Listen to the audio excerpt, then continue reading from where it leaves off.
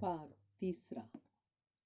ਇਕੱਲੇ ਪੰਜਾਬ ਚੋਂ 3.5 ਲੱਖ ਭਰਤੀ ਕਰਕੇ ਲੜਾਈ 'ਚ ਭੇਜੇ ਗਏ ਤੇ ਕਰੋੜਾਂ ਅਰਬਾਂ ਤੱਕ ਰੁਪਇਆਂ ਦੀ ਲੜਾਈ ਦੇ ਹਵਨ ਕੁੰਡ 'ਚ ਆਹੂਤੀ ਦਿੱਤੀ ਗਈ ਤੇ ਲੱਖ ਤੋੜਵੀਂ ਮਹਿੰਗਾਈ, ਹਰ ਲੋੜੀਂਦੀ ਚੀਜ਼ ਦਾ ਅਭਾਵ, ਘਰ ਘਰ ਮੜੀਆਂ ਤੇ ਵਿਧਵਾਵਾਂ ਦੀ ਹਾਹਾਕਾਰ ਨੇ ਪੰਜਾਬ ਨੂੰ ਘੇਰ ਲਿਆ। ਹਿੰਦੀ ਵਿੱਚੋਂ ਵਿੱਚ ਵਿਸ ਘੋਲ ਰਹੇ ਸਨ ਤੇ ਪੰਜਾਬ ਦੀਆਂ ਮੁਟਿਆਰਾਂ ਗਾਇਆ ਕਰਦੀਆਂ ਸਨ, ਲੱਗੀ ਲਾਮ ਤੇ ਪੰਜਾਬ ਸੁੰਨਾ ਹੋ ਗਿਆ, ਫਰੰਗੀ ਤੇਰਾ ਕੱਖ ਨਾ ਰਹੇ, ਵੇ ਤੂੰ ਬਸਰੇ ਦਾ ਰਾਹ ਕਾਹਨੂੰ ਖੋਲਿਆ, ਫਿਰੰਗੀ ਤੇਰੀ ਬੇੜੀ ਡੁੱਬ ਜਾਏ। 1857 ਤੋਂ ਮਗਰੋਂ ਹਿੰਦੀਆਂ ਦੇ ਦਿਲਾਂ 'ਚ ਅੰਗਰੇਜ਼ ਵਿਰੁੱਧ ਨਫ਼ਰਤ ਵਧਣ ਲੱਗੀ। ਅਰਵਿੰਦੂ ਘੋਸ਼, ਅਜੀਤ ਸਿੰਘ ਵਰਗੇ ਕ੍ਰਾਂਤੀਕਾਰੀ ਅੰਦੋਲਨ ਦੀ ਸ਼ਕਲ 'ਚ ਦੇਸ਼ ਨੂੰ ਟੁੰਬਦੇ ਰਹੇ, ਪਰ ਜ਼ੋਰਦਾਰ ਹਾਕਮਾਂ ਅੱਗੇ ਪੇਸ਼ ਨਾ ਗਈ।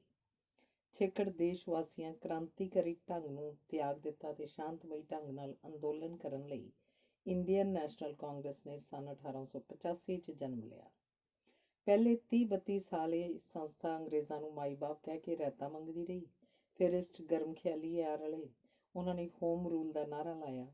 ਅੰਗਰੇਜ਼ ਤੜਪ ਉੱਠਿਆ, ਲੀਡਰਾਂ ਨੂੰ ਫੜਨਾ ਆਰੰਭ ਕੀਤਾ। ਲੜਾਈ ਲੱਗਣ ਕਰਕੇ ਭਾਰਤ 'ਚੋਂ ਕਰੋੜਾਂ ਰੰਗਰੂਟ ਤੇ ਅਰਬਾਂ ਰੁਪਇਆ ਚਾਹੀਦਾ ਸੀ। ਦੂਜੇ ਪਾਸੇ ਭਾਰਤ ਹੋਮ ਰੂਲ ਮੰਗਦਾ ਸੀ, ਸੋ ਅੰਗਰੇਜ਼ ਦਾ ਸੱਪ ਦੇ ਮੂੰਹ ਕੋੜ ਕਿਰਲੀ ਵਾਲਾ ਹਿਸਾਬ ਸੀ। ਇਸ ਸਮੇਂ ਫੌਜੀ ਗਦਰ ਲਹਿਰ ਉੱਠ ਖੜੋਤੀ। ਉਧਰ ਟਰਕੀ ਦੇ ਲੀਡਰ ਰਾਸ ਬਿਹਾਰੀ ਨੂੰ ਗਦਰ 'ਚ ਹਰ ਭਾਂਤ ਦੀ ਮਦਦ ਦਾ ਭਰੋਸਾ ਦਵਾ ਰਹੇ ਸਨ। ਇਸ ਕਰਕੇ ਫੌਜੀ ਤਾਕਤ ਨਾਲ ਗਦਰ ਨੂੰ ਕਰਨਾ ਅਸੰਭਵ ਵੀ ਸੀ ਤੇ ਖਤਰਨਾਕ ਵੀ ਸੀ। ਸੋ ਇਹਨਾਂ ਇੰਡੀਆ ਸੇਫਟੀ ਐਕਟ ਕਾਨੂੰਨ ਘੜਿਆ, ਜਿਸ ਰਾਹੀਂ ਕਿਸੇ ਵੀ ਦੇਸੀ ਆਦਮੀ ਨੂੰ ਬਿਨਾਂ ਵਾਰੰਟ ਤੋਂ ਗ੍ਰਿਫਤਾਰ ਕੀਤਾ ਜਾ ਸਕਦਾ ਸੀ। ਕਿਸੇ ਪੁਲਸੀਏ ਜਾਂ ਝੋਲੀ ਚੁੱਕਦੀ ਝੂਠੀ ਗਵਾਹੀ ਤੇ ਮੁਲਜ਼ਮ ਨੂੰ ਉਮਰ ਕੈਦ ਜਾਂ ਫਾਂਸੀ ਵੀ ਦਿੱਤੀ ਜਾ ਸਕਦੀ ਸੀ। ਅਦਾਲਤ ਦੇ ਫੈਸਲੇ ਵਿਰੁੱਧ ਕੇਵਲ ਇੰਗਲੈਂਡ ਦੇ ਬਾਦਸ਼ਾਹ ਕੋਲ ਰਹਿਮ ਦੀ ਅਪੀਲ ਕੀਤੀ ਜਾ ਸਕਦੀ ਸੀ, ਜੋ ਅਸੰਭਵ ਸੀ। ਗਦਰ ਦੀ ਅਸਫਲਤਾ ਦੇ ਕਾਰਨ ਵੱਖ-ਵੱਖ ਸਿਆਣਿਆਂ ਅਨੁਸਾਰ ਵੱਖ-ਵੱਖ ਸਨ।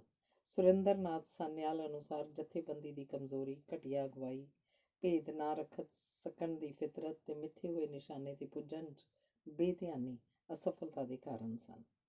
ਹੋਰ ਵਿਚਾਰਾਂ ਅਨੁਸਾਰ ਜਨਤਾ ਰਾਜਸੀ ਜਾਗਰ ਤੋਂ ਕੋਰੀ ਸੀ, ਅਜੇ ਉਹ ਇਨਕਲਾਬੀਆਂ ਵਿਰੁੱਧ ਭੜਕਾਈ ਜਾ ਸਕਦੀ ਸੀ। ਇਨਕਲਾਬੀ ਵਿਦੇਸ਼ਾਂ ਤੋਂ ਆਉਣ ਕਾਰਨ ਉਹਨਾਂ ਦਾ ਜਨਤਾ ਨਾਲ ਮੇਲ ਜੋਲ ਨਹੀਂ ਸੀ।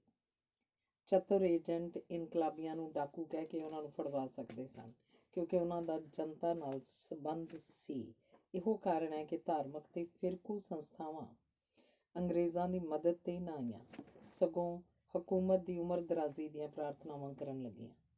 ਪਾਰਟੀ ਦੇ ਆਗੂ ਵੀ ਪੰਜਾਬੀ ਕਿਸਾਨ ਦੇ ਅਣਸਾਧੇ ਸੁਭਾਅ ਅਨੁਸਾਰ ਬਿਨਾਂ ਵਿਉਂਤ ਕੰਮ ਕਰ ਰਹੇ ਸਨ। ਗਦਰੀਆਂ ਨੂੰ ਭਾਵੇਂ ਲੱਕ ਤੋੜਵੀਂ ਹਾਰ ਹੋਈ ਸੀ, ਪਰ ਉਹਨਾਂ ਦੇ ਅੰਦਰ ਆਪਣੇ ਵਤਨ ਨੂੰ ਆਜ਼ਾਦ ਵੇਖਣ ਦੀ ਤੜਪ ਉਦੋਂ ਵੀ ਜਿਉਂ ਦੀ ਤਿਉਂ ਪਾਈ ਜਾਂਦੀ ਸੀ। ਅਸਲ 'ਚ 19 ਫਰਵਰੀ ਤੋਂ ਮਗਰੋਂ ਇਨਕਲਾਬੀਆਂ ਦਾ ਕੋਈ ਸੈਂਟਰ ਨਾ ਰਿਹਾ ਤੇ ਨਾ ਹੀ ਜਥੇਬੰਦੀ। ਪੁਲਿਸ ਇਹਨਾਂ ਦੇ ਮਗਰ ਹਰਲ ਕਰਦੀ ਫਿਰਦੀ ਸੀ। ਜਿਨ੍ਹਾਂ ਤੋਂ ਇਹਨਾਂ ਨੂੰ ਆਸਾ ਸੀ, ਉਹੀ ਇਹਨਾਂ ਨੂੰ ਫੜਾ ਰਹੇ ਸਨ। ਪਰ ਇਸ ਹਾਲਤ ਵਿੱਚ ਪੁੱਜ ਕੇ ਵੀ ਇਹ ਆਪਣੇ ਵਿਛੜੇ ਸਾਥੀਆਂ ਨੂੰ ਇਕੱਠਾ ਕਰਕੇ ਆਪਣੀ ਜਾਂ ਆਪਣੇ ਵਤਨ ਦੀ ਹਾਰ ਚੁੱਕੀ ਬਾਜ਼ੀ ਨੂੰ ਜਿੱਤਣ ਲਈ ਹੱਥ ਪੈਰ ਮਾਰ ਰਹੇ ਸਨ। ਇਹਨਾਂ ਦੀ ਨਫ਼ਰਤ ਹੁਣ ਝੋਲੀ ਚੁੱਕਾਂ ਦੇ ਵਿਰੁੱਧ ਬਹੁਤ ਵੱਧ ਗਈ ਸੀ। ਉਹ ਇਹਨਾਂ ਦਾ ਸਫਾਇਆ ਕਰਨਾ ਚਾਹੁੰਦੇ ਸਨ, ਪਰ ਉਹ ਸਰਾਭੇ ਵਰਗੇ ਲੀਡਰ ਚਾਹੁੰਦੇ ਸਨ, ਜਿਹਦੀ ਅਗਵਾਈ 'ਚ ਹੋਰ ਕੁਝ ਕਰ ਸਕਣ ਦੀ ਉਹਨਾਂ ਨੂੰ ਅਜੇ ਤੀਕ ਵੀ ਆਸ ਨਹੀਂ ਸੀ।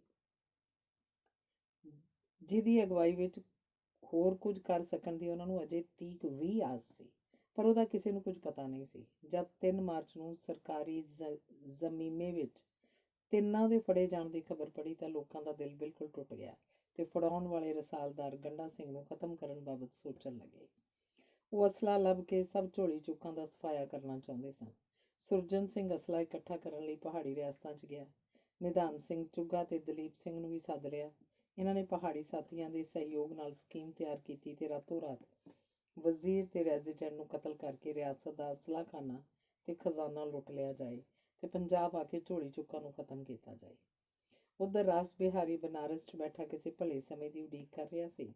ਜਦ ਉਹਨੂੰ 1.5 ਕੁ ਮਹੀਨੇ ਵਿੱਚ ਵੀ ਕੋਈ ਖਬਰ ਨਾ ਪੁੱਜੀ ਤਾਂ ਉਹਨੇ ਦੇਸ਼ ਛੱਡਣ ਦਾ ਫੈਸਲਾ ਕਰ ਲਿਆ, ਕਿਉਂਕਿ ਉਸ ਅਨੁਸਾਰ ਪਾਰਟੀ 'ਚ ਅਨਪੜ੍ਹ ਤੇ ਅਣਸਾਧੇ ਲੋਕਾਂ ਦੀ ਭਰਮਾਰ ਕਾਰਨ ਇਹ ਪਾਰਟੀ ਸਫਲ ਨਹੀਂ ਸੀ ਹੋ ਸਕਦੀ।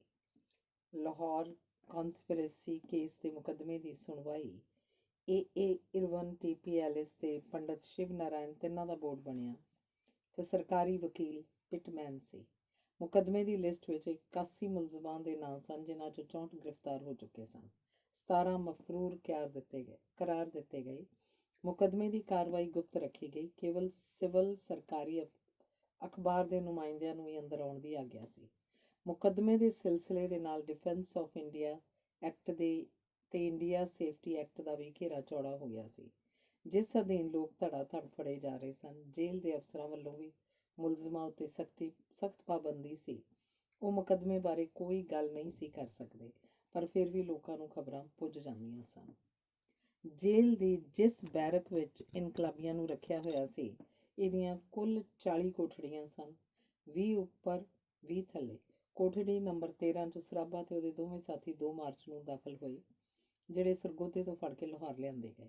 ਸਰਾਭਾ ਭਾਵੇਂ ਸਾਰੇ ਇਨਕਲਾਬੀਆਂ ਨਾਲੋਂ ਉਮਰ 'ਚ ਛੋਟਾ ਸੀ, ਪਰ ਉਹਦੀ ਸਾਰੇ ਧਾਕ ਪੈ ਚੁੱਕੀ ਸੀ ਤੇ ਸਾਰੇ ਉਹਨੂੰ ਫੌਲਾਦੀ ਮੁੰਡਾ ਕਹਿਣ ਲੱਗ ਪਏ ਸਨ। ਸਭ ਉਹ ਤੋਂ ਡਰਦੇ ਸਨ, ਇੱਥੋਂ ਤੀਕ ਕਿ ਜੇਲਰ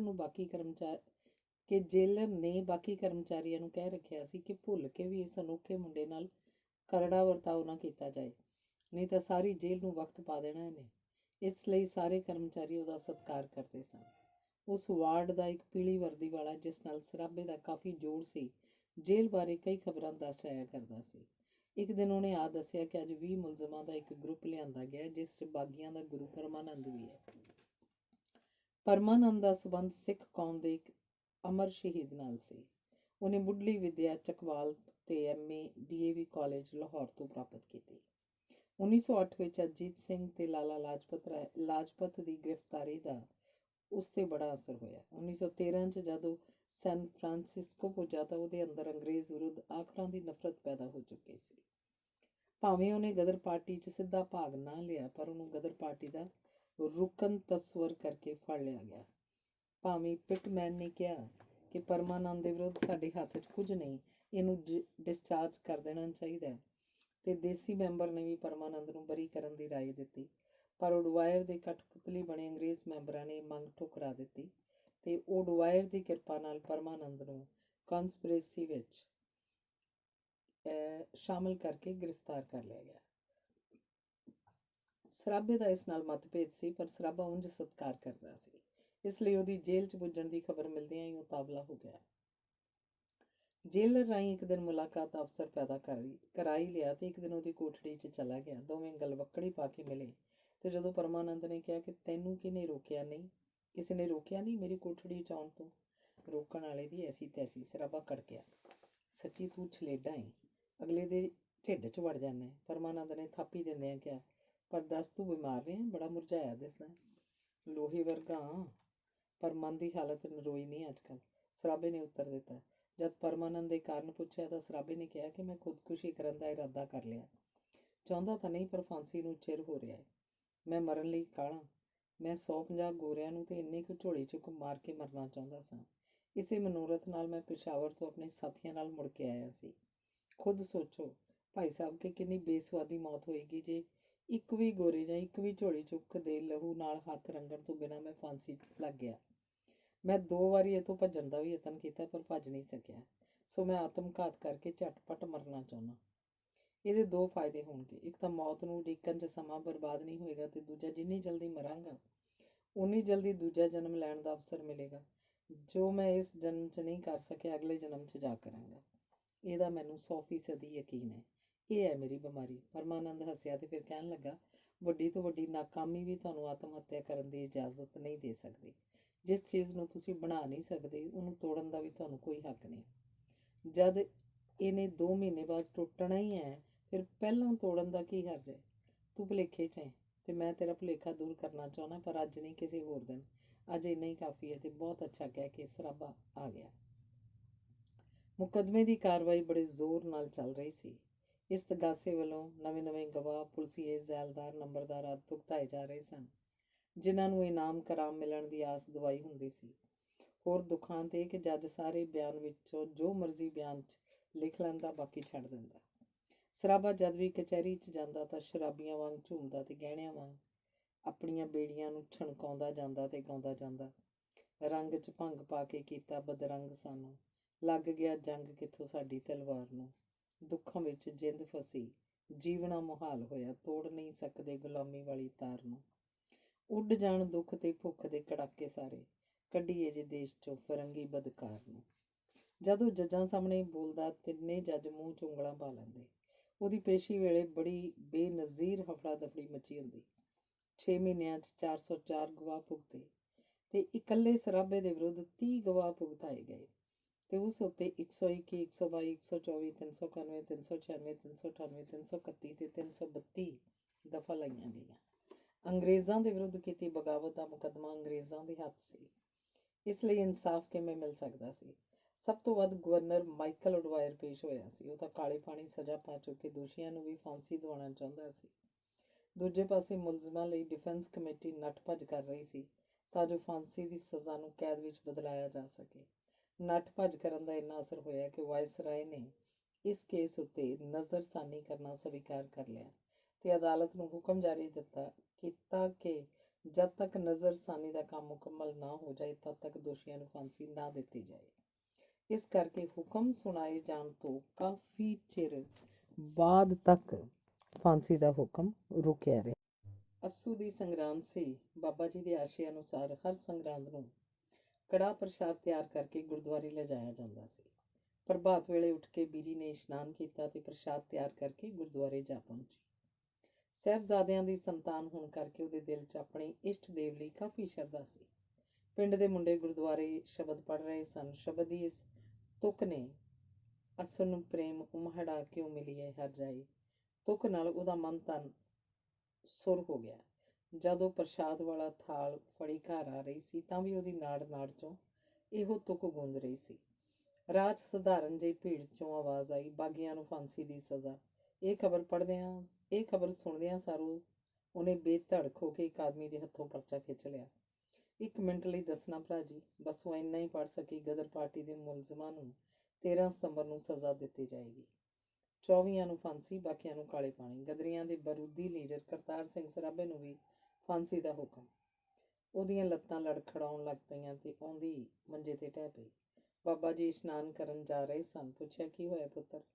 ਐਵੇਂ ਚੱਕਰ ਆਉਣ ਲੱਗ ਪਏ, ਬੀਰੀ ਨੇ ਕਹਿ ਕੇ ਪਿਤਾ ਦੀ ਕਾਫੀ ਤਸੱਲੀ ਕਰਾਈ। ਪਰ ਬਾਬਾ ਜੀ ਨੂੰ ਨਿਸ਼ਚਾ ਹੋ ਗਿਆ ਕਿ ਜਿਹਦਾ ਪਹਿਲਾਂ ਵੀ ਸ਼ੱਕ ਸੀ ਕਿ ਉਸ ਉੱਤੇ ਜ਼ਰੂਰ ਕਿਸੇ ਭੈੜੀ ਰੂਹ ਦਾ ਸਾਇਆ ਗਾਲਬ ਹੈ।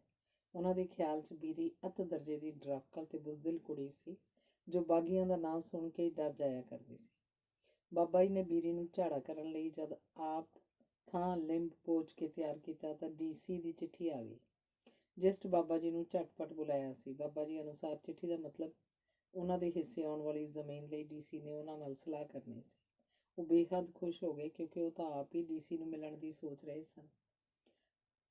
ਬੀਰੀ ਦੀ ਬਿਮਾਰੀ ਕਾਰਨ ਬਾਬਾ ਜੀ ਸੋਚੀ ਪੈ ਗਏ, ਪਰ ਬੀਰੀ ਨੇ ਸਲਾਹ ਦਿੱਤੀ, ਜ਼ਰੂਰ ਹੋ ਆਓ ਬਾਪੂ ਜੀ, ਮੈਂ ਚੰਗੀ ਭਲੀ ਹਾਂ।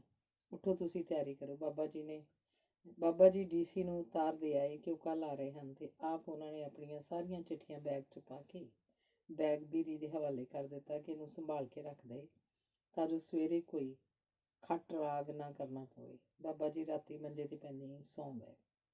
ਬੀਰੀ ਦੀਆਂ ਅੱਖਾਂ 'ਚ ਨੀਂਦ ਨਹੀਂ ਸੀ ਆ ਰਹੀ। ਗਦਰੀਆਂ ਦਾ ਬਰੂਦੀ ਕਈ ਰੂਪ ਧਾਰ ਕੇ ਉਹਦੀਆਂ ਅੱਖਾਂ ਅੱਗੇ ਆਉਂਦਾ ਰਿਹਾ। ਉੱਧਰ ਬਾਬਾ ਜੀ ਘੁਰਾੜ ਮਾਰ ਰਹੇ ਸਨ ਜੋ ਬੀਰੀ ਨੂੰ ਡਰਾ ਰਹੇ ਸਨ। ਇਸ ਆਵਾਜ਼ ਵਿੱਚ ਇੱਕ ਹੋਰ ਆਵਾਜ਼ ਰਲ ਕੇ ਆ ਰਹੀ ਸੀ, ਉਹੀ ਇੱਕ ਮਿਆਨ ਵਾਲੀ। ਇਹ ਦੂਸਰੀ ਇੱਕ ਵਾਸਤਵਿਕ ਤੇ ਇੱਕ ਕਲਪਿਤ ਆਵਾਜ਼ ਸੁਣਦੀ ਹੋਈ ਉਹ ਸੋਚ ਰਹੀ ਸੀ, ਸਰਕਾਰ ਭਗਤੀ ਤੇ ਦੇਸ਼ ਭਗਤੀ ਦੀਆਂ ਤਲਵਾਰਾਂ ਉਸ ਠੀਕ ਹੀ ਆਖ ਘੱਲਿਆ ਸੀ ਕਿ ਜਾਂ ਇਹ ਰਹੇਗੀ ਜਾਂ ਉਹ ਰਹੇਗੀ।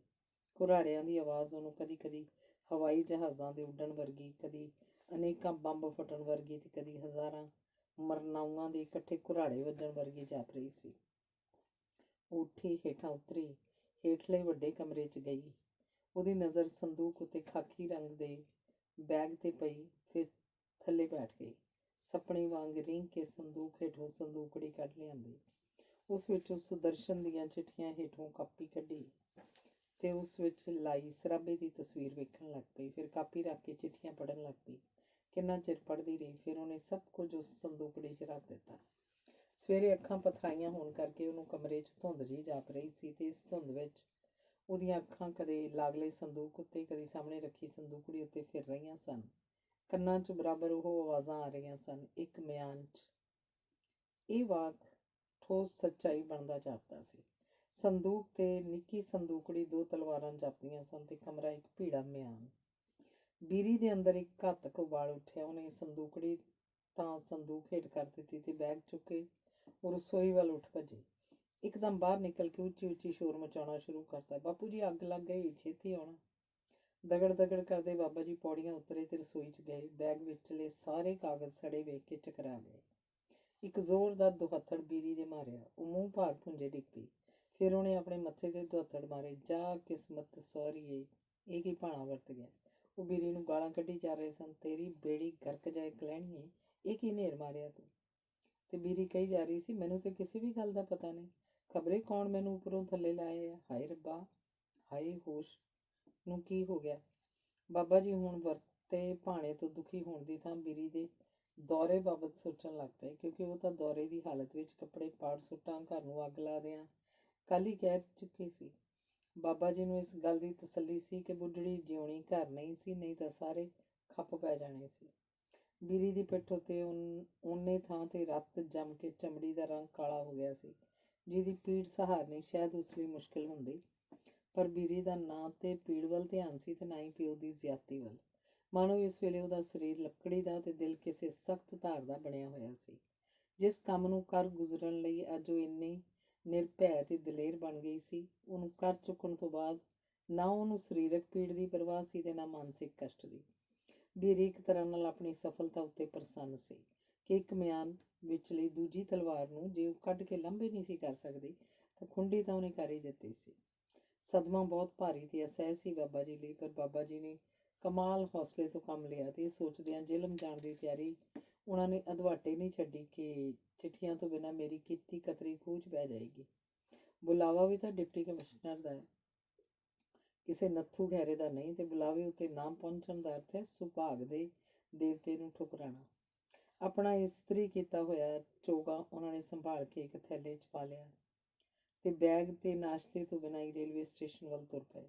ਬੀਰੀ ਨੂੰ ਝਾੜੇ ਤਵੀਤ ਵਾਲਾ ਕੰਮ ਵਾਪਸ ਆ ਕੇ ਕਰਨ ਦਾ ਹੀ ਉਹਨਾਂ ਨਿਸ਼ਚਾ ਕੀਤਾ। ਗੱਡੀ 'ਚ ਸਾਰਾ ਸਫ਼ਰ ਦਿਲ ਢਾਊ ਗੱਲਾਂ ਸੋਚਦਿਆਂ ਗੁਜ਼ਾਰਿਆ, ਪਰ ਜੇਲਮ ਦੇ ਲਾਗੇ ਅੱਪੜਦਿਆਂ DC ਮੈਨੂੰ ਜਾਣਦਾ ਏ, ਚਿੱਠੀਆਂ ਵਿਖਾਉਣ ਦੀ ਉਂਝ ਵੀ ਲੋੜ ਕੋਈ ਨਹੀਂ, ਆਪਣੇ ਆਪ ਨੂੰ ਹੌਸਲਾ ਦੇਣਾ ਆਰੰਭਿਆ। ਵੀਰਵਾਰ ਦਾ ਦਿਨ ਹੋਣ ਕਰਕੇ ਬਾਬਾ ਜੀ ਨੂੰ ਡਿਪਟੀ ਕਮਿਸ਼ਨਰ ਦੀ ਕੋਠੀ ਜਾਣਾ ਪਿਆ। ਚੋਗਾ ਪਾ ਕੇ ਟਾਂਗੇ 'ਚ ਬੈਠ ਕੇ ਉਹਦੀ ਕੋਠੀ ਪੁੱਜ ਗਏ।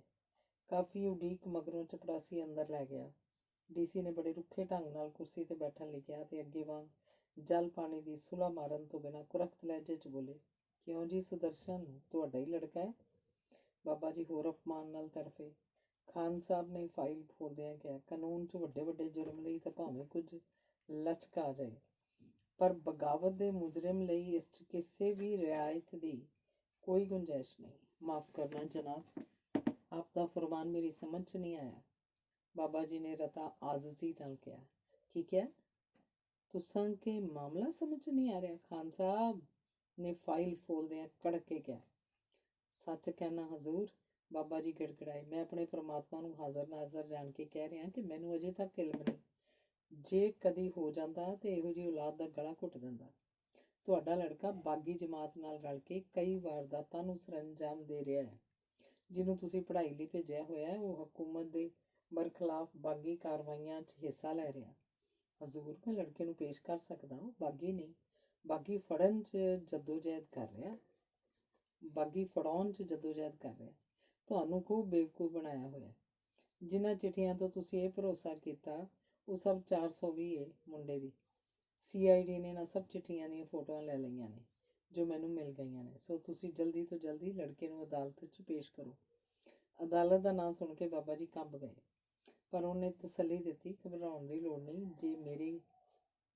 ਜੇ ਮੇਰੇ ਕਹਿਣ ਤੇ ਚਲੋਗੇ ਤਾਂ ਕੁਝ ਬਚਾਅ ਹੋ ਜਾਏਗਾ, ਨਹੀਂ ਤਾਂ ਸਾਰੀਆਂ ਬਖਸ਼ਿਸ਼ਾਂ ਤੋਂ ਮਹਿਰੂਮ ਰਹਿ ਜਾਓਗੇ, ਜਿਹੜੀਆਂ ਜੰਗੀ ਖਿਦਮਤਾਂ ਬਦਲੇ ਤੁਹਾਨੂੰ ਅਦਾ ਹੋਣ ਵਾਲੀਆਂ ਹਨ। ਝਟਪਟ ਜਾਓ ਤੇ ਲੜਕੇ ਨੂੰ ਮਾਫੀਨਾਮੇ ਲਈ ਰਜ਼ਾਮੰਦ ਕਰਕੇ ਲਿਆਓ, ਨਹੀਂ ਤਾਂ ਮੇਰੇ ਤੇ ਬਲੇਮ ਆਏਗਾ ਕਿ ਮੈਂ ਮੁਜਰਮ ਨੂੰ ਗ੍ਰਿਫਤਾਰ ਕਰਨ 'ਚ ਕੁਤਾਹੀ ਕਰ ਰਿਹਾ। ਤੁਹਾਡੇ ਲੜਕੇ ਨੂੰ ਉਹੀ ਕੁਝ ਮਿਲੇਗਾ ਜੋ 13 ਸਤੰਬਰ ਨੂੰ ਬਾਕੀਆਂ ਨੂੰ ਮਿਲਣਾ ਹੈ। ਅੱਛਾ ਜਾਓ। ਬਾਬਾ ਜੀ ਨੇ ਸਟੇਸ਼ਨ ਤੇ ਪਹੁੰਚ ਕੇ ਹਰਨਪੁਰ ਦੀ ਬਜਾਏ ਲਾਹੌਰ ਦੀ ਟਿਕਟ ਖਰੀਦ ਲਈ। ਬਾਬਾ ਜੀ ਦੇ ਜੇਲਮ ਜਾਣ ਮਗਰੋਂ ਭਾਵੇਂ ਬੀਰੀ ਇਕੱਲੀ ਰਹਿ ਗਈ ਸੀ, ਪਰ ਉਹਨੂੰ ਇੰਨਾ ਸੰਤੋਖ ਸੀ ਕਿ ਉਹਦੀ ਹਾਲਤ ਕੋਈ ਘੋਖਣ ਵਾਲੀ ਨਹੀਂ ਸੀ। ਉਹਦੇ ਅੰਦਰ ਇਹੋ ਜਿਹਾ ਇਹੋ ਜਿਹੇ ਕਈ ਪ੍ਰਸ਼ਨ ਉੱਠ ਰਹੇ ਸਨ। ਸਰਾਭਾ ਨੂੰ ਫਾਂਸੀ ਦਾ ਹੁਕਮ ਹੋ ਚੁੱਕਾ ਹੈ। ਉਹ ਫਾਂਸੀ ਲਟਕਿਆ ਕਿ ਲਟਕਿਆ, ਕੀ ਉਹਦੇ ਦੁਨੀਆ ਛੱਡ ਜਾਣ ਤੋਂ ਪਹਿਲਾਂ ਇੱਕ ਵਾਰੀ ਵੀ ਉਹਨੂੰ ਵੇਖ ਨਹੀਂ ਸਕੇਗੀ? ਤੇ ਫਿਰ ਉਹਨੇ ਆਪਣੀ ਮਾਮੀ ਕੋਲ ਜਾਣ ਦੀ ਆਗਿਆ ਲੈਣ ਲਈ ਇਹ ਬਹਾਨਾ ਸੋਚ ਲਿਆ। ਇਕੱਲਿਆਂ ਰਹਿਣ ਨਾਲ ਮੈਨੂੰ ਡਰ ਆਉਂਦਾ ਹੈ ਤੇ ਦੌਰੇ ਪੈਂਦੇ ਨੇ। ਤੇ ਫਿਰ ਉੱਥੋਂ ਲਾਹੌਰ ਜਾਣ ਦੀ ਵਿਉਂਤ ਬਣਾ ਲਈ। ਜਦੋਂ ਬਾਬਾ ਜੀ ਦੱਸੇ ਸਮੇਂ ਅਨੁਸਾਰ ਨਾ ਆਏ ਤਾਂ ਉਹਦੇ ਅੰਦਰ ਕਈ ਡਰਾਉਣੇ ਚਿੱਤਰ ਬਣਨ ਲੱਗੇ। ਡੀਸੀ ਦੀ ਚਿੱਠੀ ਪਾਪਾ ਜੀ ਬਾਰੇ ਨਾ ਹੋਵੇ, ਕਿਤੇ ਮੇਰੇ ਇਸ ਕਾਰੇ ਨਾਲ ਕਿਤੇ ਬਾਪੂ ਜੀ ਦਾ ਦਿਲ। ਤੇ ਜਦ ਤੀਜਾ ਦਿਨ ਵੀ ਲੰਘ ਗਿਆ ਤਾਂ ਉਹ ਹੋਰ ਦੁਖੀ ਹੋ ਗਈ। ਰੋਟੀ ਖਾਦਿਆਂ ਉਹਨੂੰ ਤੀਜਾ ਡੰਗ ਹੋ ਗਿਆ ਸੀ। ਉਧਰ ਸੁਦਰਸ਼ਨ ਦੀ ਚਿੰਤਾ ਵੀ ਖਾ ਰਹੀ ਸੀ। ਇਉਂ ਮੰਜੀ ਤੇ ਪਈ ਉਹ ਗੀਟੀਆਂ ਗਿਣ ਰਹੀ ਸੀ ਕਿ ਵੰਗਾਂ ਗਜਰੇ ਚੂੜੀਆਂ ਨੀ ਕੁੜੀਓ। ਆਵਾਜ਼ ਆਈ, ਬੀਰੀ ਰਾਣੀਏ, ਕੋਈ ਵੰਗਾਂ ਗਜਰੇ ਚੜਾ ਲੈ। ਚੁੱਲ੍ਹੇ 'ਚ ਪਾ ਵੰਗਾਂ ਗਜਰਿਆਂ ਨੂੰ। ਤੁਹਾਡੀਆਂ ਇਹਨਾਂ ਵੰਗਾਂ ਚੂੜੀਆਂ ਨਹੀਂ ਤਾਂ ਸਾਡੇ ਮੁਲਕ ਦੀਆਂ ਜਨਾਨੀਆਂ ਨੂੰ ਅਪਾਹਜ ਬਣਾ ਛੱਡਿਆ। ਚੁੱਕੇ ਤੋਂ ਖਾਰੀ ਤੇ ਤੁਰਦੀ ਉਹ ਮੈਨੂੰ ਨਹੀਂ ਲੋੜ। ਕਾਈ ਤੋਂ ਰਿੰਜ ਹੋਣੀ ਹੈ ਛੋਰੀ। ਐ ਤੱਕ ਤੇ ਸੀ ਕਿ ਏਡੇ ਸੋਹਣੇ ਗਜਰੇ ਆਉਂਦੇ ਨੇ ਤੇਰੇ ਜੋਗੇ।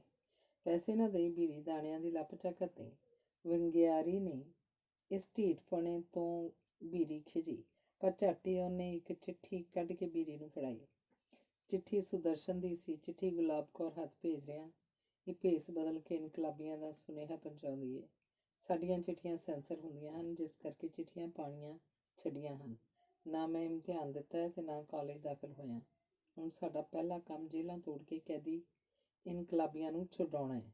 ਜਦ ਤੱਕ ਸਰਾਬਾ ਬਾਹਰ ਨਹੀਂ ਆ ਸਕਦਾ ਤਦ ਤੱਕ ਸਾਨੂੰ ਖਾਣਾ ਸੌਣਾ ਹਰਾਮ ਦਿਸਦਾ ਹੈ। ਦੂਜਾ ਕੰਮ ਹੈ ਝੋਲੀ ਚੁੱਕਾਂ ਨੂੰ ਮਾਰਨਾ। ਕੁਝ ਮੁੰਡੇ ਇਹ ਕੰਮ ਸੁੱਚਾ ਸਿੰਘ ਦੀ ਕਮਾਨ 'ਚ ਕਰ ਰਹੇ ਨੇ।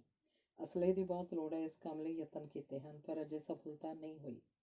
CID ਸਾਡੇ ਪੇਸ਼ ਪਈ ਹੋਈ ਹੈ। ਸ਼ਾਇਦ ਮੈਂ ਤੈਨੂੰ ਮਿਲ ਵੀ ਸਕਾਂ ਕਿ ਨਾ। ਸਾਡੀ ਪਾਰਟੀ ਨੂੰ ਇਸ ਵੇਲੇ ਮਰਦਾਂ ਨਾਲੋਂ ਔਰਤਾਂ ਦੀ ਬਹੁਤ ਲੋੜ ਹੈ। ਤੇ ਸੋਚ ਵਿਚਾਰ ਤੋਂ ਇਸ ਸਿੱਟੇ ਤੇ ਪੁੱਜਿਆ ਕਿ ਮਾਈ ਗੁਲਾਬ ਕੌਰ ਨੂੰ ਤੇਰੀ ਵਰਗੀ ਚੁਸਤ ਚਲਾਕ ਅਸਿਸਟੈਂਟ ਮਿਲਣੀ ਚਾਹੀਦੀ ਹੈ, ਕਿਉਂਕਿ ਮਾਈ ਦੇ ਵਾਰੰਟੀ ਨਹੀਂ ਨਿਕਲੇ, ਸਗੋਂ ਗ੍ਰਿਫਤਾਰੀ ਲਈ ਇਨਾਮ ਵੀ ਰੱਖਿਆ ਗਿਆ। ਤੇਰੇ ਲਈ ਬਾਪੂ ਜੀ ਨੂੰ ਛੱਡਣਾ ਸ਼ਾਇਦ ਮੁਸ਼ਕਲ ਹੋਏ, ਪਰ ਭੈਣ ਮੇਰੀਏ, ਵਤਨ ਖਾਤਰ ਜੇ ਸਾਨੂੰ ਮਾਪਿਆਂ ਦੀ ਬਲੀ ਵੀ ਦੇਣੀ ਪਏ ਤਾਂ ਕੋਈ ਪਾਪ ਨਹੀਂ। ਆਪ ਸੋਚ, ਤੇਰੇ ਲਈ ਵਤਨ ਪਹਿਲਾਂ ਕਿ ਬਾਪ? ਮੈਨੂੰ ਛੇਤੀ ਗ੍ਰਿਫਤਾਰ ਕੀਤਾ ਜਾਏਗਾ ਤੇ ਫਿਰ ਸ਼ਾਇਦ ਫਾਂਸੀ ਲੱਗ ਜਾਵਾਂ। ਕੀ ਤੂੰ ਆਪਣੇ ਵੀਰ ਨੂੰ ਇਸ 30 ਕਰੋੜ ਸੰਤਾਨਾਂ ਦੀ ਮਾਂ ਭਾਰਤ ਉੱਤੋਂ ਵਾਰਨ ਨੂੰ ਤਿਆਰ ਹੈ? ਬਸ ਇੰਨਾ ਹੀ ਸੁਦਰਸ਼ਨ। ਗੁਲਾਬ ਕੌਰ ਬੀਰੀ ਤੋਂ ਬਹੁਤ ਪ੍ਰਭਾਵਿਤ ਹੋਈ। ਦੋਵੇਂ ਰਸੋਈ 'ਚ ਚਲੀਆਂ ਗਈਆਂ। ਬੀਰੀ ਰੋਟੀ ਵੀ ਤਿਆਰ ਕਰਦੀ ਗਈ ਤੇ ਗੱਲਾਂ ਵੀ ਕਰਦੀ ਗਈ। ਗੁਲਾਬ ਕੌਰ ਨੇ ਇਹ ਵੀ ਦੱਸਿਆ ਕਿ ਬਾਬਾ ਜੀ ਲਾਹੌਰ ਸੁਦਰਸ਼ਨ ਨੂੰ ਗ੍ਰਿਫਤਾਰ ਕਰਾਉਣ ਗਏ ਹੋਏ ਹਨ, ਕਿਉਂਕਿ ਉਹਨਾਂ ਨੂੰ ਔਲਾਦ ਨਾਲੋਂ ਸਰਕਾਰ ਦੀ ਪੂਜਾ ਪਿਆਰੀ ਹੈ। ਗੁਲਾਬ ਕੌਰ ਨੇ ਬੀਰੀ ਕੋਲੋਂ ਸਰਾਭੇ ਦਾ ਦਿੱਤਾ ਪਿਸਤੌਲ ਲੈ ਕੇ ਉਹਨੂੰ ਹੋਰ ਪਿਸਤੌਲ ਦੇਣਾ ਚਾਹਿਆ, ਪਰ ਬੀਰੀ ਨੇ ਇਹ ਵਟਾਂਦਰਾ ਨਾ ਸਵੀਕਾਰ ਕੀਤਾ। ਗੁਲਾਬ ਕੌਰ ਨੇ ਬੀਰੀ ਤੋਂ ਪਾਰਟੀ 'ਚ ਕੰਮ ਕਰਨ ਦਾ ਵਚਨ ਇਹ ਕਹਿ ਕੇ ਲੈ ਲਿਆ, ਆਦਮੀ ਦਾ ਪਿਆਰ ਜੇ ਸਰਬੰਸ ਦੇ ਪਿਆਰ ਦੀ ਕੁਰਬਾਨੀ ਦੀ ਮੰਗ ਕਰਦਾ ਹੈ ਤਾਂ ਵਤਨ ਦਾ ਪਿਆਰ ਆਪਣੇ ਨਿੱਜੀ ਪਿਆਰ ਦੀ ਕੁਰਬਾਨੀ ਦੀ ਮੰਗ ਕਰਦਾ ਹੈ। ਗੁਲਾਬ ਕੌਰ ਨੇ ਆਪਣਾ ਲਾਹੌਰ ਦਾ ਪਤਾ ਵੀ ਦੇ ਦਿੱਤਾ ਤੇ ਇਨਕਲਾਬੀਆਂ ਨਾਲ ਸੰਬੰਧਿਤ ਸਾਰੇ ਕਾਗਜ਼ ਬਿੱਲੇ ਲਾਉਣ ਲਈ ਵੀ ਕਹਿ ਦਿੱਤਾ।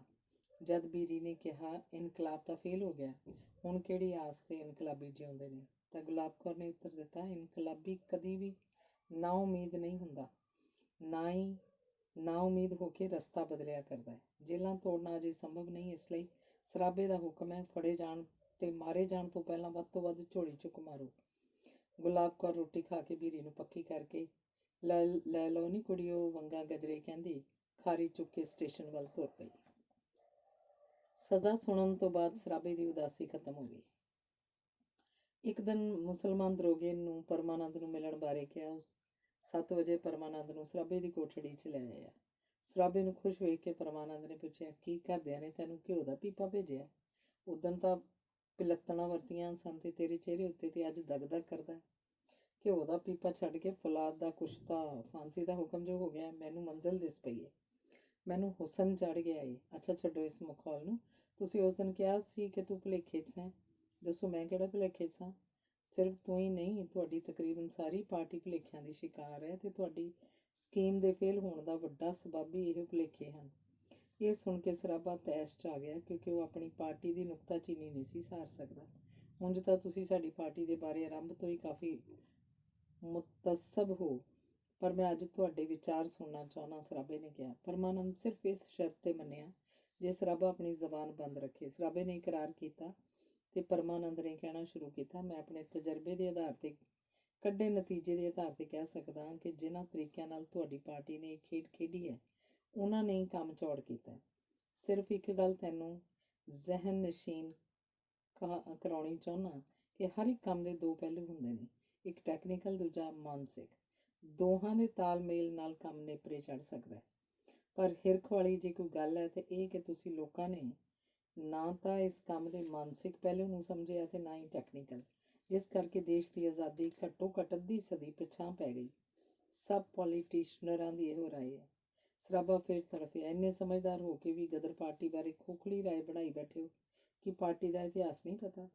ਜੋਸ਼ ਚ ਨਾ ਬਾਬਾ, ਮੈਨੂੰ ਪਾਰਟੀ ਦੇ ਇਤਿਹਾਸ ਦਾ ਪੋਟਾ ਪੋਟਾ ਮਾਲੂਮ ਹੈ। ਤੁਹਾਡੀ ਇਨਕਲਾਬੀ ਗਤੀ ਦੇ ਇੰਜਣ 'ਚ ਤੇਲ ਦੀ ਘਾਟ ਨਹੀਂ ਸੀ, ਪੁਰਜੇ ਵੀ ਉਹਦੇ ਮਜ਼ਬੂਤ ਸਨ ਤੇ ਪਹੀਏ ਵੀ ਰਵਾਂ, ਪਰ ਕਮੀ ਸੀ ਡਰਾਈਵ ਕਰਨ ਦੇ ਹੁਨਰ ਦੀ। ਅਨਟ੍ਰੇਨਡ ਡਰਾਈਵਰ ਤੋਂ ਇਸ ਤੋਂ ਵੱਧ ਕੀ ਉਮੀਦ ਕਰ ਸਕਦੇ ਹੋ? ਗੱਡੀ ਨੂੰ ਗਲਤ ਤੇ ਅਣਸਾਧੇ ਢੰਗ ਨਾਲ ਡਰਾਈਵ ਕੀਤਾ ਗਿਆ। ਗੱਡੀ ਉਲਟੀ ਨਹੀਂ ਬਲਕਿ ਇੱਕ ਜ਼ਬਰਦਸਤ ਚੱਟਾਨ ਨਾਲ ਟਕਰਾ ਕੇ ਚੂਰ ਚੂਰ ਹੋ ਗਈ। ਤੁਸੀਂ ਹਿਮਾਲਾ ਜਿੱਡਾ ਇਲਜ਼ਾਮ ਲਾ ਰਹੇ ਹੋ ਜੇ ਪਾਰਟੀ ਦੇ ਉਹਦੇ ਲੀਡਰਾਂ ਉੱਤੇ ਕਿ ਟੈਕਨੀਕਲ ਤੇ ਰੂਹਾਨੀ ਤੌਰ ਤੇ ਇਹਨਾਂ ਦਾ ਪੱਲਾ ਬਿਲਕੁਲ ਸਖਣਾ ਸੀ, ਤੇ ਹਰਦਿਆਲ ਨੂੰ ਵੀ ਅਣਸਾਧੇ ਡਰਾਈਵਰ ਨਾਲ ਤਸ਼ਵੀਹ ਦੇ ਰਹੇ ਹੋ ਕਿ ਉਹਨੇ ਆਰਗੇਨਾਈਜੇਸ਼ਨ ਨੂੰ ਕਿਸੇ ਵੀ ਪਹਿਲੂ ਤੋਂ ਕਮਜ਼ੋਰ ਰਹਿਣ ਦਿੱਤਾ ਸੀ। ਮੈਂ ਹਰਦਿਆਲ ਨੂੰ ਅੰਦਰੋਂ ਬਾਹਰੋਂ ਜਾਣਦਾ, ਉਹਨੂੰ ਆਪਣਾ ਉਸਤਾਦ ਤੱਕ ਮੰਨਦਾ। ਗਦਰ ਦਾ ਪਲਾਨ ਤਿਆਰ ਕਰਨ 'ਚ ਸਭ ਤੋਂ ਵੱਧ ਉਹਨਾਂ ਦਾ ਹੱਥ ਸੀ। ਉਹਨਾਂ ਦੇ ਪਲਾਨ ਅਨੁਸਾਰ ਲੜਾਈ 2.5-3 ਸਾਲ ਪਹਿਲਾਂ ਆਰੰਭ ਹੋ ਗਈ ਤੇ ਏਡੇ ਵੱਡੇ ਸੰਗਰਾਮ ਦੀ ਤਿਆਰੀ ਲਈ 6 ਮਹੀਨੇ ਕੁਝ ਵੀ ਨਹੀਂ ਸੀ। ਇਉਂ ਤੁਸੀਂ ਖੁੱਲ੍ਹੇ ਲਫ਼ਜ਼ਾਂ 'ਚ ਲਾਲਾ ਜੀ ਤੇ ਉਹਨਾਂ ਦੇ ਸਾਥੀਆਂ ਉੱਤੇ ਨਾਅਹਿਲੀਅਤ ਤੇ ਗੈਰ ਦੂਰਅੰਦੇਸ਼ੀ ਦਾ ਇਲਜ਼ਾਮ ਲਾ ਰਹੇ ਹੋ। ਭਾਵੇਂ 6 ਮਹੀਨੇ ਥੋੜ੍ਹੇ ਸਨ, ਪਰ ਉਹਨਾਂ ਦੀ ਅਗਵਾਈ 'ਚ ਤਿਆਰੀ ਪੂਰੀ ਸੀ। ਸਾਡਾ ਪਾਸਾ ਜੇ ਪੁੱਠਾ ਪਿਆ ਤਾਂ ਉਹਦੇ ਸਬੱਬ ਹੋਰ ਵੀ ਹੈ। ਜੇ ਕਹੋ ਕਿ ਤਿਆਰੀ ਵੱਲੋਂ ਕੋਈ ਘਾਟ ਰਹਿ ਗਈ ਸੀ ਤਾਂ ਇਹ ਤੁਹਾਡੀ ਖਾਮਖਿਆਲੀ ਹੈ। ਸਕੀਮ ਫੇਲ ਹੋਣ ਦੇ ਕਈ ਸਬੱਬ ਸਨ, ਪਰ ਬਾਜੀ ਦੇ ਹਾਰ ਜਾਣ ਦਾ ਸਭ ਤੋਂ ਵੱਡਾ ਸਬੱਬ ਉਹ ਸੀ ਜਿਹੜਾ ਮੈਂ ਦੱਸ ਚੁੱਕਾ। ਉਹਨੇ ਦੂਸਰੀਆਂ ਖਾਮੀਆਂ ਨੂੰ ਜਨਮ ਦਿੱਤਾ। ਏਡੇ ਖਰਾਟ ਖਿਡਾਰੀ ਅੰਗਰੇਜ਼ ਦੇ ਮੁਕਾਬਲੇ 'ਚ ਚੌਸਰ ਤੇ ਬੈਠਣ ਲਈ ਜਿਸ ਜੰਗ ਨੀਤੀ ਦੀ ਲੋੜ ਸੀ, ਉਹ ਤੁਹਾਡੇ ਲੀਡਰਾਂ ਪਾਸ ਸ਼ਾਇਦ ਲੋੜ ਨਾਲੋਂ ਬਹੁਤ ਘੱਟ ਸੀ। ਹਰਦਿਆਲ ਚੰਗਾ ਸਿਆਣਾ ਆਰਗੇਨਾਈਜ਼ਰ ਸੀ। ਉਹਦੇ ਸੀਨੇ 'ਚ ਆਜ਼ਾਦੀ ਦਾ ਜਜ਼ਬਾ ਬੇਪਨਾਹ ਸੀ, ਪਰ ਠੋਸ ਤਿਆਰੀ ਦੀ ਘਾਟ ਤੇ ਜਲਦਬਾਜ਼ੀ ਨੇ ਸਭ ਸੁਆਹ ਕਰ ਦਿੱਤੀ। ਜਲਦਬਾਜ਼ੀ ਨਹੀਂ, ਮੇਰੇ ਖਿਆਲ 'ਚ ਉਹ ਮੁਕੰਮਲ ਤਿਆਰੀ ਸੀ। ਬੱਬਰ ਸ਼ੇਰ ਦੇ ਸ਼ਿਕਾਰ ਕਰਨ ਲਈ ਕਾਨਿਆਂ ਦੇ ਤੀਰ ਕਮਾਨ ਲੈ ਕੇ ਤੁਰ ਪੈਣਾ ਮੁਕੰਮਲ ਤਿਆਰੀ ਸੀ। ਭਾਈ ਜੀ ਨੇ ਵਿਅੰਗ ਨਾਲ ਹੱਸਦਿਆਂ ਕਿਹਾ। ਸਰਾਬਾ ਬਹੁਤ ਖਿਝ ਗਿਆ। ਲਾਲਾ ਜੀ ਨੂੰ ਅਮਰੀਕਾ ਰਹਿ ਕੇ ਕੰਮ ਕਰਨ ਦਾ ਵਕਤ ਹੀ ਥੋੜ੍ਹਾ ਮਿਲਿਆ, ਕੁੱਲ 5 ਮਹੀਨੇ, ਪਰ ਉਹਨਾਂ ਦਾ ਇੰਨੇ ਥੋੜ੍ਹੇ ਸਮੇਂ ਇੱਕ ਪਾਰਟੀ ਨੂੰ ਆਰਗੇਨਾਈਜ਼ ਕਰਨਾ, ਪਾਰਟੀ ਦਾ ਸੈਂਟਰ ਕਾਇਮ ਕਰਨਾ, 3 ਬੋਲੀਆਂ 'ਚ ਅਖਬਾਰ ਜਾਰੀ ਕਰਨਾ, ਘਰ ਘਰ ਪਹੁੰਚਾਉਣਾ, ਅਫਗਾਨਿਸਤਾਨ, ਈਰਾਨ, ਤੁਰਕੀ ਆਦਿ ਨਾਲ ਅੰਦਰੋਂ ਅੰਦਰ ਮੁਆਹਦੇ ਕਰਨਾ, ਜਲਾਵਤਨ ਹੋ ਕੇ ਜਰਮਨੀ ਪੁੱਜਣਾ ਤੇ ਜਰਮਨ ਸਰਕਾਰ ਪਾਸੋਂ ਗਦਰ ਲਈ ਅਸਲਾ ਲੈਣ ਦਾ ਪ੍ਰਬੰਧ ਕਰਨਾ ਆਦਿ ਕੀ ਥੋੜ੍ਹਾ ਕੰਮ ਹੈ? ਬਹੁਤ ਮਹਾਨ ਕੰਮ ਸੀ, ਪਰ ਹਥਿਆਰ ਉਹ ਜਿਹੜਾ ਵਕਤ ਸਿਰ ਕੰਮ ਆਏ ਤੇ ਵਕਤ ਸਿਰ ਕਿਤਿਓਂ ਵੀ ਮਦਦ ਨਾ ਮਿਲੀ। ਰਾਜਨੀਤੀ ਸ਼ਤਰੰਜ ਦੀ ਬਾਜੀ ਹੁੰਦੀ ਹੈ। ਕਈ ਵਾਰਾਂ ਹਰੀਆਂ ਨਰਦਾਂ ਜਿੱਤ ਜਾਂਦੀਆਂ ਨੇ ਤੇ ਕਈ ਵਾਰਾਂ ਜਿੱਤੀਆਂ ਹੋਈਆਂ ਹਾਰ ਜਾਂਦੀਆਂ ਨੇ। ਆਰਗੇਨਾਈਜੇਸ਼ਨ ਦਾ ਦੋਸ਼ ਨਹੀਂ ਸੀ। ਇਸਲਾਮੀ ਮੁਲਕਾਂ ਨੇ ਆਪਣਾ ਇਕਰਾਰ ਪੂਰਾ ਨਾ ਕੀਤਾ। ਜਰਮਨੀ ਦੀ ਭੇਜੀ ਮਦਦ ਬਦਕਿਸਮਤੀ ਨਾਲ ਵੇਲੇ ਸਿਰ ਨਾ ਪੁੱਜ ਸਕੀ। ਬਾਕੀ ਤੁਹਾਡੀ ਇਹ ਦਲੀਲ ਕਿ ਪਾਰਟੀ ਦੇ ਲੀਡਰ ਜੰਗ ਨੀਤੀ ਦੇ ਅਸੂਲਾਂ ਤੋਂ ਅਣਜਾਣ ਸਨ, ਗਲਤ ਹੈ। ਜੰਗ ਦੀ ਨੀਤੀ ਅਨੁਸਾਰ ਕਮਜ਼ੋਰ ਤੇ ਮੁਸੀਬਤ 'ਚ ਘਿਰੇ ਹੋਏ ਦੁਸ਼ਮਣ ਤੇ ਤੁਰੰਤ ਹੱਲਾ ਬੋਲਣਾ ਹੁੰਦਾ ਹੈ। ਇਸ ਨੀਤੀ ਨਾਲ ਜਦ ਹਿੰਦੁਸਤਾਨ 'ਚ ਅੰਗਰੇਜ਼ਾਂ ਦੀ ਹਾਲਤ ਨਿੱਘਰ ਗਈ ਤਾਂ ਪਾਰਟੀ ਨੇ ਗਦਰ ਦਾ ਝੰਡਾ ਬੁਲੰਦ ਕੀਤਾ ਕਿ ਇਹ ਲੀਡਰਾਂ ਦੀ ਅਣਜਾਣਤ ਹੈ। ਲੈਕਚਰ ਤੇਰਾ ਕੀਮਤੀ ਹੈ, ਪਰ ਭੱਜੀ ਹੋਈ ਮੂੰਗਫਲੀ ਵੀ 100 ਭਾਂਡੇ ਭੰਨਣ ਨੂੰ ਸਮਰੱਥ ਹੁੰਦੀ ਹੈ। ਜਿਸ ਰਾਜ ਬਾਰੇ ਲੋਕ ਕਹਿੰਦੇ ਨੇ ਕਿ ਇਹਨਾਂ ਦੇ ਰਾਜ 'ਚ ਸੂਰਜ ਨਹੀਂ ਛਿਪਦਾ, ਉਹ ਇੰਨਾ ਕਮਜ਼ੋਰ ਨਹੀਂ ਸੀ ਹੋਇਆ ਜਿੰਨਾ ਤੁਹਾਡੀ ਪਾਰਟੀ ਨੇ ਸਮਝ ਰੱਖਿਆ ਸੀ। ਜਿਨ੍ਹਾਂ ਦੀਆਂ ਛਾਉਣੀਆਂ ਸਾਰੇ ਹਿੰਦੁਸਤਾਨ 'ਚ ਫੈਲੀਆਂ ਹੋਈਆਂ ਸਨ, ਉਹਨਾਂ 'ਚੋਂ ਜੇ 6 ਛਾਉਣੀਆਂ 'ਚ ਕੁਝ ਕਰ ਵੀ ਲਿਆ ਤਾਂ ਕੀ ਹੋਇਆ? ਤੁਹਾਡੇ ਬੰਬ ਪਟਾਕਿਆਂ ਤੋਂ ਵੱਧ ਕੁਝ ਵੀ ਨਹੀਂ ਸੀ ਤੇ ਤੁਹਾਡੀ ਸਕੀਮ ਨਿਰੀ ਬੱਚਿਆਂ ਦੀ ਖੇਡ ਸੀ। ਕਭੀ ਨਾ ਮਾਨੂ ਕਭੀ ਨਾ ਮਾਨੂ ਵਾਲੀ ਗੱਲ ਹੈ ਤੁਹਾਡੀ। ਜੇ ਸਭ ਕੁਝ ਬੱਚਿਆਂ ਦੀ ਖੇਡ ਸੀ ਤਾਂ ਸਿਆਣੀ ਗੱਲ ਕਿਹੜੀ ਸੀ ਜੋ ਉਹਨਾਂ ਨੂੰ ਕਰਨੀ ਚਾਹੀਦੀ ਸੀ? ਪਾਰਟੀ ਤੇ ਉਹਦੇ ਨਾਅਰੇ ਨਾਲ ਮੈਨੂੰ ਸੱਚੀ ਹਮਦਰਦੀ ਹੈ, ਕਿਉਂਕਿ ਮੇਰਾ ਵੀ ਆਦਰਸ਼ ਵਤਨ ਨੂੰ ਜਲਦੀ ਤੋਂ ਜਲਦੀ ਆਜ਼ਾਦ ਦੇਖਣਾ ਹੈ। ਤੁਹਾਡੀ ਹਰ ਹਰਕਤ ਦਾ ਉਹਨਾਂ ਨੂੰ ਪਤਾ ਸੀ। ਜੇ ਜੰਗ ਲੱਗ ਜਾਣ ਕਰਕੇ ਹਿੰਦ 'ਚ ਉਹਨਾਂ ਦੀ ਫੌਜੀ ਤਾਕਤ ਕਮਜ਼ੋਰ ਸੀ। ਉਹਨਾਂ ਨੇ ਇੰਡੀਆ ਸੇਫਟੀ ਕਾਨੂੰਨ ਘੜ ਕੇ ਤੁਸਾਂ ਲੋਕਾਂ ਦੇ ਰੱਸੇ ਪੈੜੇ ਵੱਟ ਲਏ। ਕਿਰਪਾਲ ਸਿੰਘ ਵਰਗਿਆਂ ਨੇ ਹੀ ਤੁਹਾਡੇ ਭੇਦ ਲੈ ਲਏ। ਤੁਹਾਡੀ ਪਾਰਟੀ ਗਦਾਰਾਂ ਨਾਲ ਭਰੀ ਪਈ ਹੈ, ਜਿਨ੍ਹਾਂ ਨੇ ਤੁਹਾਡੇ ਸਿਰ ਕੱਢ ਇਨਕਲਾਬੀਆਂ ਨੂੰ ਗ੍ਰਿਫਤਾਰ ਕਰਾਇਆ। ਇਹੋ ਤੇ ਮੈਨੂੰ ਵੀ ਸਭ ਤੋਂ ਵੱਡਾ ਹਿਰਖ ਏ। ਗੁੱਸੇ ਨਾਲ ਬੁੱਲ ਟੁਕਦਿਆਂ ਹੋਇਆਂ ਸਰਾਬੇ ਨੇ ਕਿਹਾ, ਸਭ ਤੋਂ ਪਹਿਲਾਂ ਇਹਨਾਂ ਬੁੱਕਲ ਦੇ ਸੱਪਾਂ ਨੂੰ ਖਤਮ ਕਰਨਾ ਚਾਹੀਦਾ ਸੀ। ਕਾਸ਼ ਜੇ ਇੱਕ ਵਾਰੀ ਕਿਸੇ ਤਰ੍ਹਾਂ ਮੈਨੂੰ ਬਾਹਰ ਨਿਕਲਣ ਦਾ ਮੌਕਾ ਬਿਲਕੁਲ ਝੱਲ ਬਣਾ। ਭਲਾ 10 ਸੱਪਾਂ ਨੂੰ ਉਹ ਬੁੱਕਲ ਦੇ ਹੋਣ ਭਾਵੇਂ ਖੁੱਡਾਂ ਦੇ, ਕਦੀ ਕੋਈ ਮੁਕਾ ਸਕਿਆ? ਜੇ ਪਾਰਟੀ ਗਦਾਰਾਂ ਨੂੰ ਖਤਮ ਵੀ ਕਰ ਲੈਂਦੀ ਤਾਂ ਕੀ ਲਾਭ ਹੁੰਦਾ? ਕੀ ਇੰਜ ਕਰਨ ਨਾਲ ਅੰਗਰੇਜ਼ ਚਲੇ ਜਾਣਗੇ? ਕੀ ਅੱਗੇ ਤੋਂ ਗਦਾਰ ਨਹੀਂ ਬਣਨਗੇ? ਦੇਸ਼ 'ਚ ਆ ਕੇ ਤੂੰ ਡਾਕੇ ਮਾਰੇ, ਕਈਆਂ ਦੇ ਘਰ ਲੁੱਟੇ, ਇਸ ਕਾਜ ਨਾਲ ਪਾਰਟੀ ਨੂੰ ਕੀ ਲਾਭ ਪਹੁੰਚਿਆ?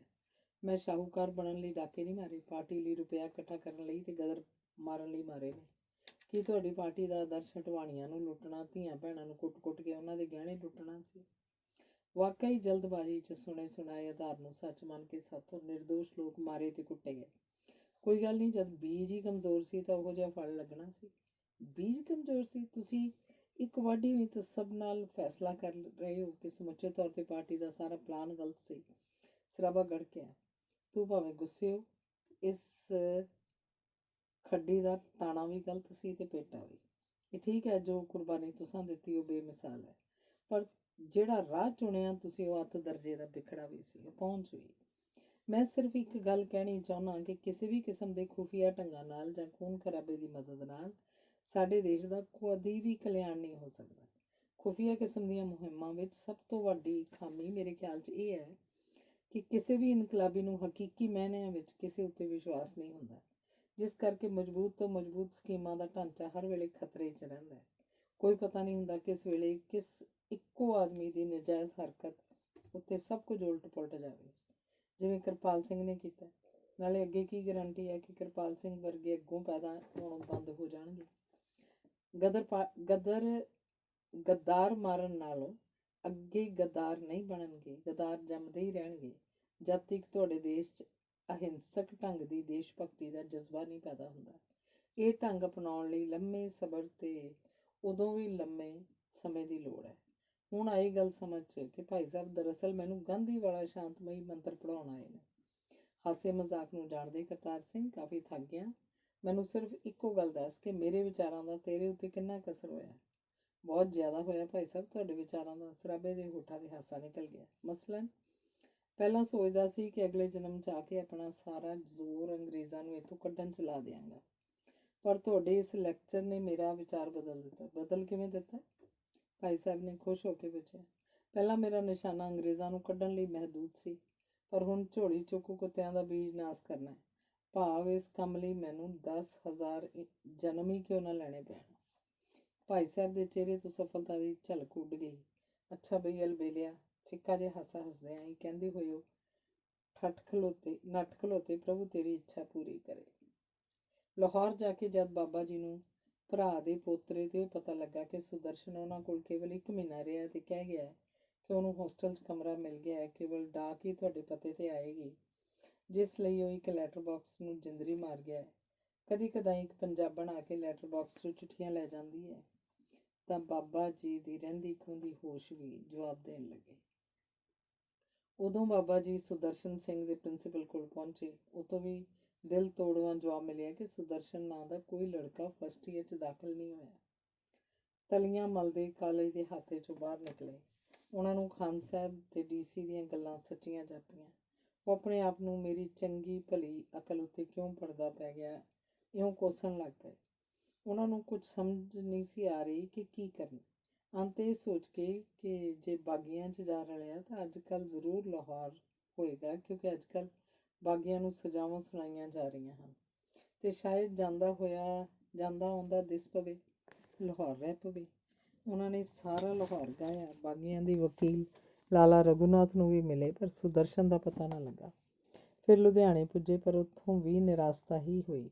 ਉਹ ਕਦੀ ਇਉਂ ਸੋਚਣ ਲੱਗ ਪੈਂਦੇ, ਹੁਣ ਕੀ ਫਾਇਦਾ ਜੀਣ ਦਾ? ਮੁੰਡਾ ਗਿਆ, ਇੱਜ਼ਤ ਗਈ, ਭਵਿੱਖ ਵੀ ਗਿਆ। ਉਹ ਆਤਮਘਾਤ ਕਰਨ ਦੀ ਸੋਚਦੇ, ਪਰ ਬੀਰੀ ਦਾ ਖਿਆਲ ਇਉਂ ਸੋਚਣ ਤੋਂ ਰੋਕ ਦਿੰਦਾ। ਚਿੱਠੀਆਂ ਲਿਆਉਣ ਵਾਲੀ ਪੰਜਾਬਣ ਦਾ ਪਤਾ ਕਰਨ ਲਈ ਉਹ ਦਿਆਲ ਸਿੰਘ ਕਾਲਜ ਦੇ ਚੌਕੀਦਾਰ ਕੋਲ ਗਏ, ਪਰ ਪਤਾ ਨਾ ਲੱਗਾ ਕਿਉਂਕਿ ਉਹ ਗੋਰਖਾ ਸੀ। ਹਫ਼ਤਾ ਭਰ ਥਾਂ ਖਾਕ ਛਾਣ ਕੇ ਉਹਨਾਂ ਨੇ ਘਰ ਮੁੜਨ ਦਾ ਫੈਸਲਾ ਕੀਤਾ, ਕਿਉਂਕਿ ਉਹਨਾਂ ਨੂੰ ਬੀਰੀ ਦੀ ਬਿਮਾਰੀ ਦੀ ਬਹੁਤ ਚਿੰਤਾ ਸੀ। ਪਰ ਉੱਧਰ ਉਹਨਾਂ ਦਾ ਕਲੇਜਾ ਖਾਨ ਸਾਹਿਬ ਦੀ ਇੱਕ ਹਫ਼ਤੇ ਵਾਲੀ ਚੇਤਾਵਨੀ ਚੱਟ ਰਹੀ ਸੀ ਕਿ ਉਹ ਕਿਹੜੇ ਮੂੰਹ ਨਾਲ ਖਾਨ ਸਾਹਿਬ ਨੂੰ ਮਿਲਣਗੇ। ਇਹੋ ਜਿਹੇ ਖਿਆਲ ਖਾਈ ਜਾ ਰਹੇ ਸਨ। ਸਾਰੀ ਉਮਰ ਦੀ ਘਾਲਣਾ ਔਂਤਰੀ ਚਲੀ ਜਾਏਗੀ। ਵੱਡਿਆਂ ਵਡੇਰਿਆਂ ਦਾ ਨਾਂ ਖਾਕ 'ਚ ਰਲ ਜਾਏਗਾ। ਜੇ ਜੇਲ੍ਹ 'ਚ ਪਹੁੰਚਾ ਦਿੱਤਾ ਗਿਆ, ਬੇਸ਼ੱਕ ਖੁਦਕੁਸ਼ੀ ਚੰਗਾ ਇਲਾਜ ਹੈ। ਟਿਕਟ ਭਾਵੇਂ ਉਹਨਾਂ ਨੇ ਬੀਰੀ ਦੇ ਫਿਕਰ ਕਾਰਨ ਹਰਨਪੁਰ ਦੀ ਲਈ, ਪਰ ਜਦ ਗੱਡੀ ਸਰਾਏ ਔਰੰਗਾਬਾਦ ਰੁਕੀ ਤਾਂ ਉਹਨਾਂ ਨੇ ਹਰਨਪੁਰ ਦੀ ਥਾਂ ਜੇਹਲਮ ਉਤਰਨ ਦਾ ਫੈਸਲਾ ਕਰ ਲਿਆ। ਸਫ਼ਰ, ਫਿਕਰ ਤੇ ਇਸ਼ਨਾਨ ਨਾ ਕਰਨ ਕਾਰਨ ਉਹਨਾਂ ਦੀ ਹਾਲਤ ਬੜੀ ਖਸਤਾ ਸੀ। ਇਸ ਹਾਲਤ ਵਿੱਚ ਉਹ ਅਫਸਰ ਨੂੰ ਮਿਲਣਾ ਨਹੀਂ ਸੀ ਚਾਹੁੰਦੇ, ਭਾਵੇਂ ਅੰਦਰੋਂ ਹੀ ਆਵਾਜ਼ ਆ ਰਹੀ ਸੀ, ਕਿਹਦੀ ਇੱਜ਼ਤ, ਕਿਹਦੀ ਹੇਠੀ। ਜਦ ਸਭ ਕੁਝ ਖਤਮ ਹੋ ਗਿਆ, ਉਹਨਾਂ ਚੋਗਾ ਕੱਢਿਆ ਤੇ ਸੋਚਿਆ ਕਿ ਚੋਗੇ ਦੀ ਲੰਬਾਈ ਮੈਲੇ ਕੱਪੜੇ ਢੱਕ ਲਏਗੀ, ਪਰ ਫਿਰ ਆਪੇ ਇਸ ਵਿਚਾਰ ਨੂੰ ਰੱਦ ਕਰ ਦਿੱਤਾ। ਇਹਨੂੰ ਪਹਿਨ ਕੇ ਜਾਣ ਦਾ ਮਤਲਬ ਹੈ ਕਿਸੇ ਅਫਸਰ ਪਾਸ ਦੋਸਤਾਨਾ ਤੌਰ ਤੇ ਜਾਣਾ, ਪਰ ਹੁਣ ਤਾਂ ਮੈਂ ਮੁਲਜ਼ਮ ਦੀ ਹੈਸੀਅਤ ਵਿੱਚ ਜਾ ਰਿਹਾ। ਕਿੰਨਾ ਚਿਰ ਦੋ ਦਲੀਲਾਂ ਉਤਰ ਜਾਵਾਂ, ਫਿਰ ਸਹੀ ਵਿੱਚ ਪਏ ਰਹੇ। ਅੰਤ ਗੱਡੀ ਤੋਂ ਉਤਰ ਪਏ। ਖਾਨ ਸਾਹਿਬ ਨੇ ਪਹਿਲੀ ਨਜ਼ਰੇ ਬਾਬਾ ਜੀ ਦੀ ਹਾਲਤ ਤੋਂ ਸਭ ਕੁਝ ਭਾਂਪ ਲਿਆ ਤੇ ਬੜੀ ਕਠੋਰਤਾ ਨਾਲ ਬੋਲੇ। ਬਾਬਾ ਜੀ ਨੇ ਗਲੇਡੂ ਭਰਦਿਆਂ ਰਹਿਮ ਲਈ ਜਾਚਨਾ ਕੀਤੀ ਤੇ ਆਪਣੀ ਨਿਰਦੋਸ਼ਤਾ ਦੱਸੀ, ਪਰ ਖਾਨ ਸਾਹਿਬ ਕੜਕਿਆ, ਗੋਇਆ ਤੁਸੀਂ ਮੁਲਜ਼ਮ ਨੂੰ ਹਾਜ਼ਰ ਕਰਨ ਦੇ ਬਜਾਏ ਇਸ ਵੇਲੇ ਉਹਦੇ ਖਿਲਾਫ ਸ਼ਹਾਦਤ ਪੇਸ਼ ਕਰ ਰਹੇ ਹੋ ਕਿ ਉਹ ਵਾਕਈ ਬਾਗੀ ਹੈ। ਮੇਰੇ ਵੱਸ ਹੁੰਦਾ ਮੈਂ ਜ਼ਰੂਰ ਪੇਸ਼ ਕਰਦਾ, ਮੇਰੀ ਪੇਸ਼ ਨਹੀਂ ਗਈ। ਤੁਸੀਂ ਆਪਣੇ ਵੱਲੋਂ ਪੂਰੀ ਕੋਸ਼ਿਸ਼ ਕੀਤੀ ਹੋਏਗੀ, ਇਹ ਠੀਕ ਹੈ। ਇਸ ਨਾਕਾਮੀ ਦਾ ਨਤੀਜਾ ਕੀ ਹੋਏਗਾ, ਇਹਦਾ ਤੁਹਾਨੂੰ ਪਤਾ ਨਹੀਂ।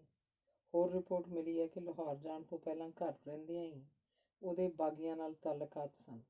ਇਹਦਾ ਮਤਲਬ ਤੁਸੀਂ ਸਭ ਕੁਝ ਜਾਣਦੇ ਹੋਏ ਉਹਦੀਆਂ ਹਰਕਤਾਂ ਉੱਤੇ ਪਰਦਾਪੋਸ਼ੀ ਕਰ ਰਹੇ ਹੋ। ਸੋ ਤੁਸੀਂ ਮੁਜਰਮ ਹੋ। ਤੁਸੀਂ ਬਾਗੀ ਨੂੰ ਪਨਾਹ ਦਿੱਤੀ ਹੈ। ਤੁਹਾਨੂੰ 3 ਤੋਂ 5 ਸਾਲ ਦੀ ਕੈਦ ਵੀ ਹੋ ਸਕਦੀ ਹੈ ਤੇ ਜਾਇਦਾਦ ਵੀ ਜ਼ਬਤ ਹੋ ਸਕਦੀ ਹੈ। ਅੱਗੇ ਤੁਸੀਂ ਦਾਨੇ ਹੋ, ਆਪਣਾ ਅੱਗਾ ਸੋਚ ਲਓ। ਬੇਸ਼ੱਕ ਮੈਂ ਖਤਾਵਰ ਹਾਂ ਹਜ਼ੂਰ, ਪਰ ਗੁਰੂ ਪਰਮਾਤਮਾ ਜਾਣਦਾ ਹੈ ਕਿ ਮੈਨੂੰ ਉਹਦੀਆਂ ਬਦਜ਼ਾਤੀਆਂ ਬਾਰੇ ਕੁਝ ਪਤਾ ਨਹੀਂ। ਮੈਂ ਤਾਂ ਇਸ ਹਾਲਤ ਵਿੱਚ ਕਦੇ ਦੀ ਖੁਦਕੁਸ਼ੀ ਕਰ ਲੈਣੀ ਸੀ, ਪਰ ਮੈਨੂੰ ਇੱਕੋ ਇੱਕ ਧੀ ਬੀਰੀ ਦਾ ਫਿਕਰ ਖਾ ਰਿਹਾ, ਉਹਦਾ ਕੀ ਬਣੇਗਾ।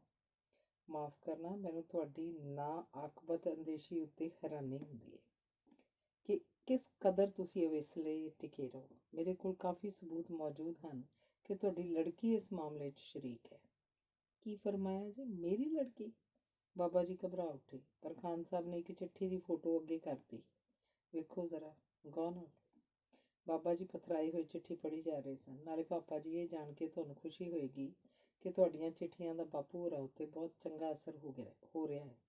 ਉਹ ਸੱਚੀ ਮੁੱਚੀ ਸਮਝ ਰਹੇ ਨੇ ਕਿ ਤੁਸੀਂ ਪੂਰੀ ਸਰਗਰਮੀ ਮਾਲ ਬਾਗੀਆਂ ਨੂੰ ਗ੍ਰਿਫਤਾਰ ਕਰਾਉਣ 'ਚ ਜੁਟੇ ਹੋਏ ਹੋ। ਮੈਨੂੰ ਤੁਸੀਂ ਲਿਖਿਆ ਸੀ ਕਿ ਅੱਜ ਕੱਲ੍ਹ ਤੁਸੀਂ ਪਾਰਟੀ ਲਈ ਕਾਫੀ ਕੰਮ ਕਰ ਰਹੇ ਹੋ। ਗੁਰੂ ਕਰੇ ਤੁਸੀਂ ਕਾਮਯਾਬ ਹੋ ਕੇ ਆਪਣੀ ਸਰਦਾਰ-ਏ-ਆਜ਼ਮ ਦੀਆਂ ਨਜ਼ਰਾਂ 'ਚ ਸੁਰਖਰੂ ਹੋਵੋ।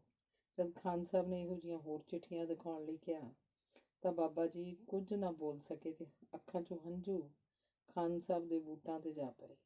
ਇਸ ਗੱਲ ਦਾ ਤੁਸੀਂ ਇਤਮੀਨਾਨ ਰੱਖੋ ਕਿ ਹੱਤੁਲ ਵਸਾ ਤੁਹਾਡੀ ਲੜਕੀ ਉੱਤੇ ਮੈਂ ਹਰਫ ਨਹੀਂ ਆਉਣ ਦਿਆਂਗਾ। ਲੜਕੀਆਂ ਆਸਾਂ ਸਭ ਦੀਆਂ ਸਾਂਝੀਆਂ ਹੁੰਦੀਆਂ ਨੇ, ਤੁਹਾਡੀ ਕੀ, ਮੇਰੀ ਕੀ।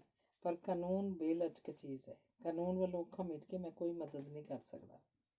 ਰੱਬ ਦੇ ਵਾਸਤੇ ਮੈਂ ਕੀ ਕਰਾਂ? ਕੋਈ ਵੀ ਤਰੀਕਾ ਮੇਰੇ ਲਈ ਵਰਤੋ। ਰੋਣ ਹਾਕੀ ਆਵਾਜ਼ 'ਚ ਬਾਬਾ ਜੀ ਬੋਲੇ। ਇੱਕ ਰਾਹ ਹੈ ਬਸ, ਤੁਹਾਡਾ ਅਸਰ ਰਸੂਖ ਹੈ ਦੁਆਲੇ। ਇੱਕ ਅੱਧ ਬਾਗੀ ਫੜਾ ਦਿਓ, ਫਿਰ ਮੇਰੇ ਲਈ ਤੁਹਾਨੂੰ ਇਸ ਮੁਸੀਬਤ ਤੋਂ ਬਚਾਉਣਾ ਮੁਸ਼ਕਿਲ ਨਹੀਂ ਹੋਏਗਾ। ਮਾਯੂਸ ਹੋਣ ਵਾਲੀ ਕੋਈ ਗੱਲ ਨਹੀਂ। ਹਿੰਮਤੇ ਮਰਦਾਂ ਬਰਕਤੇ ਖੁਦਾ। ਕਮਰਬਸਤਾ ਹੋ ਕੇ ਲੱਗ ਪਾਓਗੇ ਤਾਂ ਸਾਰੀਆਂ ਮੁਸ਼ਕਿਲਾਂ ਹੱਲ ਹੋ ਜਾਣਗੀਆਂ। ਬਸ ਆਪਣੇ ਜ਼ਿਲ੍ਹੇ ਢੁਡਿਆਲ ਦੇ ਡਾਕਟਰ ਮਥੁਰਾ ਸਿੰਘ ਨੂੰ ਗ੍ਰਿਫਤਾਰ ਕਰਾ ਦਿਓ। ਢੁਡਿਆਲ ਵਿੱਚ ਤਾਂ ਮੇਰੇ ਸਹੁਰੇ ਨੇ। ਬਾਬਾ ਜੀ ਦੀਆਂ ਅੱਖਾਂ 'ਚ ਰੱਤਾ ਚਮਕ ਆਈ। ਸੱਚ, ਫੇਰ ਤਾਂ ਇਹ ਕੰਮ ਤੁਸਾਂ ਲਈ ਕੁਝ ਵੀ ਮੁਸ਼ਕਿਲ ਨਹੀਂ ਹੋਏਗਾ।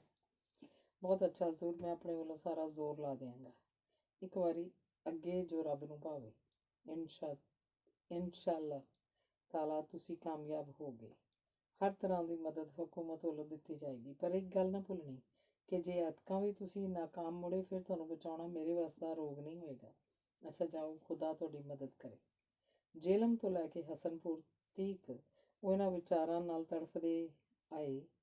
ਬੀਰੀ, ਜਿਹਨੂੰ ਮੈਂ ਦੁੱਧ ਧੋਤੀ ਖਿਆਲ ਕਰੀ ਬੈਠਾ ਸਾਂ, ਉਹ ਵੀ ਮੱਕਾਰ ਤੇ ਪਿੱਤਰ ਧਰੋਈ ਨਿਕਲੀ। ਫਰੇਬ ਤੇ ਕਪਟ ਕਰਨ ਵਾਲੀ ਅਖੇ ਦੌਰੇ ਪੈਂਦੇ ਨੇ।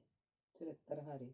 ਜਿਵੇਂ ਜਿਵੇਂ ਉਹ ਸਟੇਸ਼ਨ ਤੋਂ ਉਤਰ ਕੇ ਘਰ ਵੱਲ ਜਾ ਰਹੇ ਸਨ, ਤਿਵੇਂ ਤਿਵੇਂ ਵਿਸ਼ਵਾਸਘਾਤੀ ਬੀਰੀ ਨੂੰ ਸਜ਼ਾ ਦੇਣ ਲਈ ਉਹਨਾਂ ਦਾ ਕ੍ਰੋਧ ਹੋਰ ਵੱਧਦਾ ਜਾ ਰਿਹਾ ਸੀ। ਉਹ ਪਾਗਲ ਹੁੰਦੇ ਜਾ ਰਹੇ ਸਨ। ਹਰ ਸੋਚੀ ਹੋਈ ਗੱਲ ਨਾਲ ਭੁੱਲਦੀ ਜਾਂਦੀ, ਹਰ ਭੁੱਲੀ ਹੋਈ ਗੱਲ ਉਹਨਾਂ ਦੇ ਦਿਮਾਗੀ ਤਵਾਜ਼ਨ ਨੂੰ ਉਲਾਰੂ ਕਰੀ ਜਾਂਦੀ। ਉਹ ਆਪਣੇ ਆਪ ਨੂੰ ਕੋਸੀ ਜਾ ਰਹੇ ਸਨ ਕਿ ਉਹ ਬੀਰੀ ਦੇ ਪਖੰਡ ਨੂੰ ਨਾ ਸਮਝ ਸਕੇ। ਇਉਂ ਅੰਦਰੋਂ ਅੰਦਰ ਵਿਸ ਘੋਲਦੇ ਗੁੱਸੇ 'ਚ ਭੱਖੇ ਤਪੇ ਹਵੇਲੀ ਅੰਦਰ ਦਾਖਲ ਹੋਏ। ਵਿਹੜੇ 'ਚ ਬੀਰੀ ਨਾ ਦਿਸੀ। ਰਵਾ ਰਵੀ ਪੌੜੀਆਂ ਚੜ੍ਹ ਗਏ। ਉੱਪਰ ਵੀ ਬੀਰੀ ਉਹਨਾਂ ਨੂੰ ਨਾ ਦਿਸੀ। ਮੁੜ ਪੌੜੀਆਂ ਉਤਰਨ ਲੱਗੇ ਕਿ ਕਿਤੇ ਬੂਹਾ ਬੰਦ ਕਰਕੇ ਅੰਦਰ ਲੰਮੀ ਪਈ ਹੋਏਗੀ। ਉਹਨਾਂ ਨੂੰ ਬਾਪੂ ਜੀ ਆ ਕਹਿੰਦੀ ਹੋਈ ਬੀਰੀ ਉੱਪਰ ਚੜ੍ਹਦੀ ਦਿਖਾਈ ਦਿੱਤੀ। ਦੋਹਾਂ ਦਾ ਮੇਲ ਐਨ ਪੌੜੀਆਂ ਦੇ ਵਿਚਕਾਰੇ ਹੋਇਆ। ਅੱਧਾ ਵਾਕ ਬੀਰੀ ਦੇ ਮੂੰਹ 'ਚ ਹੀ ਸੀ ਕਿ ਬਾਬਾ ਜੀ ਨੇ ਐਸਾ ਧੱਕਾ ਦਿੱਤਾ ਕਿ ਉਹਦਾ ਸਰੀਰ ਖੇਨੂ ਵਾਂਗੂ ਪੌੜੀਆਂ ਤੋਂ ਲੁੜਕਦਾ ਹੋਇਆ ਹੇਠਲੇ ਬੂਹੇ 'ਚ ਆ ਪਿਆ। ਪੌੜੀਆਂ ਤੋਂ ਡਿੱਗਣ ਨਾਲ ਬੀਰੀ ਦੀ ਖੱਬੀ ਬਾਂਹ ਟੁੱਟ ਗਈ, ਜਿਸ ਨਾਲ ਬਾਬਾ ਜੀ ਦਾ ਗੁੱਸਾ ਢਲਣਾ ਸ਼ੁਰੂ ਹੋ ਗਿਆ ਤੇ ਪਛਤਾਵਾ ਹੋਣ ਲੱਗਾ। ਉਹ ਡਾਕਟਰ ਵੱਲ ਗਏ ਤੇ ਡਾਕਟਰ ਨੇ ਆ ਕੇ ਮੱਲਮ ਪੱਟੀ ਕੀਤੀ। ਡਾਕਟਰ ਨੇ ਹਦਾਇਤ ਕੀਤੀ ਕਿ ਬੀਰੀ ਨੂੰ ਘੱਟੋ ਘੱਟ 1 ਮਹੀਨਾ ਮੰਜੇ ਤੋਂ ਨਾ ਹਿੱਲਣ ਦਿੱਤਾ ਜਾਏ। ਜਦ ਬੀਰੀ ਨੂੰ ਸੁਰਤ ਆਈ ਤਾਂ ਉਹਨੂੰ ਝੱਟ ਸਮਝ ਆ ਗਈ ਕਿ ਬਾਪੂ ਜੀ ਨੇ ਉਹਦਾ ਇਹ ਹਾਲ ਕਿਉਂ ਕੀਤਾ। ਉਹਨੂੰ ਗੁਲਾਬ ਕੌਰ ਨਾਲ ਕੀਤੀ ਗੱਲ ਤੋਂ ਸਪਸ਼ਟ ਹੋ ਗਿਆ ਸੀ ਕਿ ਸੁਦਰਸ਼ਨ ਦਾ ਸਾਰਾ ਭੇਦ ਖੁੱਲ੍ਹ ਚੁੱਕਾ। ਇਸ ਲਈ ਉਹਨੂੰ ਹੈਰਾਨੀ ਨਾ ਹੋਈ, ਕਿਉਂਕਿ ਹੁਣ ਉਹਦਾ ਦਿਲ ਕਾਫੀ ਮਜ਼ਬੂਤ ਹੋ ਚੁੱਕਾ ਸੀ। ਪਰ ਉਹਨੂੰ ਇਹ ਫਿਕਰ ਲੱਗ ਗਿਆ ਕਿ ਆਪਣੇ ਜਿੰਮੇ ਲਿਆ ਕੰਮ ਉਹ ਹੁਣ ਕਿਵੇਂ ਕਰੇਗੀ। ਦੂਜਾ ਇਸ ਕਰਕੇ ਦੁਖੀ ਸੀ ਕਿ ਹੁਣ ਬਾਪੂ ਜੀ ਨਾਲ ਜ਼ਬਾਨ ਸਾਂਝੀ ਨਹੀਂ ਸੀ ਕਰ ਸਕਦੀ। ਉੱਧਰ ਬਾਬਾ ਜੀ ਦੀ ਹਾਲਤ ਬੀਰੀ ਨਾਲੋਂ ਵੀ ਟੱਪੀ ਹੋਈ ਸੀ। ਉਹਨਾਂ ਉੱਤੇ ਉਹੀ ਦਿਲ ਤੋੜਵੀਆਂ ਪਰੇਸ਼ਾਨੀਆਂ ਮੌਤ ਬਣ ਕੇ ਮੰਡਲਾ ਰਹੀਆਂ ਸਨ, ਜਿਹੜੀਆਂ ਡੀਸੀ ਪਾਸੋਂ ਲੈ ਕੇ ਆਏ ਸਨ। ਇੱਧਰ ਬਿਪਤਾ ਸੀ ਬੀਰੀ ਨੂੰ ਸੰਭਾਲਣ ਦੀ, ਜਿਹਨੂੰ 7 ਜਨਮਾਂ ਦੀ ਵੈਰਨ ਸਮਝ ਰਹੇ ਸਨ। ਘਰ ਰੋਟੀ ਪਕਾਉਣ ਵਾਲਾ ਵੀ ਕੋਈ ਨਹੀਂ ਸੀ। ਕੁਝ ਦਿਨ ਤੱਕ ਗੁਆਂਢੀਆਂ ਦੀ ਮਦਦ ਨਾਲ 2 ਵੇਲੇ ਰੋਟੀ ਪੱਕ ਕੇ ਆਉਂਦੀ ਰਹੀ, ਪਰ ਇਹ ਕੰਮ ਬਹੁਤਾ ਚਿਰ ਨਾ ਚੱਲ ਸਕਿਆ। ਉੱਧਰ ਬਾਬਾ ਜੀ ਹਰ ਵੇਲੇ ਖਿਝੇ ਰਹਿੰਦੇ ਤੇ ਲੋਕਾਂ ਨੂੰ ਉਹਨਾਂ ਤੋਂ ਡਰ ਆਉਣ ਲੱਗ ਪਿਆ। ਉਹਨਾਂ ਦਾ ਪਿੰਡ ਵਿੱਚ ਸਤਿਕਾਰ ਘਟ ਗਿਆ। ਮੱਥਾ ਟੇਕਣ ਵਾਲੇ ਵੀ ਉਹਨਾਂ ਨੂੰ ਤੱਕ ਕੇ ਰਾਹ ਬਦਲ ਲੈਂਦੇ। ਦਿਮਾਗੀ ਸੰਤੁਲਨ ਦਿਨੋਂ ਦਿਨ ਵਿਗੜਦਾ ਜਾ ਰਿਹਾ ਸੀ। ਕੁੜੀ ਦੀ ਬਿਮਾਰੀ ਤੇ ਖਾਨ ਸਾਹਿਬ ਦਾ ਕੰਮ ਉਹਨਾਂ ਨੂੰ ਲਤਾੜ ਰਹੇ ਸਨ। ਕਈ ਵਾਰੀ ਤਾਂ ਇਉਂ ਕਾਮਨਾ ਕਰਨ ਲੱਗ ਪੈਂਦੇ, ਰੱਬ ਕਰੇ ਕੁੜੀ ਮਰ ਜਾਏ। ਉੱਧਰ ਬੀਰੀ ਮੰਜੇ ਤੇ ਪਈ ਗੁਲਾਬ ਕੌਰ ਨਾਲ ਕੀਤੀਆਂ ਗੱਲਾਂ ਦੇ ਤੇ ਘਰ ਛੱਡਣ ਬਾਰੇ ਕੀਤੇ ਫੈਸਲੇ ਬਾਬਤ ਸੋਚਦੀ ਰਹਿੰਦੀ। ਉਹਨੂੰ ਆਪਣੇ ਬਾਪੂ ਜੀ ਦਾ ਵੀ ਖਿਆਲ ਆਉਂਦਾ। ਮੇਰੇ ਬਾਅਦ ਬਾਪੂ ਜੀ ਦਾ ਕੀ ਬਣੇਗਾ? ਕੌਣ 2 ਵੇਲੇ ਪਕਾ ਕੇ ਦੇਏਗਾ? ਕੌਣ ਕੱਪੜੇ ਧੋ ਕੇ ਦੇਏਗਾ? ਫਿਰ ਇਉਂ ਸੋਚਣ ਲੱਗ ਪੈਂਦੀ, ਆਖਰ ਤਾਂ ਇਕੱਲਿਆਂ ਹੀ ਰਹਿਣਾ ਪੈਣਾ। ਜਵਾਨ ਧੀ ਨੂੰ ਗੋਡੇ ਮੁੱਢ ਥੋੜ੍ਹਾ ਬਿਠਾਈ ਰੱਖਣਗੇ। ਇਉਂ ਸਰੀਰਕ ਪੀੜ ਨਾਲੋਂ ਮਾਨਸਿਕ ਪੀੜ ਨਾਲ ਵਧੇਰੇ ਦੁਖੀ ਸੀ। ਬਾਬਾ ਜੀ ਬੀਰੀ ਦੇ ਮੰਜੇ ਕੋਲ ਬੈਠ ਕੇ ਗਾਲਾਂ ਕੱਢ ਕੇ ਸੁਦਰਸ਼ਨ ਬਾਬਤ ਪੁੱਛਦੇ ਰਹਿੰਦੇ, ਪਰ ਬੀਰੀ ਲੋਹੇ ਦੇ ਚਣੇ 'ਚ ਬਣੀ ਰਹਿੰਦੀ। ਇਉਂ ਦਿਨ ਰਾਤ ਘਰ 'ਚ ਸੰਗਰਾਮ ਮਚਿਆ ਰਹਿੰਦਾ। ਬਾਬਾ ਜੀ ਗੁਆਂਢੀਆਂ ਨਾਲ ਵੀ ਬਹੁਤ ਭੈੜਾ ਵਰਤਾਓ ਕਰਦੇ। ਕਦੀ ਗੁੱਸੇ 'ਚ ਆਪਣੇ ਮੂੰਹ ਤੇ ਚਪੇੜਾ ਮਾਰਨ ਲੱਗ ਪੈਂਦੇ। ਦਿਨ ਰਾਤ ਉਹਨਾਂ ਦੀ ਹਾਲਤ ਬਦਲਦੀ ਰਹਿੰਦੀ। ਬੀਰੀ ਨੂੰ ਆਪਣੇ ਪਿਓ ਦੇ ਆਚਰਣ ਤੋਂ ਅਚੇਤ ਜਿਹੀ ਨਫ਼ਰਤ ਸੀ, ਪਰ ਇਹ ਹੋਰ ਉਘੜ ਆਈ ਜਦ ਗੁਲਾਬ ਕੌਰ ਨੇ ਦੱਸਿਆ ਕਿ ਪਿਓ ਆਪਣੇ ਪੁੱਤਰ ਨੂੰ ਗ੍ਰਿਫਤਾਰ ਕਰਾਉਣ ਲਈ ਭੱਜਿਆ ਫਿਰਦਾ ਹੈ ਤੇ ਪਿਓ ਨੇ ਉਹਨੂੰ ਮਾਰਨ ਨਾਲ ਇਹ ਨਫ਼ਰਤ ਹੋਰ ਵੱਧ ਗਈ। ਉੱਧਰ ਬਾਬਾ ਜੀ ਨੂੰ ਇੱਜ਼ਤ ਤੇ ਜ਼ਿੰਦਗੀ ਦੋਵੇਂ ਚੀਜ਼ਾਂ ਖਤਰੇ 'ਚ ਜਾਪਦੀਆਂ ਸਨ। ਇਸ ਸਹਿਮ ਨਾਲ ਸਿਹਤ ਡਿੱਗਦੀ ਜਾ ਰਹੀ ਸੀ। ਘਰ ਦੋਵੇਂ ਬਿਮਾਰ ਸਨ। ਗੁਆਂਢੀਆਂ ਦੀ ਸਾਂਝ ਕੇਵਲ 2 ਵੇਲੇ ਮੰਡੇ ਪਹੁੰਚਾਉਣ ਤੱਕ ਹੀ ਸੀ। ਕਈ ਵਾਰੀ ਬਾਬਾ ਜੀ ਇਉਂ ਅਰਦਾਸ ਕਰਦੇ, ਹੇ ਦਾਤਾ ਹੁਣ ਮੈਨੂੰ ਚੁੱਕ ਲੈ ਧਰਤੀ ਤੋਂ। ਬਾਬਾ ਜੀ ਲਗਭਗ ਸਾਰਾ ਹੀ ਦਿਨ ਆਪਣੀ ਦੁਮੰਜ਼ਲੇ 'ਚ ਲੰਮੇ ਪਏ ਰਹਿੰਦੇ। ਉਹਨਾਂ ਦੀ ਹਾਲਤ ਦਿਨੋਂ ਦਿਨ ਵਿਗੜਦੀ ਜਾ ਰਹੀ ਸੀ। ਸਾਰੀ ਰਾਤ ਜਾਗ ਕੇ ਕੱਟਦੇ, ਭੁੱਖ ਬਿਲਕੁਲ ਨਾ ਲੱਗਦੀ। 8-10 ਦਿਨ ਤਾਂ ਉਹਨਾਂ ਨੇ ਮੌਤ ਦੀ ਜ਼ਿੰਦਗੀ ਵਿਚਕਾਰ ਲਟਕਦਿਆਂ ਕੱਟੇ। ਫਿਰ ਉਹਨਾਂ ਲਈ ਅਟਕਣਾ ਅਸੰਭਵ ਹੋ ਗਿਆ ਤੇ ਉਹ ਢੁਢਿਆਲ ਜਾਣ ਦੀ ਸੋਚਣ ਲੱਗੇ ਤੇ ਬੀਰੀ ਦੀ ਸੰਭਾਲ ਲਈ ਉਹਦੇ ਮਾਮੇ ਨੂੰ ਸੱਦਣ ਦੀ ਸਲਾਹ ਕੀਤੀ। ਆਮਦਨੀ ਦਾ ਵਸੀਲਾ ਕਾਰ ਸੇਵਾ ਤੇ ਧਾਗੇ ਤਵੀਤਾਂ ਦੀ ਕੁਝ ਵਸੂਲਗੀ ਸੀ, ਪਰ ਇਹ ਦੋਵੇਂ ਹੀ ਬੰਦ ਹੋ ਗਏ। ਕਾਰ ਸੇਵਾ ਲੋਕਾਂ ਦੀ ਜਾਗਰਿਤ ਕਰਕੇ ਤੇ ਧਾਗੇ ਤਵੀਤਾਂ ਦੀ ਲੜੀ ਬਾਬਾ ਜੀ ਦੇ ਸੁਭਾਅ ਕਰਕੇ। ਕੋਲ ਪੈਸੇ ਨਹੀਂ ਸਨ। ਗਹਿਣਾ ਗੱਟਾ ਰੰਗਰੂਟ ਭਰਤੀ ਤੇ ਲੱਗ ਚੁੱਕਾ ਸੀ। ਕਿਸੇ ਕੋਲੋਂ ਕਰਜ਼ਾ ਲੈਣ ਤੇ ਡੀਸੀ ਤੋਂ ਮਦਦ ਮੰਗਣ ਆਦਿ ਬਾਰੇ ਕਈ ਕੁਝ ਸੋਚਿਆ, ਪਰ ਆਪਣੀ ਇੱਜ਼ਤ ਤੇ ਹੀਣਤਾ ਕਾਰਨ ਇਹ ਢੰਗ ਵਰਤਣ ਦਾ ਜਿਗਰਾ ਨਾ ਪਿਆ ਤੇ ਹਵੇਲੀ ਗਹਿਣੇ ਰੱਖ ਕੇ 1000 ਰੁਪਇਆ ਲਿਆ। ਭਾਵੇਂ ਇਹਦਾ ਇਹ ਸੋਚ ਕੇ ਦਿਲ ਤੇ ਬਹੁਤ ਅਸਰ ਹੋਇਆ ਕਿ ਵੱਡੇ ਵਡੇਰਿਆਂ ਦੀ ਅੰਤਿਮ ਨਿਸ਼ਾਨੀ ਵੀ ਲੇਖੇ ਲੱਗ ਗਈ। ਖਾਨਦਾਨ ਦੇ ਵਕਾਰ ਤੇ ਨਮੂਜ਼ ਨੂੰ ਮੈਂ ਲਾਂਬੂ ਲਾ ਕੇ ਸਾੜ ਸੁੱਟਿਆ। ਇਸ ਮਾਨਸਿਕ ਪੀੜ ਹੱਥੋਂ ਪਰੇਸ਼ਾਨ ਹੋ ਕੇ ਜਦੋਂ ਘਰੋਂ ਨਿਕਲੇ ਤਾਂ ਉਹਨਾਂ ਨੂੰ ਪੁਰਾਣਾ ਸੇਵਕ ਦਿਆਲਾ ਮਿਲਿਆ। ਦਿਆਲੇ ਨੇ ਆਪਣੇ ਆਉਣ ਦਾ ਮਨੋਰਥ ਦੱਸਿਆ। ਦਿਆਲੇ ਬਾਬਤ ਉਹ ਚੰਗੀ ਤਰ੍ਹਾਂ ਜਾਣਦੇ ਸਨ, ਸੋ ਝੱਟ ਕਹਿਣ ਲਈ ਲੱਗੇ, ਸਾਹਿਬਜ਼ਾਦੀ ਦੀ ਤਬੀਅਤ ਠੀਕ ਨਹੀਂ, ਉਹਦੀ ਟਹਿਲ ਸੇਵਾ ਦਾ ਖਾਸ ਤੌਰ 'ਤੇ ਖਿਆਲ ਰੱਖੀ। ਬਾਬਾ ਜੀ ਨੂੰ ਦਿਆਲ ਦੇ ਆਉਣ ਨਾਲੇ ਤਾਂ ਬੀਰੀ ਵੱਲੋਂ ਆਪਣੀ ਸੰਤੁਸ਼ਟਤਾ ਹੋਈ, ਕਿਉਂਕਿ ਨਾ ਘਰ ਦੀ ਰਾਖੀ ਬਾਰੇ ਚਿੰਤਾ ਕਰਨ ਦੀ ਲੋੜ ਸੀ ਤੇ ਨਾ ਬੀਰੀ ਦੀ ਇਮਾਨਦਾਰੀ, ਨਾਲੇ ਦਿਆਲੇ ਦੇ ਅਹਿਸਾਨ। ਦਿਆਲੇ ਦੇ ਆਉਣ 'ਤੇ 2 ਦਿਨ ਬਾਅਦ ਹੀ ਬਾਬਾ ਜੀ ਆਪਣੇ ਦਿਲ ਨੂੰ ਬੰਨ੍ਹ ਕੇ ਬੀਰੀ ਨੂੰ ਝੂਠੇ ਸੱਚੇ ਪਿਆਰ ਦੀਆਂ 2-4 ਗੱਲਾਂ ਕਹਿ ਕੇ ਫਿਰ ਆਪਣੇ ਰਾਹ ਪੈ ਗਏ। ਪਹਿਲੇ ਦਿਨ ਜਦੋਂ ਬੀਰੀ ਨੇ ਦਿਆਲੇ ਨੂੰ ਵੇਖਿਆ ਤਾਂ ਬਿਮਾਰੀ ਦੀ ਹਾਲਤ ਵਿੱਚ ਵੀ ਉਹਦਾ ਹਾਸਾ ਨਿਕਲ ਗਿਆ, ਕਿਉਂਕਿ ਉਹਦਾ ਹੁਲੀਆ, ਅਨਪੜ੍ਹ ਬੋਲਚਾਲ ਸਭ ਹਸਾਉਣੇ ਸਨ। ਉਹ ਸਾਹਿਬਾਂ ਦੇ ਘਰ ਤਨੋਂ ਮਨੋਂ ਸੇਵਾ ਕਰਕੇ ਮਿਹਰਾਂ ਮੁਕਤੀ ਪ੍ਰਾਪਤ ਕਰਨ ਆਇਆ ਸੀ। ਕੰਮਕਾਰ ਵਜੋਂ ਦਿਆਲਾ ਮੁੱਢ ਤੋਂ ਹੀ ਅਣਥੱਕ ਸੀ। ਭਾਵੇਂ ਉਹਨੂੰ ਰੋਟੀ ਆਦਿ ਚੰਗੀ ਪਕਾਉਣੀ ਨਹੀਂ ਸੀ ਆਉਂਦੀ, ਪਰ ਉਹਨੇ ਕੁਝ ਦਿਨਾਂ 'ਚ ਹੀ ਹਵੇਲੀ ਨੂੰ ਸਾਫ਼ ਕਰਕੇ ਸ਼ਿੰਗਾਰ ਦਿੱਤਾ। ਬੀਰੀ ਬੁਖਾਰ ਦੀ ਕਮਜ਼ੋਰੀ ਕਾਰਨ ਮੰਜੇ 'ਤੇ ਲੇਟੀ ਜਾਂ ਢੋਅ ਲਾਈ ਬੈਠੀ ਰਹਿੰਦੀ। ਦਿਆਲੇ ਦਾ ਕੰਮ ਵੇਖਦੀ ਰਹਿੰਦੀ ਕਿ ਕਿਵੇਂ ਉਹ ਕਦੀ ਪੋਚਾ ਫੇਰਦਾ ਹੈ, ਕਦੀ ਉਹਦੇ ਹੱਥ 'ਚ ਬੌਕਰ, ਕਦੀ ਰੰਬਾ, ਕਦੀ ਕਹੀ ਹੁੰਦੀ ਹੈ। ਜਦੋਂ ਬੀਰੀ ਉਹਦੇ ਵੱਲ ਵੇਖਦੀ ਤਾਂ ਉਹ ਨਿਮਰਤਾ ਤੇ ਸੇਵਾ ਦਾ ਮੁਜੱਸਮਾ ਜਾਪਦਾ, ਜਿਵੇਂ ਕਿਸੇ ਦੇਵੀ ਦੀ ਪੂਜਾ ਕਰ ਰਿਹਾ ਹੋਵੇ। ਉਹ ਬੀਰੀ ਨੂੰ ਦੇਵੀ ਕਹਿ ਕੇ ਬੁਲਾਉਂਦਾ। ਬੀਰੀ ਜਦੋਂ ਦਿਆਲਿਆ ਕਹਿ ਕੇ ਆਵਾਜ਼ ਮਾਰਦੀ ਤਾਂ ਸਭ ਕੰਮ ਛੱਡ ਕੇ ਨੱਠਾ ਆਉਂਦਾ। ਬਾਬਾ ਜੀ ਨੂੰ ਗਿਆ 12 ਕੁ ਦਿਨ ਹੋ ਗਏ ਸਨ। ਜ਼ਖਮ ਮੌਲ ਚੁੱਕੇ ਸਨ। ਹੁਣ ਬੁਖਾਰ ਨਾ ਮਾਤਰ ਹੀ ਸੀ, ਪਰ ਡਾਕਟਰ ਵੱਲੋਂ ਅਜੇ ਉੱਠਣ ਦੀ ਆਗਿਆ ਨਹੀਂ ਸੀ। ਬੀਰੀ ਨੇ ਦਿਆਲੇ ਤੋਂ ਬਾਹਰ ਮੰਜਾ ਢੁਹਾਇਆ, ਫਿਰ ਦਿਆਲਾ ਸਹਾਰਾ ਦੇ ਕੇ ਮੰਜੇ ਤੀਕ ਲੈ ਗਿਆ। ਬੀਰੀ ਵਿਹੜੇ ਦਾ ਰੰਗ ਵੇਖ ਕੇ ਹੈਰਾਨ ਹੋ ਗਈ। ਘਾਹ ਬਰੂਟ ਸਾਫ਼ ਕਰਕੇ ਵਿਹੜਾ ਲਿਸ਼ਕਾਇਆ ਹੋਇਆ ਸੀ। ਅੱਧਾ ਕਨਾਲ ਗੋਡ ਕੇ ਮਟਰ, ਮੂਲੀਆਂ, ਗੋਂਗਲੂ ਆਦਿ ਕਈ ਸਬਜ਼ੀਆਂ ਬੀਜੀਆਂ ਸਨ। ਵਾੜ ਦੇ ਤੌਰ 'ਤੇ ਗੁਲਾਬ ਦੀਆਂ ਕਲਮਾਂ ਲਾਈਆਂ ਹੋਈਆਂ ਸਨ। ਬੀਰੀ ਨੇ ਮਿੱਠੀ ਜਿਹੀ ਮੁਸਕਰਾਹਟ ਨਾਲ ਕਿਹਾ, ਦਿਆਲਿਆ, ਤੂੰ ਕਿੱਡਾ ਉਦਮੀ ਹੈ।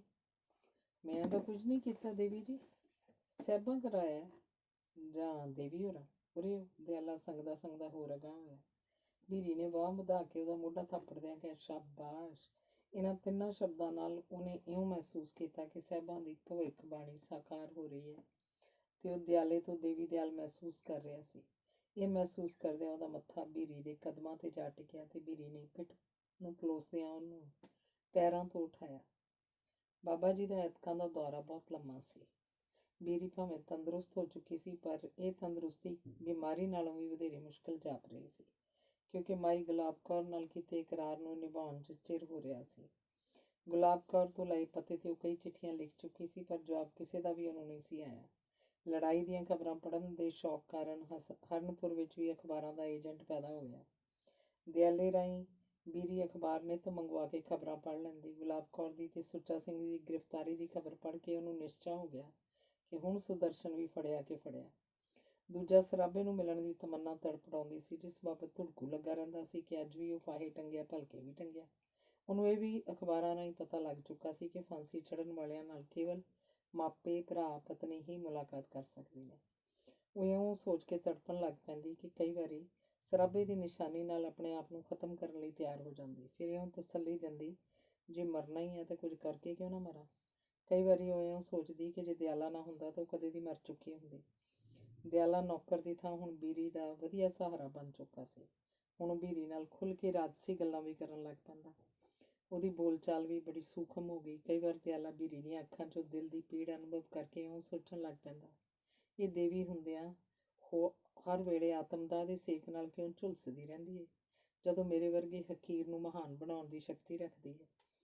ਇੱਕ ਦਿਨ ਬੀਰੀ ਦਿਆਲੇ ਦੇ ਲਈ ਸੁਹਾਵਣੀ ਬਨਸਪਤੀ ਵੱਲ ਵੇਖ ਰਹੀ ਸੀ। ਉਹਦੀਆਂ ਅੱਖਾਂ 'ਚ ਕੁਝ ਤੁਪਕੇ ਸਿਮ ਕੇ ਉਹਦੀਆਂ ਗੱਲਾਂ ਵੱਲ ਤਿਲਕ ਆਏ। ਬੀਰੀ ਨੇ ਜਦ ਇੱਕ ਲੰਮਾ ਹੌਕਾ ਭਰਿਆ ਤੇ ਉਹਦੀ ਨਜ਼ਰ ਕਿਆਰੀਆਂ ਤੋਂ ਹਟ ਕੇ ਮੰਜੇ ਲਾਗੇ ਬੈਠੇ ਦਿਆਲੇ 'ਤੇ ਪਈ, ਜਿਹਦੇ ਹੱਥ ਜੁੜੇ ਹੋਏ ਸਨ। ਉਹਦੀਆਂ ਅੱਖਾਂ ਭਰੀਆਂ ਸਨ। ਦੇਵੀ ਦਿਆਲ, ਕਿਉਂ, ਕੀ ਗੱਲ? ਕੋਈ ਗੱਲ ਨਹੀਂ ਦੇਵੀ ਜੀ, ਇੱਥੇ ਮੰਜੇ 'ਤੇ ਹੋ ਬੈਠ, ਬੀਰੀ ਨੇ ਕਿਹਾ। ਪਰ ਦਿਆਲਾ ਟਸ ਤੋਂ ਮਸ ਨਹੀਂ ਹੋਇਆ। ਪਰ ਬੀਰੀ ਨੇ ਕਿਹਾ, ਤੱਕ ਮੇਰੇ ਵੱਲ। ਦਿਆਲੇ ਦੀਆਂ ਸ਼ਰਧਾ 'ਚ ਡੁੱਬੀਆਂ ਅੱਖਾਂ ਉਤਾਂਹ ਉੱਠੀਆਂ। ਕਿੰਨਾ ਚਿਰ ਹੋ ਗਿਆ ਤੈਨੂੰ ਇਸ ਘਰ 'ਚ ਆਇਆ? ਸੱਚੋ ਸੱਚ ਦੱਸ, ਕਦੀ ਤੇਰਾ ਦਿਲ ਨਹੀਂ ਕੀਤਾ ਇਸ ਘਰ ਬਾਬਤ ਕੁਝ ਪੁੱਛਣ ਨੂੰ? ਕੀਤਾ ਹੈ। ਇੱਥੇ ਆਉਣ ਤੋਂ ਬਾਅਦ ਕਿਹੜੀਆਂ ਗੱਲਾਂ ਨੇ ਤੈਨੂੰ ਹੈਰਾਨ ਕੀਤਾ? ਜੇ ਤੂੰ ਠੀਕ ਦੱਸ ਦਿੱਤਾ, ਮੈਂ ਵੀ ਸਭ ਕੁਝ ਦੱਸ ਦਿਆਂਗੀ। ਦਿਆਲੇ ਨੇ ਸਭ ਕੁਝ ਦੱਸ ਦਿੱਤਾ। ਇੱਕ ਪਿਓ ਆਪਣੀ ਧੀ ਨਾਲ ਇੰਨਾ ਕਠੋਰ ਵਰਤਾਓ ਕਿਉਂ ਕਰਦਾ? ਗੁਣ, ਕਰਮ ਤੇ ਸੁਭਾਅ ਤਿੰਨੋਂ ਪੱਖੋਂ ਬਾਬਾ ਜੀ ਦੀ ਬੀਰੀ 'ਚ ਕਿਉਂ ਬਾਬਾ ਜੀ ਤੇ ਬੀਰੀ ਵਿੱਚ ਕਿਉਂ ਜ਼ਮੀਨ ਅਸਮਾਨ ਦਾ ਫਰਕ ਹੈ? ਤੁਸੀਂ ਲੁਕ ਲੁਕ ਕੇ ਆਹਾਂ ਕਿਉਂ ਭਰਦੇ ਹੋ, ਜਿਵੇਂ ਅੱਜ ਆਹਾਂ ਭਰਦੇ ਹੋ? ਬੀਰੀ ਨੇ ਉਹਨੂੰ ਫੜ ਕੇ ਮੰਜੇ ਤੇ ਬਿਠਾਉਣਾ ਚਾਹਿਆ, ਪਰ ਉਹ ਨਾ ਮੰਨਿਆ। ਫਿਰ ਬੀਰੀ ਨੇ ਨਿਰਸੰਕੋਚ ਭੁੰਜੇ ਬੈਠੇ ਨੂੰ ਹੀ ਸਭ ਕੁਝ ਦੱਸ ਦਿੱਤਾ, ਸਿਵਾਏ ਸਰਾਬੇ ਦੇ ਪਿਆਰ ਵਾਲੀ ਗੱਲ ਦੇ। ਇਉਂ ਅੱਜ ਦੇ ਲੰਮੇ ਵਾਰਤਾਲਾਪ ਨੇ ਦੋਹਾਂ ਨੂੰ ਹੋਰ ਨੇੜੇ ਕਰ ਦਿੱਤਾ ਤੇ ਦਿਆਲਾ ਬੀਰੀ ਦਾ ਸੁਦਰਸ਼ਨ ਵਰਗਾ ਭਰਾ ਬਣ ਗਿਆ। ਹੁਣ ਉਹ ਦਿਆਲੇ ਨਾਲ ਹਰ ਦੁੱਖ ਸੁੱਖ ਫੋਲ ਲੈਂਦੀ। ਭਾਵੇਂ ਉਸਦੀ ਬੁੱਧ ਮੋਟੀ ਸੀ, ਪਰ ਫਿਰ ਵੀ ਉਹਦੀਆਂ ਅੱਖਾਂ ਕਾਫੀ ਹੱਦ ਤੱਕ ਖੁੱਲ੍ਹਦੀਆਂ ਜਾ ਰਹੀਆਂ ਸਨ। ਬੀਰੀ ਵਿਹੜੇ 'ਚ ਬੈਠੀ ਧੁੱਪ ਸੇਕ ਰਹੀ ਸੀ। ਦਿਆਲੇ ਨੇ ਬਾਹਰੋਂ ਆ ਕੇ ਇੱਕ ਲਿਫਾਫਾ ਤੇ ਪਰਚਾ ਉਹਨੂੰ ਫੜਾਇਆ। ਬੀਰੀ ਆਪਣੀ ਡਾਕ ਆਪਣੀ ਸਹੇਲੀ ਦੇ ਪਤੇ ਤੇ ਮੰਗਵਾਉਂਦੀ ਸੀ। ਲਿਫਾਫੇ ਉੱਤੇ ਉਰਦੂ 'ਚ ਲਿਖਿਆ ਸੀ, ਨਾਨੀ ਸਾਹਿਬਾ। ਵਿੱਚ ਇੱਕ ਕਵਿਤਾ ਸੀ ਜਿਹਦਾ ਸਿਰਲੇਖ ਸੀ ਕਰਤਾਰ ਸਿੰਘ ਸਰਾਭਾ ਦਾ ਅੰਤਮ ਸੰਦੇਸ਼, ਜਿਹੜਾ ਉਹਨਾਂ ਨੇ ਦੇਸ਼ ਵਾਸੀਆਂ ਦੇ ਨਾਂ ਜੇਲ੍ਹ 'ਚੋਂ ਭੇਜਿਆ। ਹਿੰਦ ਵਾਸੀਓ ਰੱਖਣਾ ਯਾਦ ਸਾਨੂੰ, ਕਿਤੇ ਦਿਲਾਂ ਤੋਂ ਨਾ ਭੁਲਾ ਦੇਣਾ। ਖਾਤਰ ਵਤਨ ਦੀ ਲੱਗੇ ਆ ਚੜ੍ਹਨ ਫਾਂਸੀ, ਸਾਨੂੰ ਵੇਖ ਕੇ ਨਹੀਂ ਘਬਰਾ ਜਾਣਾ। ਸਾਡੀ ਮੌਤ ਨੇ ਵਤਨ ਦੇ ਵਾਸੀਆਂ ਦੇ ਦਿਲੀ ਵਤਨਾਂ ਦਾ ਇਸ਼ਕ ਜਗਾ ਜਾਣਾ। ਦੇਸ਼ ਵਾਸੀਓ ਚਮਕਣਾ ਚੰਦ ਵਾਂਗੂ, ਕਿਤੇ ਬੱਦਲਾਂ ਹੇਠ ਨਾ ਆ ਜਾਣਾ। ਕਰਕੇ ਦੇਸ਼ ਦੇ ਨਾਲ ਧਰੋ ਯਾਰੋ, ਦਾਗ ਕੌਮ ਦੇ ਮੱਥੇ ਨਾਲ ਆ ਜਾਣਾ। ਜੇਲ੍ਹਾਂ ਹੈਨ ਕਾਲਜ ਵਤਨ ਸੇਵਕਾਂ ਦੇ, ਦਾਖਲ ਹੋ ਕੇ ਡਿਗਰੀਆਂ ਪਾ ਜਾਣਾ। ਹੁੰਦੇ ਫੇਲ ਬਹੁਤੇ ਤੇ ਪਾਸ ਥੋੜ੍ਹੇ, ਵਤਨ ਵਾਸੀਓ ਦਿਲ ਨਾ ਢਾਹ ਜਾਣਾ। ਪਿਆਰੇ ਵੀਰ ਨੂੰ ਚੱਲੇ ਹਾਂ ਅਸੀਂ ਜਿੱਥੇ, ਇਸ ਰਸਤਿਓਂ ਤੁਸੀਂ ਵੀ ਆ ਜਾਣਾ। ਅਖਬਾਰ 'ਚ ਸੁਰਖੀ ਸੀ, ਬਾਗੀਆਂ ਦੀਆਂ ਸਜ਼ਾਵਾਂ ਬਾਰੇ ਵਾਇਸਰਾਏ ਦਾ ਅੰਤਮ ਫੈਸਲਾ। ਬੀਰੀ ਦੇ ਹੱਥ ਕੰਬਣ ਲੱਗ ਪਏ। ਲਾਹੌਰ, 15 ਨਵੰਬਰ। ਲਾਹੌਰ ਕੌਂਸਪੀਰੇਸੀ ਕੇਸ ਤੇ ਫਾਂਸੀ ਦੀ ਸਜ਼ਾ ਪਾ ਚੁੱਕੇ ਦੋਸ਼ੀਆਂ ਦੀ ਵਾਇਸਰਾਏ ਵੱਲੋਂ ਕੀਤੀ ਜਾ ਰਹੀ ਨਿਗਰਾਨੀ ਦਾ ਫੈਸਲਾ ਹੇਠ ਲਿਖੇ ਅਨੁਸਾਰ ਹੋਇਆ। 24 ਦੋਸ਼ੀਆਂ ਵਿੱਚੋਂ 17 ਦੀ ਸਜ਼ਾ ਮੌਤ ਤੋਂ ਕਾਲੇ ਪਾਣੀ 'ਚ ਬਦਲ ਦਿੱਤੀ ਗਈ। ਬਾਕੀ ਕਰਤਾਰ ਸਿੰਘ ਸਰਾਭਾ, ਬਖਸ਼ੀਸ਼ ਸਿੰਘ, ਵਿਸ਼ਨੂੰ ਗਣੇਸ਼, ਪਿੰਗਲੇ, ਜਗਤ ਸਿੰਘ, ਹਰਨਾਮ ਸਿੰਘ, ਸੁਰੈਣ ਸਿੰਘ ਪਿੰਡ ਗਿੱਲਵਾਲੀ ਤੇ ਸੁਰੈਣ ਸਿੰਘ ਸੱਤਾਂ ਦੀ ਸਜ਼ਾ ਬਹਾਲ ਰੱਖੀ ਗਈ ਹੈ। ਇਹਨਾਂ ਨੂੰ 2 ਦਿਨਾਂ ਦੇ ਅੰਦਰ ਫਾਂਸੀ ਦੇ ਦਿੱਤਾ ਜਾਏਗਾ। ਇਹ ਪੜ੍ਹ ਕੇ ਬੀਰੀ ਅਧਮੋਈ ਜਿਹੀ ਹੋ ਕੇ ਡਿੱਗਣ ਹੀ ਲੱਗੀ ਸੀ ਕਿ ਦਿਆਲੇ ਨੇ ਆ ਕੇ ਫੜ ਲਿਆ ਤੇ ਉਹਨੂੰ ਅੰਦਰ ਲੈ ਆਂਦਾ। ਬੀਰੀ ਨੇ ਸੰਖੇਪ ਜਿਹਾ ਹਾਲ ਦੱਸ ਕੇ ਦਿਆਲੇ ਨੂੰ ਬਾਹਰ ਭੇਜ ਦਿੱਤਾ। ਆਪ ਅੰਦਰੋਂ ਬੂਹਾ ਮਾਰ ਲਿਆ। 2 ਘੰਟੇ ਬਾਅਦ ਜਦ ਉਸ ਬੂਹਾ ਖੋਲ੍ਹਿਆ ਤਾਂ ਦਿਆਲਾ ਉਦੋਂ ਦਾ ਉੱਥੇ ਹੀ ਖੜੋਤਾ ਸੀ। ਬੀਰੀ ਨੇ ਉਹਨੂੰ ਅੰਦਰ ਸੱਦ ਲਿਆ। ਹੈਰਾਨ ਨਾ ਹੋ ਵੀਰ, ਮੈਂ ਸ਼ਾਮ ਦੀ ਗੱਡੀ ਬਾਹਰ ਜਾ ਰਹੀ ਹਾਂ। ਤੁਸੀਂ? ਦਿਆਲਾ ਵੀਰ ਸ਼ਬਦ ਨਾਲ ਨਸ਼ਿਆ ਕੇ ਕਹਿਣ ਲੱਗਾ। ਮੈਂ ਇਕੱਲੀ ਜਾਵਾਂਗੀ, ਤੂੰ ਘਰ ਦੀ ਸੰਭਾਲ ਰੱਖੀ। ਕਾਰਨ ਮੈਂ ਨਹੀਂ ਦੱਸ ਸਕਦੀ। ਜਦੋਂ ਤੀਕ ਮੈਂ ਨਾ ਮੁੜਾਂ ਤੂੰ ਘਰ ਛੱਡ ਕੇ ਨਾ ਜਾਈਂ। ਬਾਪੂ ਜੀ ਦੀ ਟਹਿਲ ਸੇਵਾ ਕਰੀਂ। 7 ਵਚਨ ਦੇਵੀ ਜੀ। ਪਰ ਤੁਸੀਂ ਕਦ ਮੁੜੋਗੇ? ਇਸ ਬਾਬਤ ਵੀ ਤੂੰ ਨਾ ਪੁੱਛ। ਬੀਰੀ ਕਿੱਧਰ ਜਾ ਰਹੀ ਹੈ, ਕਿਉਂ ਜਾ ਰਹੀ ਹੈ, ਇਸ ਬਾਬਤ ਭਾਵੇਂ ਦਿਆਲੇ ਨੂੰ ਪਤਾ ਨਹੀਂ ਸੀ, ਪਰ ਉਹਨੂੰ ਇਉਂ ਜਾਣਾ ਸਧਾਰਨ ਨਹੀਂ ਸੀ ਜਾਪ ਰਿਹਾ। ਦਿਆਲਾ ਬੀਰੀ ਨੂੰ ਗੱਡੀ 'ਚ ਬਿਠਾ ਕੇ ਉਹਦੇ ਕੋਲ ਖਲੋਤਾ ਸੀ। ਜਦ ਗੱਡੀ ਨੇ ਪਹਿਲੀ ਵਿਸਲ ਦਿੱਤੀ ਤਾਂ ਬੀਰੀ ਦਿਆਲੇ ਦੇ ਸਿਰ ਨੂੰ ਆਪਣੀ ਹਿੱਕ ਨਾਲ ਲਾ ਕੇ ਉਹਦੇ ਰੁੱਖੇ ਵਾਲਾਂ ਉੱਤੇ ਹੱਥ ਫੇਰਦੀ ਹੋਈ ਕਹਿਣ ਲੱਗੀ, ਮੇਰੇ ਵੀਰੇ ਦੀ ਵੱਡੀ ਉਮਰ ਹੋਵੇ, ਸੱਚਾ ਪਾਤਸ਼ਾਹ ਤੇਰਾ ਸਹਾਈ ਹੋਵੇ, ਜਾ ਗੁਰੂ ਤੇਰੇ ਅੰਗ ਸੰਗ। ਦਿਆਲਾ ਅੱਖਾਂ ਪੂੰਝਦਾ ਗੱਡੀ ਤੋਂ ਬਾਹਰ ਆ ਗਿਆ ਤੇ ਗੱਡੀ ਉਹਨੂੰ ਵੇਖਦਿਆਂ ਸਟੇਸ਼ਨ ਦਾ ਪਲੇਟਫਾਰਮ ਪਿੱਛੇ ਛੱਡ ਗਈ। ਜੇਲ੍ਹ ਦੇ ਸਾਰੇ ਕਰਮਚਾਰੀ ਹੈਰਾਨ ਹੋ ਰਹੇ ਸਨ ਕਿ 24 ਇਨਕਲਾਬੀ ਮੌਤ ਦੀ ਸਜ਼ਾ ਪਾ ਕੇ ਵੀ ਕਮਜ਼ੋਰ ਤੇ ਉਦਾਸ ਹੋਣ ਦੀ ਥਾਂ ਤਕੜੇ ਤੇ ਚੜ੍ਹਦੀਆਂ ਕਲਾਂ 'ਚ ਸਨ। ਹਰ ਵੇਲੇ ਗੀਤ ਗਾਉਂਦੇ ਰਹਿੰਦੇ, ਬਾਗੀਆਂ ਪਾਉਂਦੇ ਰਹਿੰਦੇ ਤੇ ਨਾਅਰੇ ਲਾਉਂਦੇ ਰਹਿੰਦੇ। ਅੰਗਰੇਜ਼ਾਂ ਦੇ ਵਿਰੁੱਧ ਗੀਤ ਤੇ ਕਵਿਤਾਵਾਂ ਬੋਲਦੇ ਰਹਿੰਦੇ। ਮੌਤ ਦੀ ਸਜ਼ਾ ਪਾ ਚੁੱਕੇ ਉਹਨਾਂ 24 ਇਨਕਲਾਬੀਆਂ ਨੂੰ ਲਗਭਗ 2 ਮਹੀਨੇ ਮੌਤ ਦੀ ਉਡੀਕ 'ਚ ਗੁਜ਼ਾਰਨੇ ਪਏ। ਜੇਲ੍ਹ ਦਾ ਆਲਾ ਤੋਂ ਲੈ ਕੇ ਅਦਨਾ ਕਰਮਚਾਰੀ ਤੱਕ ਵੇਖ ਹੈਰਾਨ ਹੁੰਦਾ ਸੀ ਕਿ ਕੁਝ ਇੱਕ ਨੂੰ ਛੱਡ ਕੇ ਇਹ ਲੋਕ ਕਿਹੜੀ ਮਿੱਟੀ ਦੇ ਘੜੇ ਹੋਏ ਨੇ। ਇਹ ਜਾਣਦੇ ਹੋਏ ਵੀ ਕਿ ਮੌਤ ਉਹਨਾਂ ਨੂੰ ਨਿਗਲਣ ਲਈ ਨੱਸੀ ਆ ਰਹੀ ਹੈ, ਕਿਸੇ ਵੀ ਕਿਸਮ ਦਾ ਸਹਿਮ ਇਹਨਾਂ ਦੇ ਚਿਹਰਿਆਂ ਤੇ ਦਿਖਾਈ ਨਹੀਂ ਦਿੰਦਾ। ਕਰਮਚਾਰੀਆਂ ਨੂੰ ਇਸ ਗੱਲ ਦਾ ਤਜਰਬਾ ਸੀ ਕਿ ਮੌਤ ਦੀ ਸਜ਼ਾ ਪਾਉਣ ਤੋਂ ਬਾਅਦ ਦੋਸ਼ੀਆਂ ਦਾ ਵਜ਼ਨ ਤੇਜ਼ੀ ਨਾਲ ਘਟਣਾ ਸ਼ੁਰੂ ਹੋ ਜਾਇਆ ਕਰਦਾ ਸੀ। ਕਈਆਂ ਦੀ ਹਾਲਤ ਤਾਂ ਖਤਰੇ ਦੀ ਹੱਦ ਤੀਕ ਜਾ ਪਹੁੰਚਦੀ ਸੀ। ਜਿਨ੍ਹਾਂ ਨੂੰ ਫਾਹੇ ਲੱਗਣ ਤੀਕ ਕਿਸੇ ਤਰ੍ਹਾਂ ਜਿਉਂਦੇ ਰੱਖਣ ਦੇ ਖਿਆਲੋਂ ਜੇਲ੍ਹ ਦਾ ਡਾਕਟਰ ਹਰ ਵੇਲੇ ਚੁਕੰਨਾ ਰਹਿੰਦਾ ਹੋਇਆ ਹਰ ਰੋਜ਼ ਕੋਠੜੀਆਂ 'ਚ ਜਾ ਕੇ ਉਹਨਾਂ ਦਾ ਮੁਆਇਨਾ ਕਰਦਾ, ਲੋੜ ਅਨੁਸਾਰ ਤਾਕਤ ਦੇਣ, ਖੂਨ ਦੀ ਗਰਮੀ ਵਧਾਉਣ ਜਾਂ ਦਿਲ ਦੀ ਧੜਕਣ ਬਹਾਲ ਰੱਖਣ ਲਈ ਦਵਾਈਆਂ ਦੀ ਵਰਤੋਂ ਕਰਦਾ ਰਹਿੰਦਾ ਸੀ। ਵਕਤ ਤੋਂ ਪਹਿਲਾਂ ਕਿਸੇ ਅਜਿਹੇ ਕੈਦੀ ਦੀ ਮੌਤ ਹੋ ਜਾਣੀ ਜੇਲ੍ਹ ਦੇ ਕਰਮਚਾਰੀਆਂ ਲਈ ਨਾ ਕੇਵਲ ਨਮੋਸ਼ੀ ਬਲਕਿ ਜੁਰਮ ਵੀ ਸਮਝਿਆ ਜਾਂਦਾ ਸੀ। ਪਰ ਇਹਨਾਂ 24 'ਚੋਂ ਕਈਆਂ ਦੀ ਤਾਂ ਉਲਟ ਇਹ ਹਾਲਤ ਸੀ ਕਿ ਹਰ ਹਫ਼ਤੇ ਜਦੋਂ ਵੀ ਉਹਨਾਂ ਨੂੰ ਤੋਲਿਆ ਜਾਂਦਾ, ਉਹਨਾਂ ਦੇ ਵਜ਼ਨ 'ਚ ਕੁਝ ਨਾ ਕੁਝ ਵਾਧਾ ਹੋ ਜਾਇਆ ਕਰਦਾ। ਜੇਲ੍ਹ ਦੇ ਕਾਨੂੰਨ ਅਨੁਸਾਰ ਮੌਤ ਦੇ ਸਜ਼ਾਵਰ ਨੂੰ ਕੋਈ ਹੋਰ ਸਜ਼ਾ ਨਹੀਂ ਦਿੱਤੀ ਜਾ ਸਕਦੀ। ਅਲਬੱਤਾ ਉਹਨਾਂ ਉੱਤੇ ਨਿਗਰਾਨੀ ਇਸ ਤਰ੍ਹਾਂ ਰੱਖੀ ਜਾਂਦੀ ਹੈ ਕਿ ਕੋਈ ਜੁਰਮ ਕਰ ਹੀ ਨਾ ਸਕਣ। ਉਹਨਾਂ ਨੂੰ ਮੁਸ਼ੱਕਤ ਵੀ ਨਹੀਂ ਦਿੱਤੀ ਜਾਂਦੀ, ਨਾ ਹੀ ਉਹਨਾਂ ਨਾਲ ਘਟੀਆ ਸਲੂਕ ਕੀਤਾ ਜਾਂਦਾ ਹੈ। ਇਸ ਕਿਸਮ ਦੇ ਦੋਸ਼ੀ ਸੁਭਾਵਕ ਹੀ ਗੁਸਤਾਖ ਤੇ ਨਿਡਰ ਹੋ ਜਾਇਆ ਕਰਦੇ ਨੇ, ਸ਼ਾਇਦ ਇਹ ਸੋਚ ਕੇ ਕਿ ਮੌਤ ਤੋਂ ਵੱਧ ਉਹਨਾਂ ਨੂੰ ਕੋਈ ਕੀ ਸਜ਼ਾ ਦੇਵੇਗਾ। ਇਸ ਕਰਕੇ ਜੇਲ੍ਹ ਦੇ ਕਰਮਚਾਰੀ ਲੱਗਦੀ ਵਾਹ ਉਹਨਾਂ ਨੂੰ ਸ਼ਿਕਾਇਤ ਦਾ ਮੌਕਾ ਨਹੀਂ ਦਿੰਦੇ ਤੇ ਕਾਫੀ ਮੁਲਾਇਮ ਸਲੂਕ ਕੀਤਾ ਜਾਂਦਾ ਹੈ। ਮਨੁੱਖਤਾ ਦਾ ਵੀ ਤਾਂ ਇਹੋ ਹੀ ਤਕਾਜ਼ਾ ਹੈ ਕਿ ਜਿਸ ਅਭਾਗੇ ਨੇ ਮਰੀ ਜਾਣਾ ਉਸ ਨਾਲ ਕਿਉਂ ਕੋਈ ਸਖਤੀ ਕਰੇ। ਤੇ ਇਹ ਇਨਕਲਾਬੀ ਕੈਦੀ ਇਹਨਾਂ ਪਾਸੋਂ ਤਾਂ ਸਭ ਡਰਦੇ ਹਰ ਹਰ ਕਰਦੇ ਸਨ। ਆਪੋ ਆਪਣੀਆਂ ਕੋਠੜੀਆਂ ਅੰਦਰ ਜੋ ਉਹਨਾਂ ਦਾ ਜੀ ਆਵੇ ਪਏ ਕਰਨ, ਗੀਤ ਗਾਉਂਦੇ ਰਹਿਣ, ਬਾਗੀਆਂ ਪਾਉਂਦੇ ਰਹਿਣ, ਉੱਚੀ ਤੋਂ ਉੱਚੀ ਨਾਅਰੇ ਲਾਈ ਜਾਣ। ਕਿਸੇ ਦੀ ਜ਼ਰੂਰਤ ਨਹੀਂ ਸੀ ਕਿ ਇਹਨਾਂ ਨੂੰ ਵਰਜਣ ਦੀ। ਇੱਥੋਂ ਤੱਕ ਕਿ ਜੇ ਕੋਈ ਕਰਮਚਾਰੀ ਨੂੰ ਗਾਲ ਮੰਦਾ ਵੀ ਕੱਢ ਦਏ ਤਾਂ ਉਹਨਾਂ ਨੂੰ ਨਜ਼ਰਅੰਦਾਜ਼ ਕਰਨਾ ਪੈਂਦਾ, ਜਾਂ ਵੱਧ ਤੋਂ ਵੱਧ ਇਹ ਕਿ ਜੇਲਰ ਖੁਦ ਉਹਨਾਂ ਪਾਸ ਜਾ ਕੇ ਨਿਮਰਤਾ ਨਾਲ ਕਹਿੰਦਾ ਕਿ ਉਹਨਾਂ ਨੂੰ ਐਸਾ ਨਹੀਂ ਕਰਨਾ ਚਾਹੀਦਾ। 24 ਕੋਠੜੀਆਂ 'ਚ ਡੱਕੇ ਹੋਏ 24 ਕੈਦੀ ਇਸ ਕਿਸਮ ਦੀਆਂ ਮਨਮਨੀਆਂ ਕਰਦੇ ਰਹਿੰਦੇ, ਖੂਬ ਉੱਚੀ ਉੱਚੀ ਨਾਅਰੇ ਲਾਉਂਦੇ ਤੇ ਦੇਸ਼ ਭਗਤੀ ਜਾਂ ਅੰਗਰੇਜ਼ਾਂ ਦੇ ਵਿਰੁੱਧ ਕਵਿਤਾ ਗੀਤ ਗਾਈ ਜਾਂਦੇ। ਖਾਸ ਤੌਰ ਤੇ ਗਦਰ ਦੀ ਗੂੰਜ ਵਿਚਲੀਆਂ ਕਵਿਤਾਵਾਂ ਨੂੰ ਇਹ ਲੋਕ ਪਾਠ ਨਿਤਨੇਮ ਵਾਂਗ ਗਾਇਆ ਕਰਦੇ। ਇਸ ਤੋਂ ਛੁੱਟ ਕਈ ਨਵੀਆਂ ਤਾਜ਼ੀਆਂ ਕਵਿਤਾਵਾਂ ਵੀ ਜਿਹੜੀਆਂ ਹਰਨਾਮ ਸਿੰਘ ਟੁੰਡੀਲਾੜ ਤੇ ਕਰਤਾਰ ਸਿੰਘ ਸਰਾਭਾ ਨਾਲੋਂ ਨਾਲ ਜੋੜ ਲੈਂਦੇ ਸਨ। ਇੱਦਾਂ ਹੀ ਗੱਲਾਂ ਕਥਾਂ ਦਾ ਵੀ ਸਿਲਸਿਲਾ ਚੱਲਦਾ ਰਹਿੰਦਾ। ਜਿਸ ਕਿਸੇ ਨੇ ਬਾਹਰ ਦੀ ਕੋਈ ਨਵੀਂ ਤਾਜ਼ੀ ਖਬਰ ਸੁਣੀ ਹੁੰਦੀ, ਕਿਸੇ ਨਾ ਕਿਸੇ ਢੰਗ ਨਾਲ ਉਹ ਸੀਨਾ ਬਸੀਨਾ ਸਭ ਤੱਕ ਕੱਪੜ ਜਾਇਆ ਕਰਦੀ। ਇੱਦਾਂ ਹੀ ਇਹਨਾਂ ਲੋਕਾਂ ਨੇ ਨੱਚਦਿਆਂ ਨਾਅਰੇ ਲਾਉਂਦਿਆਂ, ਅੰਗਰੇਜ਼ਾਂ ਦੇ ਵਿਰੁੱਧ ਫੱਕੜੀਆਂ ਉਡਾਉਂਦਿਆਂ ਤੇ ਦੇਸ਼ ਭਗਤੀ ਦੇ ਤਰਾਨੇ ਗਾਉਂਦਿਆਂ 2 ਮਹੀਨੇ ਦਾ ਸਮਾਂ ਗੁਜ਼ਾਰ ਦਿੱਤਾ। ਪੰਜੇ ਉਂਗਲਾਂ ਇੱਕੋ ਜਿਹੀਆਂ ਨਹੀਂ ਹੁੰਦੀਆਂ। ਹੋ ਸਕਦਾ ਇਹਨਾਂ 24 'ਚ ਕੁਝ ਐਸੇ ਵੀ ਹੋਣ ਜਿਨ੍ਹਾਂ ਨੂੰ ਸ਼ੁਰੂ 'ਚ ਫਾਹੇ ਲੱਗਣ ਦੇ ਸਹਿਮ ਨੇ ਸਤਾਇਆ ਹੋਵੇ, ਪਰ ਜਿਵੇਂ ਖਰਬੂਜੇ ਨੂੰ ਵੇਖ ਕੇ ਖਰਬੂਜਾ ਰੰਗ ਫੜਦਾ, ਜਿੰਦਾ ਸ਼ਹੀਦਾਂ ਦੀ ਇਸ ਜਮਾਤ ਵਿੱਚ ਰਲ ਕੇ ਅਜਿਹੇ ਥੋੜ ਦਿਲਿਆਂ ਅੰਦਰੋਂ ਵੀ ਮੌਤ ਦਾ ਡਰ ਨਾ ਕੇਵਲ ਉੱਡਦਾ ਗਿਆ, ਬਲਕਿ ਮਰਨ ਲਈ ਉਹਨਾਂ ਅੰਦਰ ਰੀਝ ਜਿਹੀ ਪੈਦਾ ਹੁੰਦੀ ਗਈ। ਛੇਕੜ ਉਹ ਦਿਨ ਆ ਪਹੁੰਚਿਆ ਜਦ ਹਿੰਦ ਸਰਕਾਰ ਅਥਵਾ ਵਾਇਸਰਾਏ ਵੱਲੋਂ ਇਹਨਾਂ ਦੀ ਮੌਤ ਜਾਂ ਜ਼ਿੰਦਗੀ ਦਾ ਅੰਤਿਮ ਫੈਸਲਾ ਹੋਣਾ ਸੀ। ਉਸ ਦਿਨ ਸਭਨਾਂ ਨੂੰ ਅਦਾਲਤ 'ਚ ਲਿਜਾਇਆ ਗਿਆ ਤੇ ਫਿਰ ਜੱਜ ਵੱਲੋਂ ਉਹਨਾਂ ਨੂੰ ਵਾਇਸਰਾਏ ਦਾ ਹੁਕਮ ਪੜ੍ਹ ਕੇ ਸੁਣਾਇਆ ਗਿਆ।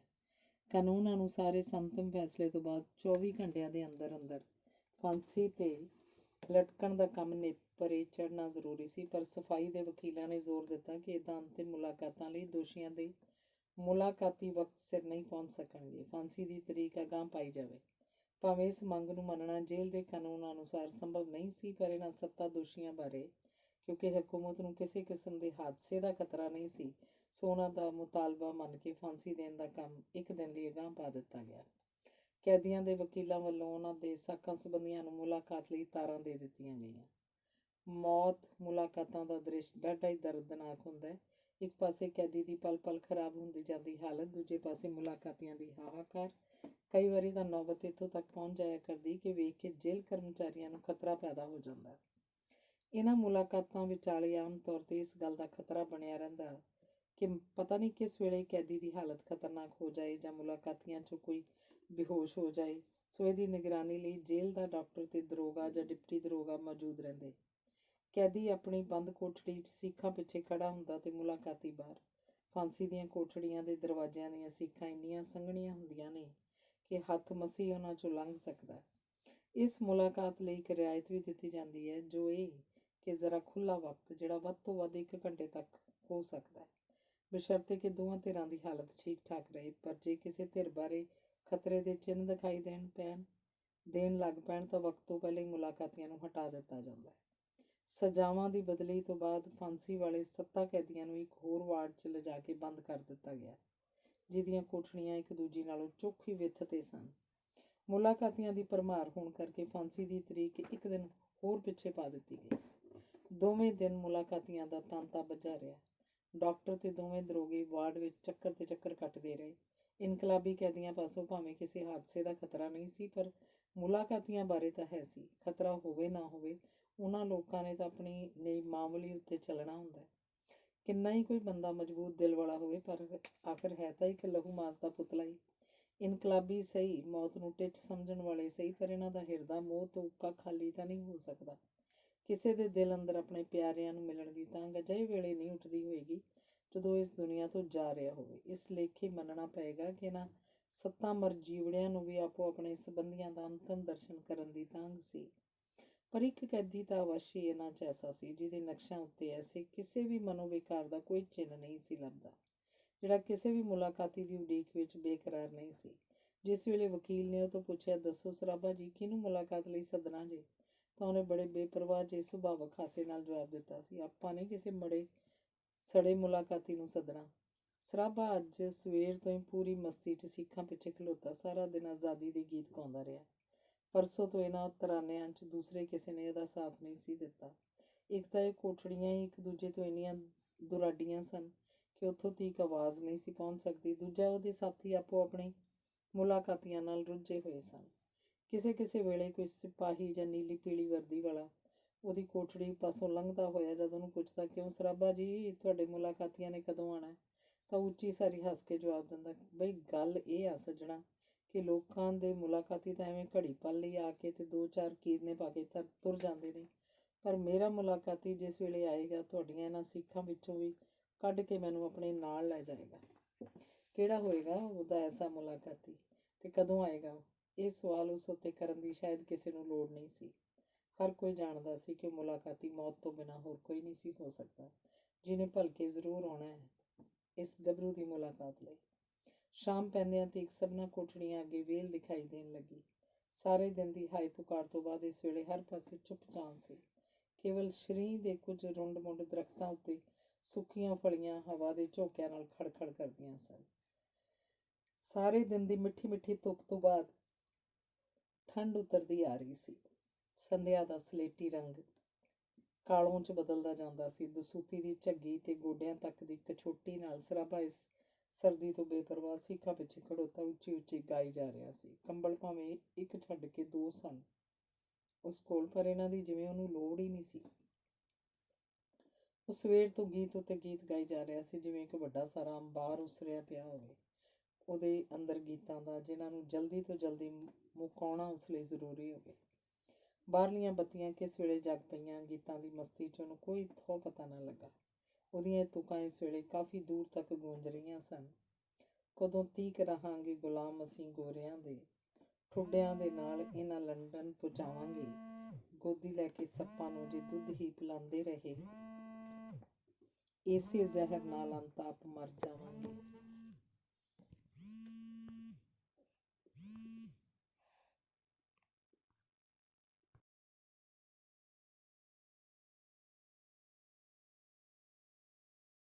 ਤੀਜੀ ਤੁਕ ਦਾ ਉਹਨੇ ਅੱਧ ਹੀ ਮੁਕਾਇਆ ਸੀ ਕਿ ਬਾਹਰੋਂ ਆ ਰਹੀ ਭਾਰੀ ਭਾਰੀ ਬੂਟਾਂ ਦੀ ਆਵਾਜ਼ ਨੇ ਤੁਕ ਦਾ ਬਾਕੀ ਹਿੱਸਾ ਉਹਦੇ ਬੁੱਲ੍ਹਾਂ ਅੰਦਰ ਰੋਕ ਦਿੱਤਾ। ਉਹਨੇ ਲਾਲ ਰੰਗ ਦੀ ਸ਼ਾਲ 'ਚ ਲਿਪਟੀ ਹੋਈ ਬੀਰੀ ਨੂੰ ਇੱਕ ਸਿਪਾਹੀ ਤੇ ਇੱਕ ਵਾਰਡਨ ਦੇ ਵਿਚਾਲੇ ਖੜੀ ਤੱਕਿਆ। ਉਹ ਨਾਨੀ ਤੂੰ? ਚਿੱਲਾਉਣ ਵਰਗੀ ਆਵਾਜ਼ 'ਚੋਂ ਪੁਕਾਰਿਆ। ਜੀ ਹਾਂ ਮੈਂ, ਬੀਰੀ ਮੁਸਕਰਾਈ। ਦੋਤਰਾ ਜੋ ਨਹੀਂ ਸੀ ਟਿਕ ਕੇ ਬੈਠਣ ਦਿੰਦਾ, ਕੀ ਕਰਦੀ ਫਿਰ? ਕਹਿੰਦਿਆਂ ਬੀਰੀ ਨੇ ਆਪਣੇ ਠਰੇ ਹੋਏ ਦੋਵੇਂ ਹੱਥ ਸੀਖਾਂ ਅੰਦਰ ਸਰਕਾ ਕੇ ਸਰਾਬੇ ਦੀਆਂ ਮੁੱਠਾਂ ਉੱਤੇ ਜਿਹੜੀਆਂ ਸੀਖਾਂ ਨੂੰ ਲਿਪਟੀਆਂ ਸਨ ਟਿਕਾ ਦਿੱਤੇ। ਕੁਝ ਤਾਂ ਬੀਰੀ ਦੇ ਸ਼ਬਦਾਂ ਨੇ ਤੇ ਕੁਝ ਉਹਦੇ ਸਪਰਸ਼ ਨੇ, ਦੋਹਾਂ ਨੇ ਰਲ ਕੇ ਸਰਾਬੇ ਦੇ ਸਮੁੱਚੇ ਸਰੀਰ 'ਚ ਇੱਕ ਮੱਠਾ ਜਿਹਾ ਸਪੰਦਨ ਛੇੜ ਦਿੱਤਾ। ਉਸ ਚਾਹਿਆ ਕਿ ਸੀਖਾਂ ਨੂੰ ਛੱਡ ਕੇ ਉਹ ਬੀਰੀ ਦੇ ਠਰੇ ਹੋਏ ਹੱਥਾਂ ਦੁਆਲੇ ਆਪਣੇ ਹੱਥਾਂ ਨੂੰ ਲਪੇਟ ਦੇਵੇ। ਬਿਲਕੁਲ ਅਣਸੋਚੇ ਤੇ ਅਣਕਿਆਸੇ ਇਸ ਦ੍ਰਿਸ਼ ਨੂੰ ਤੱਕ ਕੇ ਉਹ ਕੁਝ ਇਸ ਤਰ੍ਹਾਂ ਭੌਂਚਕ ਜਿਹਾ ਗਿਆ ਕਿ ਅਜੇ ਤੱਕ ਵੀ ਉਹਦੇ ਯਕੀਨ 'ਚ ਨਹੀਂ ਸੀ ਆ ਰਿਹਾ ਕਿ ਜੋ ਕੁਝ ਉਹ ਤੱਕ ਰਿਹਾ ਸੁਪਨੇ ਤੋਂ ਬਿਨਾਂ ਕੁਝ ਹੋਰ ਸੀ। ਉਹਦੀਆਂ ਅੱਖਾਂ ਇੰਝ ਬੀਰੀ ਉੱਤੇ ਟਿਕੀਆਂ ਸਨ ਜਿਵੇਂ ਇਹਨਾਂ ਦੀਆਂ ਪੁਤਲੀਆਂ ਨੂੰ ਕਿਸੇ ਨੇ ਕੀਲ ਦਿੱਤਾ ਹੋਵੇ। ਤੂੰ ਰਘਬੀਰ? ਤੂੰ ਕੋਸ਼ਿਸ਼ ਕਰਨ ਤੇ ਵੀ ਜਦ ਪੂਰਾ ਵਾਕ ਉਹਦੇ ਮੂੰਹੋਂ ਨਾ ਨਿਕਲ ਸਕਿਆ ਤਾਂ ਬੀਰੀ ਨੇ ਉਹਦੀਆਂ ਮੁੱਠਾਂ ਨੂੰ ਥੱਪ ਪਾਉਂਦਿਆਂ ਕਿਹਾ, ਬੌਂਦਲ ਕਿਉਂ ਗਏ ਜੀ? ਮੈਂ ਸੱਚੀ ਮੁੱਚੀ ਰਘਬੀਰ ਹਾਂ ਤੇ ਤੁਹਾਡੀ ਮੁਲਾਕਾਤ ਲਈ ਆਈ ਹਾਂ। ਤੁਸਾਂ ਜੋ ਸੱਦ ਘੱਲਿਆ ਸੀ। ਸਰਾਬੇ ਨੂੰ ਯਾਦ ਆਇਆ ਇਹ ਤੋਂ ਪਹਿਲਾਂ ਵੀ ਬੀਰੀ ਇਹੋ ਗੱਲ ਕਹਿ ਚੁੱਕੀ ਹੈ। ਇਹਦਾ ਮਤਲਬ ਸੀ ਕਿ ਉਹਨੇ ਉਹਨੂੰ ਸੱਦ ਘੱਲਿਆ। ਮੈਂ? ਡੂੰਘੀ ਨੀਝ ਨਾਲ ਬੀਰੀ ਦੇ ਨਕਸ਼ਾਂ ਵੱਲ ਤੱਕਦਾ ਹੋਇਆ ਹੈਰਾਨੀ 'ਚ ਡੁੱਬ ਕੇ ਬੋਲਿਆ, ਮੈਂ ਤਾਂ ਕਿਸੇ ਵੀ ਮੁਲਾਕਾਤੀ ਨੂੰ ਤਾਰ ਨਹੀਂ ਸੀ ਦਵਾਈ। ਤੇ ਜਦ ਧਿਆਨ ਨਾਲ ਉਸ ਤੱਕਿਆ ਤਾਂ ਬੀਰੀ ਇਕੱਲੀ ਸੀ। ਸ਼ਾਇਦ ਸਿਪਾਹੀ ਤੇ ਵਾਰਡਰ ਵਰਾਂਡੇ ਤੋਂ ਬਾਹਰ ਚਲੇ ਗਏ ਸਨ। ਬਾਹਰਲੀ ਲੈਂਪ ਪੋਸਟ ਦੇ ਚਾਨਣ ਵਿੱਚ ਸਰਾਬੇ ਨੇ ਹੋਰ ਚੰਗੀ ਤਰ੍ਹਾਂ ਅੱਖਾਂ ਗੱਡ ਕੇ ਤੱਕਿਆ। ਸਿੱਖਾਂ ਨਾਲ ਜੁੜੀ ਹੋਈ ਬੀਰੀ ਇੰਝ ਕਹਿ ਰਹੀ ਸੀ, ਝੂਠ ਬੋਲਦੇ ਹੋ, ਤੁਸਾਂ ਨਹੀਂ ਸੀ ਸੁਨੇਹਾ ਘੱਲਿਆ? ਨਹੀਂ। ਵਿੱਚ ਜਵਾਬ ਦੇਣ ਨਾਲ ਮਤਾ ਬੀਰੀ ਆਪਣਾ ਨਿਰਾਦਰ ਖਿਆਲ ਕਰੇ ਉਹ ਬੋਲਿਆ, ਜੇ ਉਹ ਛਪੇ ਹੋਏ ਕਾਗਜ਼ ਨੂੰ ਤੂੰ ਸੁਨੇਹਾ ਖਿਆਲ ਕਰਦੀ ਹੋਵੇਂ ਤਾਂ ਸ਼ਾਇਦ ਠੀਕ ਹੈ ਤੇਰਾ ਅੰਦਾਜ਼ਾ। ਮੈਂ ਅਖਵਾ ਘੱਲਿਆ ਸੀ ਕਿਸੇ ਸਾਥੀ ਨੂੰ ਕਿ ਪੈਗਾਮ ਜਦੋਂ ਛਪ ਜਾਏ ਤਾਂ ਉਹਦੀ ਇੱਕ ਕਾਪੀ ਫਲਾਣੇ ਪਤੇ 'ਤੇ ਵੀ ਭੇਜੀ ਜਾਏ। ਤੇਰਾ ਪਤਾ ਜਿਸ ਉੱਤੇ ਚਿੱਠੀ ਪਾਣੀ ਸੀ ਮਾਈ ਪਾਸੋਂ ਮੈਂ ਪੁੱਛ ਘੱਲਿਆ ਸੀ। ਪਰ ਸਿਰਫ ਮੈਨੂੰ ਹੀ ਉਹ ਕਾਪੀ ਭੇਜਣ ਲਈ ਤੁਸੀਂ ਅਖਵਾ ਭੇਜਿਆ ਸੀ ਕਿ ਕਿਸੇ ਹੋਰ ਨੂੰ ਵੀ? ਹੋਰ ਸਭਨਾਂ ਦੇ ਪਤੇ ਤਾਂ ਉਹਨਾਂ ਨੂੰ ਮਾਲੂਮ ਹੀ ਸਨ। ਅੱਛਾ, ਇੱਕ ਹੋਰ ਗੱਲ ਦੱਸ ਵੀ ਤੈਨੂੰ ਮੁਲਾਕਾਤ ਕਰਨ ਦੀ ਇਜਾਜ਼ਤ ਕਿੱਕਣ ਮਿਲ ਗਈ? ਮੈਨੂੰ ਪਤਾ ਸੀ, ਉਹ ਬੋਲੀ, ਕਿ ਕਿਸੇ ਓਪਰੇ ਨੂੰ ਇਜਾਜ਼ਤ ਨਹੀਂ ਮਿਲ ਸਕਦੀ। ਇਹੋ ਤਾਂ ਮੈਂ ਪੁੱਛਣਾ, ਫਿਰ ਤੈਨੂੰ ਕਿੱਕਣ ਮਿਲ ਗਈ? ਮੈਨੂੰ? ਮੈਂ ਰੇਲੋਂ ਉਤਰਦਿਆਂ ਹੀ ਜੇਲਰ ਦੀ ਕੋਠੀ ਚਲੀ ਗਈ ਸੀ, ਕਿਉਂਕਿ ਮੁਲਾਕਾਤਾਂ ਦਾ ਵਕਤ ਉਸ ਵੇਲੇ ਤੱਕ ਖਤਮ ਹੋ ਚੁੱਕਾ ਸੀ। ਇਹ ਮੈਨੂੰ ਪਤਾ ਸੀ। ਫਿਰ ਜੇਲਰ ਨੇ ਕਿੱਕਣ ਤੈਨੂੰ ਇਜਾਜ਼ਤ ਦਿੱਤੀ? ਮੈਂ ਉਹਨੂੰ ਦੱਸਿਆ ਕਿ ਸਰਾਭਾ ਜੀ ਮੇਰੇ ਪਤੀ ਨੇ। ਹੈਂ ਜੀ? ਅਜੀਬ ਪਖੰਡ ਕੀਤਾ ਤੂੰ ਰਘਬੀਰ। ਪਖੰਡ ਕੀਤਾ ਜਾਂ ਜੋ ਵੀ ਕੀਤਾ, ਛੱਡੋ ਇਸ ਗੱਲ ਨੂੰ, ਮਤਲਬ ਦੀ ਕੋਈ ਗੱਲ ਕਰੋ। 2 ਮਿੰਟ ਖਾਮੋਸ਼ ਰਹਿਣ ਤੋਂ ਬਾਅਦ ਜਦ ਸਰਾਭੇ ਨੇ ਬੁੱਲ੍ਹ ਖੋਲ੍ਹੇ ਤਾਂ ਉਹਨਾਂ ਉੱਤੇ ਮਧੁਰ ਜਿਹੀ ਮੁਸਕਾਨ ਸੀ। ਠੀਕ ਹੀ ਤੇਰਾ ਭਰਾ ਕਹਿੰਦਾ ਸੀ ਕਿ ਇਹ ਕੁੜੀ ਸ਼ੈਤਾਨ ਦੀ ਨਾਨੀ ਹੈ। ਅੱਛਾ ਇਹ ਦੱਸ, ਏਡੀ ਕਮਜ਼ੋਰ ਕਿਉਂ ਹੋ ਗਈ ਹੈ? ਸੱਚੋ ਸੱਚ ਦੱਸ। ਸੱਚੋ ਸੱਚ? ਹਾਂ। ਜਵਾਬ 'ਚ ਬੀਰੀ ਨੇ ਆਪਣੀ ਕਮਜ਼ੋਰੀ ਦਾ ਕਾਰਨ ਸੱਚੋ ਸੱਚ ਦੱਸ ਦਿੱਤਾ। ਆਫਰੀਨ ਆਫਰੀਨ, ਸਰਾਭਾ ਸੁਣਨ ਤੋਂ ਬਾਅਦ ਡੂੰਘੇ ਪ੍ਰਭਾਵ ਹੇਠ ਬੋਲਿਆ। ਨਾਨੀ ਨਹੀਂ, ਬਲਕਿ ਪੜਨਾਨੀ ਕਹਿਣਾ ਚਾਹੀਦਾ ਤੈਨੂੰ। ਬੀਰੀ ਹਲਕੀ ਜਿਹੀ ਮੁਸਕਣੀ ਲੈ ਕੇ ਬੋਲੀ। ਕੀ ਕਰਦੀ ਫਿਰ? ਸਾਰੀ ਜ਼ਿੰਦਗੀ 'ਚ ਇੱਕੋ ਹੀ ਤਾਂ ਤੁਸੀਂ ਗੱਲ ਆਖੀ ਸੀ, ਉਹ ਵੀ ਨਾ ਮੰਨਦੀ। ਕਿਹੜੀ ਗੱਲ ਆਖੀ ਸੀ? ਭੁੱਲ ਗਿਆ ਜੇ ਚੇਤਾ? ਗ੍ਰਿਫਤਾਰ ਹੋਣ ਵੇਲੇ ਨਹੀਂ ਸਹੀ ਸੁਣਿਆ ਘੱਲਿਆ ਮੈਨੂੰ ਕਿ ਨਾਨੀ ਨੂੰ ਕਹਿਣਾ ਇੱਕ ਮਿਆਨ 'ਚ 2 ਤਲਵਾਰਾਂ ਨਹੀਂ ਰਹਿ ਸਕਦੀਆਂ। ਸਰਾਭਾ ਇਸ ਹੁੰਗਾਰੇ ਤੋਂ ਬਾਅਦ ਚੁੱਪ ਹੋ ਗਿਆ। ਨਹੀਂ ਸੀ ਤੁਸਾਂ ਕਹਿ ਭੇਜਿਆ? ਬੀਰੀ ਨੇ ਫਿਰ ਪੁੱਛਿਆ। ਕਹਿ ਤਾਂ ਠੀਕ ਭੇਜਿਆ ਸੀ, ਪਰ ਮੇਰਾ ਮਤਲਬ ਕੀ ਸੀ? ਤੁਹਾਡਾ ਮਤਲਬ? ਬੀਰੀ ਨੇ ਉਹਨੂੰ ਰੁਕਦਿਆਂ ਤੱਕ ਕੇ ਪੁੱਛਿਆ ਕਿ ਬਾਪੂ ਜੀ ਨੂੰ ਜ਼ਹਿਰ ਦੇ ਦਿੰਦੀ ਜਾਂ ਆਪ ਘਰੋਂ ਨਿਕਲ ਤੁਰਦੀ। ਸਰਾਭੇ ਨੇ ਬੀਰੀ ਨੂੰ ਕੁਝ ਗੁੱਸੇ 'ਚ ਤੱਕ ਕੇ ਪਿਆਰ ਨਾਲ ਕਿਹਾ। ਇਹ ਨਹੀਂ ਸੀ ਮੇਰਾ ਮਤਲਬ। ਹੋਰ ਮਾਈ ਗੁਲਾਬ ਕੌਰ ਨਹੀਂ ਸੀ ਗਈ ਤੇਰੇ ਕੋਲ? ਆਈ ਸੀ। ਉਸ ਤੈਨੂੰ ਨਹੀਂ ਸੀ ਕੁਝ ਕਿਹਾ? ਬਹੁਤ ਕੁਝ ਕਿਹਾ ਸੀ ਉਹਨੇ, ਤੇ ਮੈਂ ਮੰਨ ਵੀ ਲਿਆ ਸੀ ਜੋ ਤੁਸੀਂ ਉਸ ਰਾਹੀਂ ਕਹਿਲਾਉਣਾ ਚਾਹੁੰਦੇ ਸੀ। ਪਰ ਦੱਸ ਨਹੀਂ ਚੁੱਕੀ ਤੁਹਾਨੂੰ ਕਿ ਉਹ ਤੋਂ ਬਾਅਦ ਮੇਰਾ ਕੀ ਹਾਲ ਹੋਇਆ। ਖੈਰ, ਸਰਾਭੇ ਨੇ ਪ੍ਰਸ਼ੰਸਕ ਸ਼ਬਦਾਂ ਦੀ ਵਰਤੋਂ ਆਰੰਭੀ। ਤੂੰ ਜਿੰਨਾ ਕੁਝ ਵੀ ਕੀਤਾ ਰਘਬੀਰ, ਇਹ ਕਿਸੇ ਵੀਰਾਂਗਣਾ ਤੋਂ ਘੱਟ ਨਹੀਂ। ਪਰ ਅਜੀਬ ਹੋ ਤੁਸੀਂ ਵੀ। ਬੀਰੀ ਨੇ ਗੱਲ ਟੋਕੀ। ਕਦੀ ਸ਼ੈਤਾਨ ਦੀ ਨਾਨੀ ਪੜਨਾਨੀ, ਕਦੀ ਵੀਰਾਂਗਣਾ ਤੋਂ ਘੱਟ। ਮਜ਼ਾਕ ਨਹੀਂ ਕਰ ਰਿਹਾ ਰਘਬੀਰ। ਠੀਕ ਕੀਤਾ ਤੂੰ ਵੀਰਾਂਗਣਾ ਵਾਲਾ ਰੋਲ ਅਦਾ ਕੀਤਾ ਹੈ, ਪਰ ਮੈਨੂੰ ਇੱਕ ਗੱਲ ਦਾ ਹਿਰਖ ਜ਼ਰੂਰ ਹੈ ਕਿ ਤੂੰ ਇਸ ਖਿਡੌਣੇ ਨੂੰ ਕਦੇ ਵੀ ਵਰਤ ਨਾ ਸਕੀ। ਖਿਡੌਣੇ ਦੇ ਜ਼ਿਕਰ ਨੇ ਬੀਰੀ ਨੂੰ ਇੱਕ ਹੋਰ ਗੱਲ ਯਾਦ ਕਰਾ ਦਿੱਤੀ। ਉਹ ਬੋਲੀ, ਤਾਂਹੀਓ ਇਹ ਖਿਡੌਣਾ ਵਾਪਸ ਮੰਗ ਭੇਜਿਆ? ਸਹੀ, ਵਾਪਸ ਤਾਂ ਕਿਸੇ ਹੋਰ ਮਤਲਬ ਲਈ ਮੰਗ ਭੇਜਿਆ ਸੀ ਰਘਬੀਰ, ਕਿਉਂਕਿ ਉਹ ਚੀਜ਼ ਕਾਫੀ ਦੂਰ ਤੋਂ ਵਰਤੀ ਜਾਣ ਵਾਲੀ ਸੀ। ਪਰ ਇਸ ਨਾਲੋਂ ਵੀ ਵਧੀਆ ਖਿਡੌਣਾ ਜੋ ਤੈਨੂੰ ਭੇਜਿਆ ਸੀ, ਜਿਹਨੂੰ ਤੂੰ ਕਬੂਲ ਨਾ ਕੀਤਾ।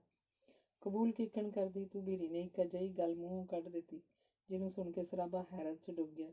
ਕਦੀ ਕੋਈ ਪਤਨੀ ਆਪਣੇ ਪਤੀ ਦਾ ਵਟਾਂਦਰਾ ਕਰ ਸਕਦੀ ਹੈ? ਕੀ ਕਿਹਾ ਤੂੰ? ਸਰਾਭੇ ਨੇ ਸਵਾਲ ਇੰਜ ਕੀਤਾ ਜਿਵੇਂ ਬੀਰੀ ਨੇ ਕਿਸੇ ਹੋਰ ਬੋਲੀ 'ਚ ਗੱਲ ਕੀਤੀ ਹੋਵੇ। ਕੁਝ ਨਹੀਂ, ਬੀਰੀ ਨੇ ਗੱਲ ਟਾਲਣ ਦੇ ਇਰਾਦੇ ਨਾਲ ਕਿਹਾ। ਮੈਂ ਕਹਿੰਦੀ ਹਾਂ ਕੋਈ ਮਤਲਬ ਦੀ ਗੱਲ ਕਰੋ। ਕਿੰਨਾ ਸਾਰਾ ਵਕਤ ਫਜ਼ੂਲ ਗੱਲਾਂ 'ਚ ਹੀ ਲੰਘਾ ਦਿੱਤਾ।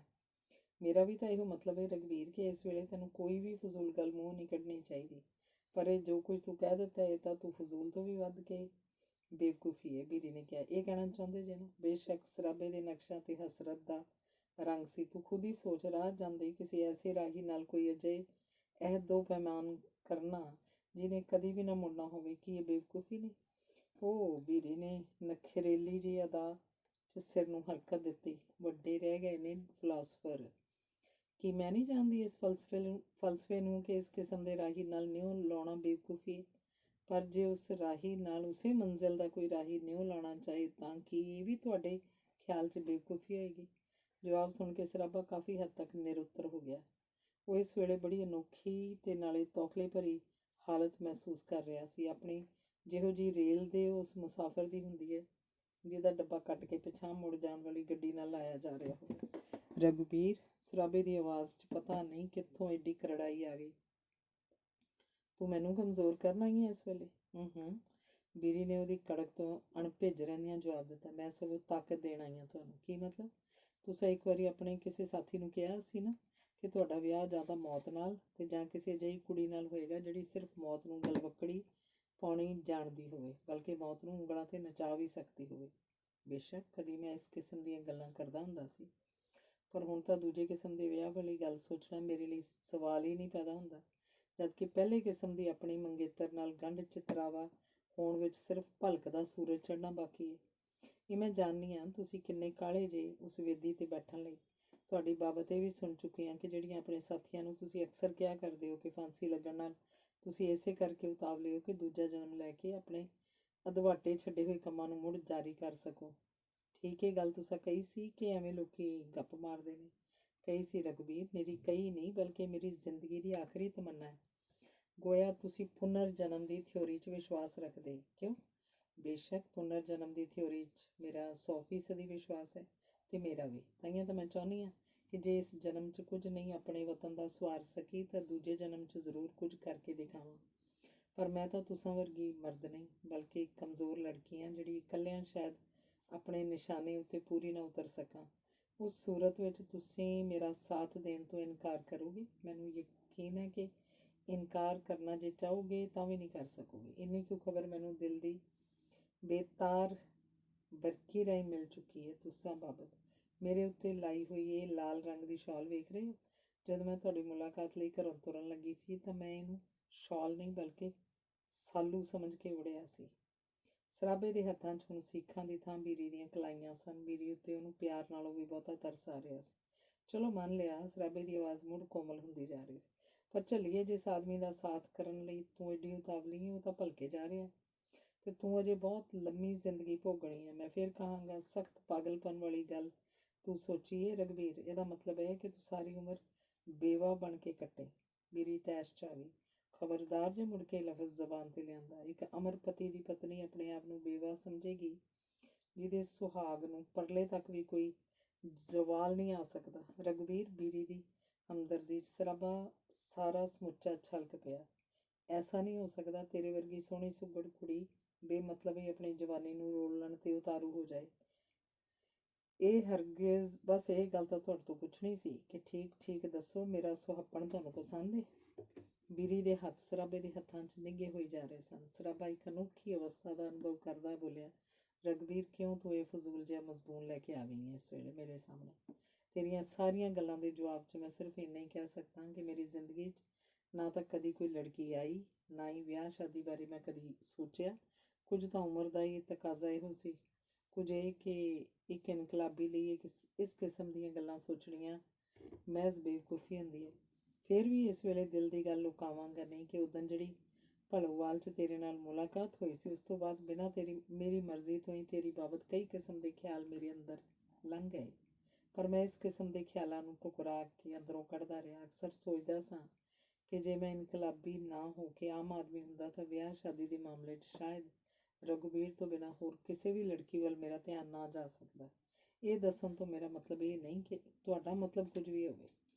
ਬੀਰੀ ਨੇ ਉਹਦੀ ਗੱਲ ਟੋਕ ਦਿੱਤੀ। ਪਰ ਮੇਰਾ ਹਰਗਿਜ਼ ਇਹ ਮਤਲਬ ਨਹੀਂ ਕਿ ਪਿਆਰ ਦੀ ਫਾਹੀ 'ਚ ਫਾਹ ਕੇ ਤੁਹਾਨੂੰ ਤੁਹਾਡੇ ਨਿਸ਼ਾਨੇ ਤੋਂ ਭਟਕਾਵਾਂ। ਤੁਹਾਡੇ ਕਾਰਨਾਮਿਆਂ ਨੂੰ ਸੁਣ ਕੇ ਹੀ ਤਾਂ ਮੇਰੇ ਅੰਦਰ ਵਤਨ ਦਾ ਪਿਆਰ ਜਾਗਿਆ। ਮੇਰੇ ਅੰਦਰ ਇੱਕ ਹਸਰਤ ਪੈਦਾ ਹੋ ਗਈ ਸੀ ਕਿ ਕਦੀ ਮੈਂ ਵੀ ਲੋਹੇ ਵਾਂਗ ਲੱਕੜੀ ਨਾਲ ਲੱਗ ਕੇ ਤਰ ਸਕਦੀ ਹਾਂ। ਉਸ ਤੋਂ ਬਾਅਦ ਜਿਸ ਦਿਨ ਮੈਨੂੰ ਪਤਾ ਲੱਗਾ ਕਿ ਤੁਹਾਨੂੰ ਫਾਂਸੀ ਦਾ ਹੁਕਮ ਹੋ ਗਿਆ ਤਾਂ ਕੀ ਦੱਸਾਂ, ਘੜੀ ਮੁੜੀ ਅੰਦਰੋਂ ਹਸਰਤ ਉੱਠੇ ਜੇ ਕਦੀ ਇੱਕੋ ਰੱਸੇ ਨਾਲ ਇੱਕੋ ਵੇਲੇ ਅਸਾਂ ਦੋਵਾਂ ਨੂੰ ਲਟਕਾਇਆ ਜਾਂਦਾ। ਜਵਾਬ 'ਚ ਸਰਾਬਾ ਕੁਝ ਕਹਿਣ ਹੀ ਵਾਲਾ ਸੀ ਕਿ ਬੀਰੀ ਨੇ ਉਹਨੂੰ ਰੋਕ ਦਿੱਤਾ। ਫਿਰ ਵੀ ਇੰਨੀ ਜੁਰਤ ਮੈਂ ਕਦੀ ਨਾ ਕਰ ਸਕਦੀ ਜੇ ਮੈਨੂੰ ਇਹ ਭਰਮ ਨਾ ਹੁੰਦਾ ਕਿ ਤੁਹਾਡੇ ਅੰਦਰ ਜ਼ਰੂਰ ਮੇਰੇ ਲਈ ਥੋੜ੍ਹਾ ਬਹੁਤ ਥਾਂ ਹੈ। ਤੇ ਮੇਰਾ ਇਹ ਭਰਮ ਯਕੀਨ 'ਚ ਬਦਲ ਗਿਆ ਜਦੋਂ ਤੁਹਾਡਾ ਉਹ ਛਪਿਆ ਹੋਇਆ ਪੈਗਾਮ ਮੈਨੂੰ ਪੁੱਜਾ। ਖੈਰ, ਇਹਨਾਂ ਗੱਲਾਂ ਨੂੰ ਛੱਡੋ, ਵਕਤ ਜ਼ਿਆਦਾ ਹੋ ਚੁੱਕਾ ਹੈ ਤੇ ਨਿਖੜਨ ਤੋਂ ਪਹਿਲਾਂ ਮੈਂ ਇੱਕ ਗੱਲ ਤੁਹਾਨੂੰ ਪੁੱਛਣੀ ਚਾਹੁੰਦੀ ਹਾਂ। ਪੁੱਛ ਰਘਬੀਰ, ਜੋ ਤੇਰਾ ਜੀ ਕਰੇ। ਪੁੱਛਣਾ ਨਹੀਂ ਬਲਕਿ ਕੁਝ ਮੰਗਣ ਆਈ ਹਾਂ, ਦਿਓਗੇ? ਜੇ ਨਹੀਂ ਵੀ ਦਿਆਂਗਾ, ਸਰਾਬਾ ਮੁਸਕਾਇਆ, ਤਾਂ ਤੂੰ ਬਦੋ-ਬਦੀ ਖੋ ਕੇ ਵੀ ਲੈ ਜਾਏਂਗੀ। ਸ਼ੈਤਾਨ ਦੀਆਂ ਨਾਨੀਆਂ ਕੀ ਨਹੀਂ ਕਰ ਸਕਦੀਆਂ। ਮੈਂ ਬੀਰੀ ਕੁਝ ਰੁਕ ਕੇ ਬੋਲੀ, ਅੱਜ ਵਰ ਪ੍ਰਾਪਤੀ ਦੀ ਆਸ ਲੈ ਕੇ ਆਈ ਹਾਂ, ਠੁਕਰਾਣਾ ਨਾ। ਉਹ ਬੀਰੀ, ਸਰਾਬਾ ਜਜ਼ਬਾਤੀ ਹੁੰਦਾ ਜਾ ਰਿਹਾ ਸੀ। ਤਾਂ ਤੂੰ ਤੇ ਉਸ ਤੋਂ ਅੱਗੇ ਉਹ ਕੁਝ ਨਹੀਂ ਬੋਲ ਸਕਿਆ। ਕਹਿ ਦਿਓ ਇੱਕ ਵਾਰੀ, ਤਥਾਸਤੂ। ਬੀਰੀ ਦੀਆਂ ਅੱਖਾਂ 'ਚ ਯਾਚਨਾ ਦੇ ਉਹ ਭਾਵ ਸਨ ਜਿਨ੍ਹਾਂ ਨੂੰ ਠੁਕਰਾਉਣ ਦੀ ਮਨੁੱਖ ਛੱਡ ਕੇ ਕਿਸੇ ਦੇਵਤੇ ਵਿੱਚ ਵੀ ਆਂਗਸ ਨਾ ਹੋਵੇ। ਤੇ ਉਸ ਜਜ਼ਬੇ ਦੀ ਡੂੰਘਾਈ 'ਚੋਂ ਸਰਾਬੇ ਦੀ ਜ਼ਬਾਨ ਨੇ ਸਿਥਲ ਜਿਹੀ ਹਰਕਤ ਕੀਤੀ। ਤਥਾਸਤੂ, ਧੰਨਵਾਦ। ਉਹਦੇ ਹੱਥਾਂ ਨੂੰ ਘੁੱਟਦੀ ਹੋਈ ਬੀਰੀ ਗਦਗਦ ਹੋ ਕੇ ਬੋਲੀ, ਤੁਸੀਂ ਮੇਰੇ ਸਾਲੂ ਦੀ ਲਾਜ ਰੱਖ ਲਈ। ਪਰ ਬੀਰੀ, ਸਰਾਬਾ ਇਸ ਵੇਲੇ ਬੀਰੀ ਪ੍ਰਤੀ ਸਹਾਨੁਭੂਤੀ ਦੇ ਭਾਵਾਂ 'ਚ ਡੁੱਬਿਆ ਸੀ। ਇਹ ਚੀਜ਼ ਮੰਗ ਕੇ ਤੂੰ, ਮੈਂ ਸੋਚਣਾ ਕਿੰਨੀ ਬੇਇਨਸਾਫੀ ਕੀਤੀ ਆਪਣੀ ਜਵਾਨੀ ਨਾਲ, ਕਿੰਨੇ ਖਤਰਿਆਂ 'ਚ ਤੂੰ ਆਪਣੇ ਆਪ ਨੂੰ। ਜਾਓ ਪਰੇ। ਨਵੀਂ ਦੁਲਹਨ ਵਾਲੇ ਨਖਰੇ 'ਚ ਉਹਦੇ ਪੰਜੇ ਨੂੰ ਹਲਕਾ ਜਿਹਾ ਝਟਕਾ ਦੇ ਕੇ ਬੋਲੀ, ਇਹੋ ਜਿਹੀਆਂ ਗੱਲਾਂ ਕਹਿ ਕੇ ਭਾਰਤ ਮਾਂ ਦੀ ਇੱਕ ਬੱਚੀ ਦਾ ਨਿਰਾਦਰ ਕਰੋਗੇ ਤਾਂ ਲੜ ਪਵਾਂਗੀ। ਵਾਕਈ ਬੀਰੀ, ਨਿਰਾ ਪਿਆਰ ਵਿੱਚ ਹੀ ਨਹੀਂ, ਬੀਰੀ ਪ੍ਰਤੀ ਸ਼ਰਧਾ ਦੇ ਰੰਗ 'ਚ ਰੰਗੀਜ਼ ਕਿਉਂ ਬੋਲਿਆ। ਹਕੀਕੀ ਮੈਨਿਆਂ 'ਚ ਤੂੰ ਭਾਰਤ ਮਾਂ ਦੀ ਬੱਚੀ ਏ। ਤੇਰੀਆਂ ਗੱਲਾਂ ਸੁਣ ਕੇ ਪਹਿਲਾਂ ਮੈਂ ਜ਼ਰੂਰ ਡਰਿਆ ਸੀ ਕਿ ਮਤਾ ਤੂੰ ਮੇਰੇ ਦਿਲ ਨੂੰ ਕਮਜ਼ੋਰ ਕਰਨ ਆਈ ਹੋਵੇਂ, ਪਰ ਹੁਣ ਮੈਨੂੰ ਮਹਿਸੂਸ ਹੁੰਦਾ ਕਿ ਤੂੰ ਮੈਨੂੰ ਇੱਕ ਨਵੀਂ ਤਾਕਤ ਦੇ ਚੱਲੀ ਏ। ਮੁਗਾਲਤਾਮੇਜ਼ੀ ਛੱਡੋ, ਉਹ ਹੱਸ ਪਈ। ਤੁਹਾਨੂੰ ਮੇਰੇ ਵਿੱਚ ਜੇ ਕੋਈ ਐਸੀ ਸਿਫਤ ਦਿਸੀ ਏ ਤਾਂ ਇਹ ਤੁਸੀਂ ਆਪਣਾ ਅਕਸ ਤੱਕ ਰਹੇ ਹੋ ਮੇਰੇ 'ਚ, ਨਹੀਂ ਤਾਂ ਮੇਰੇ ਵਰਗੀ ਇੱਕ ਪੇਂਡੂ ਕੁੜੀ ਕੀ ਆਖ ਤੇ ਇਹੋ ਜਿਹੀ ਸਿਫਤ ਕੀ ਆਖ। ਗੱਲਾਂ ਦਾ ਸਿਲਸਿਲਾ ਇੱਥੋਂ ਤੱਕ ਹੀ ਅਪੜਿਆ ਸੀ ਕਿ ਉਹ ਭਾਰੇ ਭਾਰੇ ਬੂਟਾਂ ਦੀ ਆਵਾਜ਼ ਸੁਣ ਕੇ ਦੋਹਾਂ ਦਾ ਧਿਆਨ ਉੱਚਟ ਗਿਆ। ਉਹਨਾਂ ਵੇਖਿਆ ਕੋਠੜੀ ਦੇ ਵਰਾਂਡੇ ਲਾਗਿਓਂ ਉਹੀ ਦੋ ਕਰਮਚਾਰੀ ਜਿਹੜੇ ਬੀਰੀ ਨੂੰ ਮੁਲਾਕਾਤ ਲਈ ਲਿਆਏ ਸਨ ਲੰਘੇ ਜਾ ਰਹੇ ਸਨ, ਜੋ ਇਸ ਗੱਲ ਦਾ ਸੰਕੇਤ ਸੀ ਕਿ ਮੁਲਾਕਾਤ ਦਾ ਵਕਤ ਬਹੁਤ ਲੰਮਾ ਹੋਈ ਜਾ ਰਿਹਾ।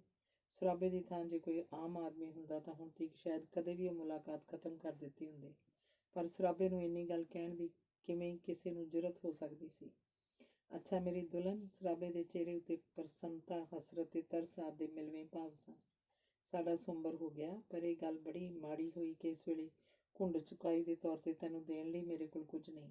ਦੁਲਹਨ ਦੇ ਹੱਥਾਂ ਤੇ ਕੁਝ ਤਾਂ ਰੱਖਣਾ ਚਾਹੀਦਾ ਸੀ। ਕਹਿੰਦਿਆਂ ਕਹਿੰਦਿਆਂ ਉਹਨੇ ਜਦ ਧਿਆਨ ਹੇਠਾਂ ਵੱਲ ਕੀਤਾ ਤਾਂ ਉਸ ਵੇਖਿਆ ਬਾਹਰਲੇ ਸਰੀਂ ਦੀ ਇੱਕ ਸੁੱਕੀ ਫਲੀ ਹਵਾ ਨਾਲ ਉੱਡ ਕੇ ਸੀਕਾ ਥਾਣੀ ਅੰਦਰ ਤੱਕ ਆ ਗਈ ਸੀ। ਉਹਨੇ ਝੁੱਕ ਕੇ ਫਲੀ ਫੜ ਲਈ ਤੇ ਬੀਰੀ ਨੂੰ ਦਿੰਦਾ ਬੋਲਿਆ, ਲੈ ਇਹਨੂੰ ਮੂੰਹ ਵਿਖਾਈ ਦਾ ਤੋਹਫਾ ਸਮਝ ਲਈ। ਪੂਰੇ ਚਾਅ ਨਾਲ ਜਿਵੇਂ ਮੋਤੀਆਂ ਦੀ ਮਾਲਾ ਨੂੰ ਬੀਰੀ ਨੇ ਉਸ ਫਲੀ ਨੂੰ ਫੜ ਲਿਆ। ਇਹ ਕਹਿੰਦਿਆਂ ਸ਼ਰੀਂ ਤੇ ਸਗੋਂ ਸ਼ਗਨਾਂ ਦੀ ਨਿਸ਼ਾਨੀ ਹੁੰਦਾ, ਤਾਈਏ ਤੇ ਵਿਆਹ ਸ਼ਾਦੀ ਵੇਲੇ ਲੋਕ ਇਹਨੂੰ ਬੂਹਿਆਂ ਦੀਆਂ ਦਹਿਲੀਜ਼ਾਂ ਨਾਲ ਬੰਨ੍ਹਦੇ ਹੁੰਦੇ ਨੇ। ਤੇ ਫਿਰ ਉਹਨੇ ਸੁਗਾਤ ਨੂੰ ਚੁੰਮ ਕੇ ਹਿੱਕ ਨਾਲ ਲਾ ਲਿਆ। ਲੈ ਮੇਰੀ ਰਾਣੀ। ਬੀਰੀ ਨੇ ਹੱਥ ਚੁੰਮ ਕੇ ਸਰਾਬਾ ਬੋਲਿਆ, ਇਹ ਸਾਡੀ ਸੁਹਾਗ ਰਾਤ ਦਾ ਪਹਿਲਾ ਤੇ ਆਖਰੀ ਚੁੰਮਣ। ਤੇ ਫਿਰ ਉਵੇਂ ਹੀ ਬੀਰੀ ਨੇ ਵੀ ਕੀਤਾ। ਇਹ ਤੋਂ ਪਹਿਲਾਂ ਕਿ ਵਾਪਸ ਜਾਣ ਲਈ ਬੀਰੀ ਕਦਮ ਮੋੜਦੀ, ਸਰਾਬਾ ਜਿਹੜਾ ਉਹਦੇ ਨਕਸ਼ਾਂ ਉੱਤੇ ਅੱਖਾਂ ਗੱਡੀ ਖੜਾ ਸੀ ਇੰਝ ਬੋਲ ਉੱਠਿਆ ਜਿਵੇਂ ਉਹਨੂੰ ਬੀਰੀ ਦੇ ਕਿਸੇ ਨਕਸ਼ ਵਿੱਚੋਂ ਕੋਈ ਅਨਿਸ਼ਟਕਾਰੀ ਚੀਜ਼ ਦਿਸ ਪਈ ਹੋਵੇ। ਉਹ ਦੁਲਹਨ, ਇਹ ਮੈਂ ਕੀ ਵੇਖ ਰਿਹਾ ਤੇਰੀਆਂ ਅੱਖਾਂ 'ਚ? ਕੁਝ ਨਹੀਂ, ਬੀਰੀ ਬੋਲੀ। ਡਰੋ ਨਾ, ਇਹ ਅਥਰੂ ਨਹੀਂ। ਮਿਲਾਪ ਦੀ ਖੁਸ਼ੀ ਨੇ ਜ਼ਰਾ ਬੋਝਲ ਕਰ ਦਿੱਤਾ ਪਲਕਾਂ ਨੂੰ। ਉਹ ਵਿਰੋਧ 'ਚ ਬੋਲਿਆ, ਭਾਵੇਂ ਕਾਸੇ ਦੇ ਵੀ ਹੋਣ, ਇਹ ਨਵੀਂ ਇਨਕਲਾਬੀ ਦੀ ਸਭ ਤੋਂ ਵੱਡੀ ਦੁਸ਼ਮਣ ਸਮਝੀ ਜਾਂਦੀ। ਉਰੇ ਉਹ ਰਤਾ। ਬੀਰੀ ਦਾ ਮੱਥਾ ਸੀਖਾਂ ਨਾਲ ਜਾ ਜੁੜਿਆ। ਸਰਾਬੇ ਨੇ ਉਹਦੀ ਸ਼ਾਲ ਦਾ ਕੋਨਾ ਫੜ ਕੇ ਉਹਦੀਆਂ ਅੱਖਾਂ ਤੇ ਫੇਰਦਿਆਂ ਕਿਹਾ, ਭਾਰਤ ਦੀਆਂ ਧੀਆਂ ਨੂੰ ਇਹ ਚੀਜ਼ਾਂ ਕਦੀ ਭੁੱਲ ਕੇ ਵੀ ਅੱਖਾਂ ਦੇ ਨੇੜੇ ਨਹੀਂ ਆਉਣ ਦੇਣੀਆਂ ਚਾਹੀਦੀਆਂ। ਭੁੱਲ ਹੋ ਗਈ ਜੀ, ਬੀਰੀ ਸੀਖਾਂ ਨੂੰ ਛੱਡਦੀ ਹੋਈ ਬੋਲੀ। ਜਦੋਂ ਅਸੀਂ ਦੂਜੇ ਜਨਮ 'ਚ ਮਿਲਾਂਗੇ ਤਾਂ ਤੁਸੀਂ ਮੈਨੂੰ ਹੁਣ ਨਾਲੋਂ ਮਜ਼ਬੂਤ ਪਾਓਗੇ। ਅੱਛਾ, ਰੱਬ ਰਾਖਾ ਬੀਰੀ। ਇੱਕ ਵਾਰੀ ਫਿਰ ਉਹਦੇ ਹੱਥ ਨੂੰ ਚੁੰਮ ਕੇ ਸਰਾਬੇ ਨੇ ਉਹਦੇ ਦੋਹਾਂ ਹੱਥਾਂ ਨੂੰ ਇੱਕ ਵਾਰੀ ਪਿਆਰੀ ਜੀ ਅਦਾ ਨਾਲ ਸੀਖਾਂ ਤੋਂ ਬਾਹਰ ਕਰ ਦਿੱਤਾ। ਰੱਬ ਰਾਖਾ ਮੇਰੇ ਰਾਜਾ। ਉਚਾਰਨ ਵੇਲੇ ਵਾਕ ਦਾ ਛਿੱਕੜਲਾ ਹਿੱਸਾ ਬੀਰੀ ਦੇ ਮੂੰਹੋਂ ਭੱਜ ਟੁੱਟ ਕੇ ਨਿਕਲਿਆ। ਕਦਾਚਿਤ ਇੱਕ ਵਾਰ ਫਿਰ ਉਸੇ ਸੁਭਾਵਕ ਇਸਤਰੀ ਨਿਰਬਲਤਾ ਕਾਰਨ ਅੱਖਾਂ ਤੇ ਗਲੇ ਦੀ ਨਮੀ ਨੇ ਉਹਨੂੰ ਲਰਜ਼ਾ ਦਿੱਤਾ। ਸੀਖਾਂ ਛੱਡਣ ਤੋਂ ਪਹਿਲਾਂ ਇੰਨੀ ਕੁ ਗੱਲ ਬੀਰੀ ਨੂੰ ਹੋਰ ਸੁਣਾਈ ਦਿੱਤੀ, ਵੇਖੀ ਮਤੇ ਏਡੀ ਭਾਰੀ ਪੰਡ ਚੁੱਕ ਕੇ ਰਾਹੇ ਸੁੱਟ ਛੱਡਦੀ ਹੋਂ। ਮੇਰੀ ਤੁਸੀਂ ਚਿੰਤਾ ਨਾ ਕਰੋ, ਬੀਰੀ ਨੇ ਆਵਾਜ਼ ਉਹਦੀ ਕੋਸ਼ਿਸ਼ ਦੇ ਬਾਵਜੂਦ ਲਰਜ਼ ਕੇ ਉਹਦੇ ਮੂੰਹੋਂ ਨਿਕਲੀ। ਤੁਸੀਂ ਆਪਣਾ ਸੰਭਾਲਾ ਰੱਖਣਾ, ਕਦਮ ਨਾ ਲੜਖੜਾ ਜਾਣ ਤਖਤੇ ਉੱਤੇ ਜਾ ਕੇ। ਇੰਨੀ ਗੱਲ ਕਹਿ ਕੇ ਜਦ ਬੀਰੀ ਨੇ ਕਦਮ ਮੋੜੇ ਤਾਂ ਸਰਾਬੇ ਦੀਆਂ ਗਾਈਆਂ ਜਾ ਰਹੀਆਂ ਇਹ ਤੁਕਾਂ ਉਹਨੂੰ ਤਦ ਤੱਕ ਸੁਣਾਈ ਦਿੰਦੀਆਂ ਰਹੀਆਂ ਜਦ ਤੱਕ ਉਹ ਕਾਫੀ ਦੂਰ ਨਾ ਚਲੀ ਗਈ। मज़ा इश्क का कुछ वही जानते हैं कि जो मौत को जिंदगी जानते हैं, नहीं जानते हैं कि अंजाम क्या है, वो मरना महज दिल लगी जानते हैं। ਘਰੋਂ ਤਾਂ ਬਾਬਾ ਜੀ ਨੇ ਸਭ ਤੋਂ ਪਹਿਲਾਂ ਢੁਡਿਆਲ ਜਾ ਕੇ ਡਾਕਟਰ ਮਥੁਰਾ ਸਿੰਘ ਬਾਬਤ ਪਤਾ ਕਰਨ ਦੀ ਸਲਾਹ ਬਣਾਈ ਸੀ, ਪਰ ਝੱਟ ਹੀ ਉਹਨਾਂ ਵਿਚਾਰ ਬਦਲ ਲਿਆ ਤੇ ਉਹ ਖਾਨ ਸਾਹਿਬ ਤੋਂ ਮੁਲਜ਼ਮ ਬਾਬਤ ਜਾਣਕਾਰੀ ਪ੍ਰਾਪਤ ਕਰਨ ਲਈ ਢੁਡਿਆਲ ਜਾਣ ਦੀ ਬਜਾਏ ਜੇਲਮ ਜਾ ਪੁੱਜੇ। ਐਤਕੀ ਖਾਨ ਸਾਹਿਬ ਖੁਲਕੀ ਨਾਲ ਪੇਸ਼ ਆਏ ਤੇ ਬੇਮਤਲਬ ਇੰਨੇ ਦਿਨ ਜ਼ਾਇਆ ਕਰਨ ਦੇ ਰੋਸ ਪ੍ਰਗਟ ਕੀਤਾ, ਪਰ ਬੀਰੀ ਦੇ ਐਕਸੀਡੈਂਟ ਦੀ ਗੱਲ ਸੁਣ ਕੇ ਉਹਨਾਂ ਦਾ ਸ਼ਿਕਵਾ ਦੂਰ ਹੋ ਗਿਆ। ਬਿਸਤਰਾ ਛੋਟਾ ਜਿਹਾ ਲਿਆਂਦਾ ਜੀ ਬਾਬਾ ਜੀ, ਤੁਹਾਨੂੰ ਤਾਂ ਸਰਦ ਮੁਲਕ ਕਾਬਲ ਜਾਣਾ ਪੈਣਾ, ਜਿੱਥੇ ਤੁਹਾਡੀ ਸਿੱਖੀ ਦਾ ਫੈਲਾਓ ਹੈ, ਖਾਨ ਸਾਹਿਬ ਨੇ ਕਿਹਾ। ਜੀ ਕਾਬਲ? ਹਾਂ ਕਾਬਲ। ਜੇ ਕਾਮਯਾਬੀ ਚਾਹੁੰਦੇ ਹੋ ਤਾਂ, ਕਿਉਂਕਿ ਤੁਹਾਡੀ ਅਸਾਮੀ ਅੱਜ ਕੱਲ੍ਹ ਉੱਧਰ ਹੀ ਕਿਆਮ ਕਰ ਰਹੀ ਹੈ। ਉਹ ਕੰਬਖਤ ਐਸਾ ਚਲਾ ਗਿਆ, ਅਜੇ ਤੱਕ ਕਾਬੂ ਨਹੀਂ ਆਇਆ। ਤੁਸੀਂ ਜ਼ਰੂਰ ਉੱਥੇ ਜਾ ਕੇ ਉਹਨੂੰ ਕਾਬੂ ਕਰ ਸਕੋਗੇ। ਘਬਰਾਉਣ ਦੀ ਲੋੜ ਨਹੀਂ। ਪਿਸ਼ਾਵਰ ਦੇ DC ਦੇ ਨਾਂ ਤੁਹਾਨੂੰ ਚਿੱਠੀ ਲਿਖ ਦਿਆਂਗਾ, ਉਹ ਖੁਦ ਤੁਹਾਡੇ ਸਫ਼ਰ ਦਾ ਇੰਤਜ਼ਾਮ ਤੇ ਹੋਰ ਮਦਦ ਕਰ ਦੇਗਾ। ਬਾਬਾ ਜੀ ਨੂੰ ਗੱਲ ਜੱਚ ਗਈ, ਕਿਉਂਕਿ ਉੱਥੇ ਉਹਨਾਂ ਦੀ ਸਿੱਖੀ ਸੇਵਕੀ ਸੀ। ਉਹਨਾਂ ਸੋਚਿਆ ਪਿਤਾ ਦੀ ਮੌਤ ਬਾਅਦ ਉੱਥੇ ਉਹਨਾਂ ਫੇਰਾ ਨਹੀਂ ਪਾਇਆ, ਇਸ ਲਈ ਉੱਥੋਂ ਦੋਹਰਾ ਲਾਭ ਹੋਏਗਾ, ਨਾਲੇ ਮੁੰਜ ਬਗੜ ਦਾ ਸੌਦਾ, ਨਾਲੇ ਗੰਗਾ ਦਾ ਇਸ਼ਨਾਨ। ਭਾਵ ਨਾਲੇ ਮਥੁਰਾ ਸਿੰਘ ਦੀ ਗ੍ਰਿਫਤਾਰੀ ਤੇ ਨਾਲੇ ਪੂਜਾ ਭੇਟ ਦਾ ਧਨ ਪਦਾਰਥ। ਆਉਂਦਿਆਂ ਹੀ ਮਕਾਨ ਛੁਡਾ ਲਵਾਂਗਾ, ਮੁੰਡੇ ਨੂੰ ਸਮਝਾ ਲਵਾਂਗਾ ਤੇ ਕੁੜੀ ਨੂੰ ਤਾਂ ਕਾਫੀ ਨਸੀਹਤ ਆ ਚੁੱਕੀ ਹੋਏਗੀ। ਖਾਨ ਸਾਹਿਬ ਨੇ ਚਿੱਠੀ ਦੇ ਨਾਲ ਮਥੁਰਾ ਸਿੰਘ ਦੀ ਫੋਟੋ ਵੀ ਦੇ ਦਿੱਤੀ ਤੇ ਬਾਕੀ ਚੰਗੀ ਤਰ੍ਹਾਂ ਸਮਝਾ ਦਿੱਤਾ, ਕਿਉਂਕਿ ਕਾਬਲ ਦੀ ਹਕੂਮਤ ਇਹਨਾਂ ਬਾਗੀਆਂ ਨੂੰ ਫੜਾਉਣ ਵਿੱਚ ਦਿਲਚਸਪੀ ਨਹੀਂ ਲੈ ਰਹੀ। ਇਸ ਕਰਕੇ ਸਾਡੀ ਹਕੂਮਤ ਨੂੰ ਖੁਫੀਆ ਤੌਰ ਤੇ ਖੁਦ ਇਸ ਕਿਸਮ ਦਾ ਇੰਤਜ਼ਾਮ ਕਰਨਾ ਪੈ ਰਿਹਾ। ਸੋ ਤੁਸੀਂ ਸਭ ਕੁਝ ਗੁਪਤ ਢੰਗ ਨਾਲ ਕਰਨਾ। ਬਸ ਇੰਨਾ ਕਰਨਾ, ਜਦ ਸੂਹ ਮਿਲੇ ਪੁਲਿਸ ਨੂੰ ਇਤਲਾਹ ਦੇ ਕੇ ਗ੍ਰਿਫਤਾਰ ਕਰਾ ਦੇਣਾ। ਖਾਨ ਸਾਹਿਬ ਨੇ ਪੈਸੇ ਦੇਣ ਦੀ ਸੁਲਾ ਮਾਰੀ, ਪਰ ਬਾਬਾ ਜੀ ਕੋਲ ਪੈਸੇ ਹੋਣ ਕਰਕੇ ਨਾ ਕਰ ਦਿੱਤੀ। ਉਸ ਵੇਲੇ ਕਾਬਲ 'ਚ ਰਹਿੰਦੇ ਸਿੱਖ ਸੇਵਕਾਂ ਨੂੰ ਚਿੱਠੀਆਂ ਲਿਖ ਦਿੱਤੀਆਂ ਤੇ ਉੱਥੋਂ ਮੁੜ ਕੇ ਰਾਤੀ 9:15 ਵਜੇ ਮੇਲ 'ਚ ਬੈਠ ਕੇ ਅਗਲੇ ਦਿਨ ਪੇਸ਼ਾਵਰ ਪੁੱਜ ਗਏ। ਪੇਸ਼ਾਵਰ ਦੇ DC ਨੇ ਬਾਬਾ ਜੀ ਨੂੰ ਜਾਂਦਿਆਂ ਹੀ ਸਿਰ ਤੇ ਚੁੱਕ ਲਿਆ ਤੇ ਉਹਨਾਂ ਲਈ ਦੁਖਦਾਈ ਊਠ ਦੀ ਥਾਂ ਸਪੈਸ਼ਲ ਮੋਟਰ ਦਾ ਪ੍ਰਬੰਧ ਕਰ ਦਿੱਤਾ ਤੇ ਉਹ 2 ਦਿਨ ਪੇਸ਼ਾਵਰ ਰਹਿ ਕੇ ਸਰਕਾਰੀ ਮੋਟਰ ਕਾਰ 'ਚ ਸਵੇਰੇ ਚੱਲ ਕੇ ਸ਼ਾਮੀ ਕਾਬਲ ਪੁੱਜ ਗਏ। ਬਾਬਾ ਜੀ ਕੁਝ ਸਿੱਖ ਸੇਵਕਾਂ ਦੇ ਮਹੱਲਿਆਂ 'ਚ ਜਿਨ੍ਹਾਂ ਦਾ ਚੇਤਾ ਸੀ ਪੁੱਜ ਗਏ। ਸਾਹਿਬ ਆ ਗਏ ਦੀਆਂ ਆਵਾਜ਼ਾਂ ਗੂੰਜ ਉੱਠੀਆਂ। ਸਭ ਸੇਵਕਾਂ ਨੂੰ ਲਾਲੀਆਂ ਚੜ੍ਹ ਗਈਆਂ। ਸਜੇ 2 ਮੰਜ਼ਲੇ ਮਕਾਨ 'ਚ ਬਾਬਾ ਜੀ ਦਾ ਉਤਾਰਾ ਕੀਤਾ ਗਿਆ। ਖਬਰ ਮਿਲਦਿਆਂ ਹੀ ਦਰਸ਼ਨਾਰਥੀਆਂ ਦੀ ਲਾਮ ਡੋਰੀ ਵੱਜ ਗਈ। ਜਿੰਨੀ ਪ੍ਰਤਿਸ਼ਠਾ ਉਹਨਾਂ ਦੀ ਕੀਤੀ ਗਈ ਬਾਬਾ ਜੀ ਦੀ ਆਸ ਤੋਂ ਬਹੁਤ ਵੱਧ ਸੀ। ਗੁਰੂ ਪੁਣੇ ਦੀ ਦਾਇਮੀ ਤਕਨੀਕ ਅਨੁਸਾਰ ਬਾਬਾ ਜੀ ਨੇ ਜਾਂਦਿਆਂ ਹੀ ਕਾਬਲ ਦੇ ਗੁਰਦੁਆਰਿਆਂ 'ਚ ਕਥਾ ਕਰਨੀ ਆਰੰਭ ਦਿੱਤੀ। ਇਉਂ ਉਹਨਾਂ ਦੀ ਪ੍ਰਤਿਸ਼ਠਾ ਹੋਰ ਵੱਧ ਗਈ। ਅਫਗਾਨਿਸਤਾਨ ਭਾਵੇਂ ਇੱਕ ਆਜ਼ਾਦ ਮੁਲਕ ਸੀ, ਪਰ ਹੈ ਸੀ ਅੰਗਰੇਜ਼ੀ ਹਕੂਮਤ ਦਾ ਤਲਹੇਤੂ। ਕਬਾਇਲੀ ਇਲਾਕਾ ਅੰਗਰੇਜ਼ਾਂ ਦਾ ਭਾਵੇਂ ਪਾਣੀ ਹਾਰ ਬਣਿਆ ਸੀ, ਪਰ ਇਹ ਲੋਕ ਅੰਗਰੇਜ਼ਾਂ ਨੂੰ ਪਸੰਦ ਨਹੀਂ ਸੀ ਕਰਦੇ। ਇਸ ਨਾਪਸੰਦੀ ਦਾ ਕਾਰਨ ਸੀ ਦੂਸਰੇ ਇਲਾਮੀ ਮੁਲਕਾਂ ਨਾਲ ਜੰਗ ਦੇ ਦੌਰਾਨ 'ਚ ਅੰਗਰੇਜ਼ਾਂ ਦਾ ਦੁਸ਼ਮਣਾਂ ਨਾਲ ਰਵੱਈਆ। ਜਦ ਅੰਗਰੇਜ਼ੀ ਹਕੂਮਤ ਨੂੰ ਪਤਾ ਲੱਗਾ ਕਿ ਗਦਰ ਦੀ ਮੁਹਿੰਮ ਫੇਲ ਹੋਣ ਤੋਂ ਬਾਅਦ ਬਹੁਤ ਇਨਕਲਾਬੀ ਕਾਬਲ ਵੱਲ ਜਾਣ ਲੱਗ ਪਏ ਨੇ, ਤਾਂ ਉਹਨੇ ਅਫਗਾਨੀ ਰਾਜ ਨੂੰ ਕਿਹਾ ਕਿ ਜਿਹੜਾ ਵੀ ਗਦਰੀ ਉਹਨਾਂ ਦੀ ਸਰਹੱਦ 'ਚ ਦਾਖਲ ਹੋਵੇ, ਫੜ ਕੇ ਉਹਨਾਂ ਦੇ ਹਵਾਲੇ ਕੀਤਾ ਜਾਏ। ਕਾਬਲ ਦਾ ਬਾਦਸ਼ਾਹ ਅੰਗਰੇਜ਼ਾਂ ਨੂੰ ਦਿਲੋਂ ਨਫ਼ਰਤ ਕਰਦਾ ਸੀ, ਪਰ ਮਦਦ ਲਈ ਮਜਬੂਰ ਸੀ। ਇਸ ਲਈ ਜਦੋਂ ਵੀ ਅੰਗਰੇਜ਼ੀ ਇਲਾਕੇ ਵਿੱਚੋਂ ਆਏ ਕਿਸੇ ਬਾਗੀ ਨੂੰ ਫੜਨ ਲਈ ਅੰਗਰੇਜ਼ੀ ਹਕੂਮਤ ਵੱਲੋਂ ਉਹਨਾਂ ਨੂੰ ਇਤਲਾਹ ਹੁੰਦੀ, ਤਾਂ ਉਹ ਇਸ ਵਿੱਚ ਨਾ ਹੀ ਸਰਗਰਮੀ ਵਿਖਾਉਂਦੇ ਤੇ ਨਾ ਉੱਕਾ ਫਰਾਮੋਸ਼ੀ ਕਰਦੇ। ਪਰ ਜਦ 1.5 ਦਰਜਨ ਮੁਸਲਮਾਨ ਫੌਜੀ ਫੜ ਕੇ ਉੱਥੋਂ ਦੀ ਪੁਲਿਸ ਨੇ ਅੰਗਰੇਜ਼ਾਂ ਹਵਾਲੇ ਕੀਤਾ ਸੀ, ਉਦੋਂ ਤੋਂ ਆਮ ਆਦਮੀਆਂ ਨੂੰ ਇਸ ਕੰਮ ਲਈ ਗਿਲਾਨੀ ਹੋਣ ਲੱਗ ਪਈ ਸੀ। 6 ਮਹੀਨਿਆਂ 'ਚ ਮਸੀਂ 5-6 ਬਾਗੀ ਫੜੇ ਗਏ ਸਨ। ਇਹੋ ਕਾਰਨ ਸੀ ਮਥੁਰਾ ਸਿੰਘ ਕਾਬੂ ਨਹੀਂ ਸੀ ਆਇਆ। ਬਾਬਾ ਜੀ ਆਪਣੇ ਸਿੱਖ ਸੇਵਕਾਂ ਤੋਂ ਆਪਣੇ ਕੰਮ ਬਾਰੇ ਕੋਈ ਨਾ ਕੋਈ ਗੱਲ ਛੇੜ ਕੇ ਉਹਨਾਂ ਦਾ ਰਵੱਈਆ ਜਾਣਨ ਦੀ ਕੋਸ਼ਿਸ਼ ਕਰਦੇ ਰਹਿੰਦੇ, ਪਰ ਕਈ ਹਫ਼ਤੇ ਬੀਤ ਜਾਣ ਤੇ ਵੀ ਉਹਨਾਂ ਨੂੰ ਕਾਮਯਾਬੀ ਦਾ ਕੋਈ ਚਿੰਨ੍ਹ ਦਿਖਾਈ ਨਾ ਦਿੱਤਾ। ਮਹੀਨਾ ਹੋ ਗਿਆ। ਸੇਵਾ ਭਗਤੀ 'ਚ ਅਜੇ ਤੀਕ ਕੋਈ ਸਿਥਲਤਾ ਨਹੀਂ ਸੀ, ਪਰ ਜਿਸ ਕੰਮ ਆਏ ਸਨ ਉਹਦਾ ਕੋਈ ਢੋਅ ਨਾ ਬਣਿਆ, ਜਿਸ ਕਰਕੇ ਮਨ ਉੱਡਿਆ ਰਹਿੰਦਾ। ਪਰ ਲੱਗਦੀ ਵਾਹ, ਉਹ ਆਪਣੇ ਮਨ ਦੀ ਹਾਲਤ ਨੂੰ ਸਿੱਖ ਸੇਵਕਾਂ ਦੀਆਂ ਨਜ਼ਰਾਂ ਤੋਂ ਲੁਕਾਈ ਰੱਖਣ ਦਾ ਯਤਨ ਕਰਦੇ। ਇੱਕ ਦਿਨ ਉਹ ਫਿਰਦੇ ਫਿਰਾਉਂਦੇ ਨਿਖਲਸਾਹਾਨਾ ਸੁੰਦਰ ਬਾਗ 'ਚ ਜਾ ਨਿਕਲੇ। ਇਹ ਬਾਗ ਉਹਨਾਂ ਨੂੰ ਬਹੁਤ ਚੰਗਾ ਲੱਗਦਾ ਸੀ। ਉਹ ਚਸ਼ਮੇ ਦੇ ਕੰਢੇ ਪਾਣੀ ਦੇ ਵਹਾਅ ਦਾ ਆਨੰਦ ਲੈ ਰਹੇ ਸਨ। ਕੋਈ ਮੁੱਲਾਂ ਚਰਨ ਛੋਹ ਕੇ ਚਰਨ ਬੰਦਨਾ ਕਰਨ ਲੱਗਾ। ਨਮਸਕਾਰ ਸਤਿਗੁਰੂ, ਆਸ਼ੀਰਵਾਦ ਦੇ ਕੇ ਕੋਲ ਬਿਠਾ ਲਿਆ। ਆਓ ਸ਼ੇਖ ਸਾਹਿਬ, ਕਿੱਥੋਂ ਤਸ਼ਰੀਫ ਲਿਆਏ ਹੋ? ਸ਼ੇਖ ਨਹੀਂ, ਮੈਂ ਅਦਨਾ ਜਿਹਾ ਸਿੱਖ ਹਾਂ। ਮੈਂ ਆਪ ਦਾ ਨਾਂ ਤਾਂ ਪਹਿਲਾਂ ਸੁਣਿਆ ਹੋਇਆ, ਦਰਸ਼ਨ ਨਹੀਂ ਸੀ ਕੀਤੇ। ਆਪ ਦਾ ਦੌਲਤਖਾਨਾ ਹਰਨਪੁਰ ਸੋਢੀਆਂ ਹੈ ਨਾ?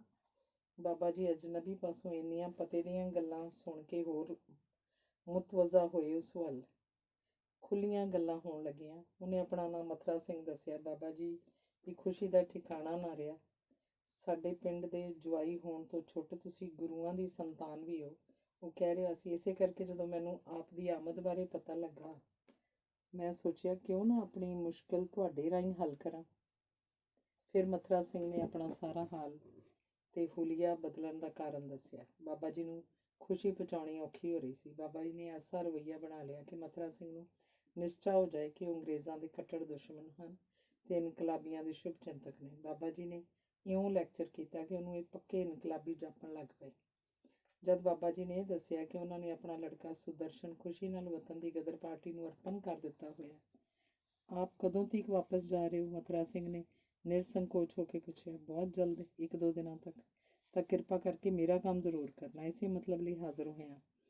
ਤੁਸੀਂ ਜਿਹੜੇ ਸਿਰ ਤੇ ਕਫਨ ਬੰਨ੍ਹ ਕੇ ਸੇਵਾ ਵਤਨ ਦੀ ਲਈ ਫਕੀਰ ਹੋਏ ਫਿਰਦੇ ਹੋ। ਤੁਹਾਡੇ ਕੰਮ ਲਈ ਜੇ ਮੈਨੂੰ ਆਪਣੀ ਜਾਨ ਵੀ ਵਾਰਨੀ ਪਏ ਤਾਂ ਦਰੇਗ ਨਹੀਂ ਕਰਾਂਗਾ। ਤੁਸੀਂ ਕੰਮ ਦੱਸੋ। ਮਾਮਲਾ ਜ਼ਰਾ ਸੰਗੀਨ ਜਿਹਾ ਹੈ ਗੁਰਦੇਵ। ਕੁਝ ਜ਼ਰੂਰੀ ਕਾਗਜ਼ ਪੱਤਰ ਭੇਜਣੇ ਚਾਹੁੰਦਾ ਆਪਦੇ ਹੱਥ। ਲਓ, ਇਹ ਵੀ ਕੋਈ ਮੁਸ਼ਕਿਲ ਹੈ। ਜਿੱਥੇ ਵੀ ਕਹੋਗੇ ਪਹਿਲਾਂ ਪਹੁੰਚਾ ਕੇ ਹੀ ਫਿਰ ਘਰ ਜਾਵਾਂਗਾ। ਬੜੀ ਕਿਰਪਾ।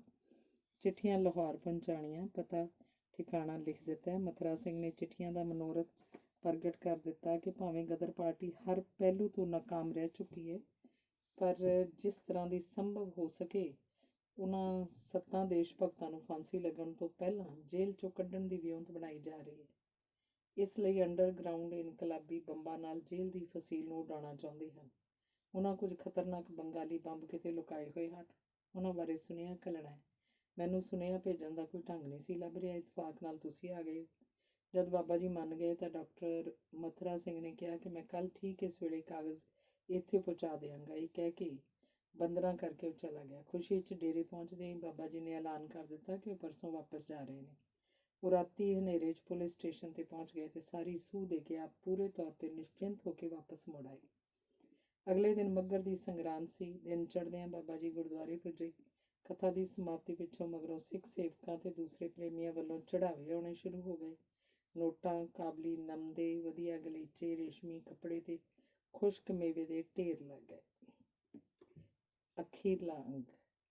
ਸਫ਼ਰ ਦੀ ਤਿਆਰੀ ਕਰਕੇ ਉਹ ਲੋਢੇ ਪੈਰ ਉਸ ਬਾਗ 'ਚ ਜਾ ਪਹੁੰਚੇ। ਕੱਲ੍ਹ ਵਾਲਾ ਸੱਜਣ ਹਾਜ਼ਰ ਹੋਇਆ ਤੇ ਉਹਨੇ 3-4 ਚਿੱਠੀਆਂ ਬਾਬਾ ਜੀ ਦੇ ਸਪੁਰਦ ਕੀਤੀਆਂ ਤੇ ਕਿਸ ਕਿਸ ਨੂੰ ਪਹੁੰਚਾਉਣੀਆਂ ਤੇ ਕਿਸ ਮਤਲਬ ਲਈ ਪਹੁੰਚਾਉਣੀਆਂ ਸਭ ਕੁਝ ਜ਼ਬਾਨੀ ਦੱਸਿਆ ਤੇ ਕੁਝ ਲਿਖ ਕੇ ਹਵਾਲੇ ਕੀਤਾ। ਫਿਰ ਉਹ ਨਮਸਕਾਰ ਕਰਕੇ ਮੁੜ ਪਿਆ।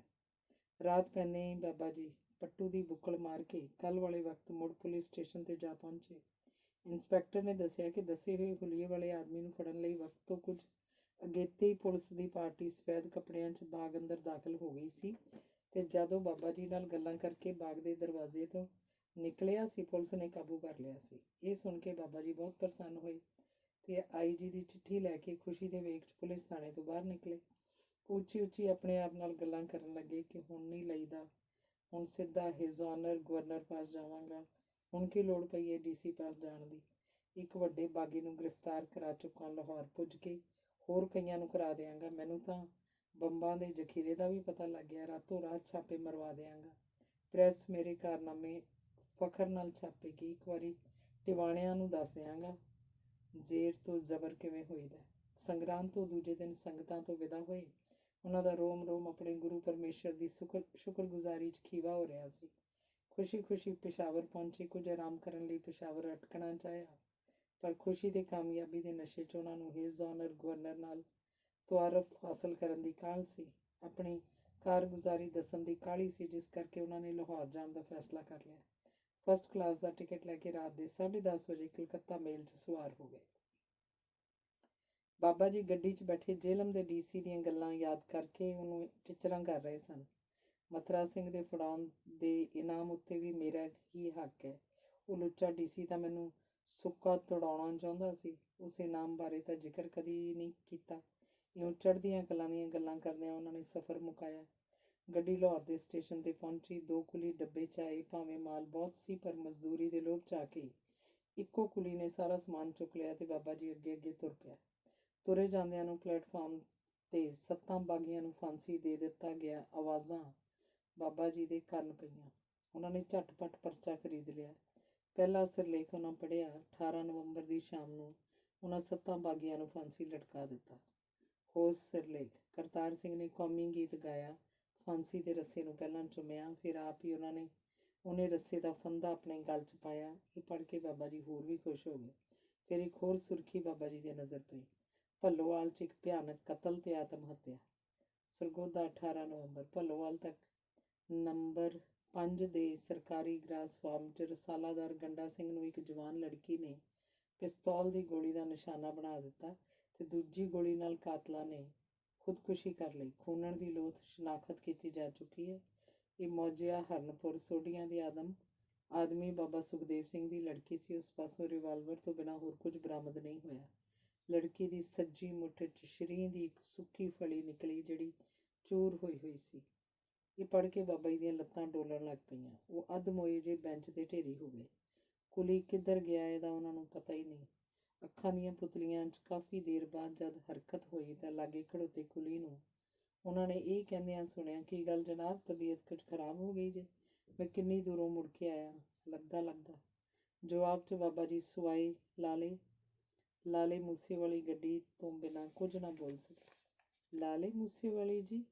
ਕੁੜੀ ਨੇ ਜਵਾਬ ਦਿੱਤਾ, ਰਾਵਲਪਿੰਡੀ ਪੈਸੇਂਜਰ ਤਾਂ ਤਿਆਰ ਖੜੀ ਹੈ, ਉਹ ਸਾਹਮਣੇ ਪਲੇਟਫਾਰਮ 'ਤੇ ਉਸ 'ਤੇ ਚੜ੍ਹਨਾ ਜੇ। ਮੈਂ ਉਸ 'ਤੇ ਬਾਬਾ ਜੀ ਪੂਰੀ ਗੱਲ ਨਾ ਕਰ ਸਕੇ। ਅਖਬਾਰ ਦਾ ਪਰਚਾ ਉਹਨਾਂ ਦੇ ਹੱਥ 'ਚ ਘੁੱਟਿਆ ਹੋਇਆ ਸੀ ਤੇ ਹੱਥ ਦੇ ਸੁੜਕੇ ਨਾਲ ਪਰਚੇ ਦਾ ਉਹਨਾਂ ਕੋਲ ਹਿੱਸਾ ਭਿੱਜ ਗਿਆ ਸੀ। ਜਦ ਕੁਲੀ ਗੇਟ ਵੱਲ ਜਾਣ ਦੀ ਥਾਂ ਸਾਹਮਣੇ ਪਲੇਟਫਾਰਮ ਵੱਲ ਮੁੜਨ ਲੱਗਾ ਤਾਂ ਬਾਬਾ ਜੀ ਨੇ ਉੱਠਣ ਦਾ ਯਤਨ ਕਰਦਿਆਂ ਮਰੀ ਆਵਾਜ਼ 'ਚ ਪੁਕਾਰਿਆ, ਮੇਰੀ ਬਾਂਹ ਫੜ ਲੈ। ਕੁਲੀ ਨੇ ਇੱਕ ਹੱਥ ਸਮਾਨ ਨੂੰ ਪਾਇਆ ਹੋਇਆ ਸੀ, ਦੂਜੇ ਹੱਥ ਨਾਲ ਬਾਬਾ ਜੀ ਦੀ ਬਾਂਹ ਨੂੰ ਫੜ ਕੇ ਸਾਹਮਣੀ ਗੱਡੀ ਵੱਲ ਤੁਰ ਪਿਆ। ਸਮਾਨ ਟਿਕਾਣ ਤੋਂ ਬਾਅਦ ਕੁਲੀ ਨੇ ਬਾਬਾ ਜੀ ਨੂੰ ਸਹਾਰਾ ਦੇ ਕੇ ਡੱਬੇ 'ਚ ਦਾਖਲ ਕੀਤਾ ਤਾਂ ਉਹਨਾਂ ਦੀਆਂ ਅੱਖਾਂ ਤਾੜੇ ਲੱਗੀਆਂ ਹੋਈਆਂ ਸਨ। ਧੰਨਵਾਦ।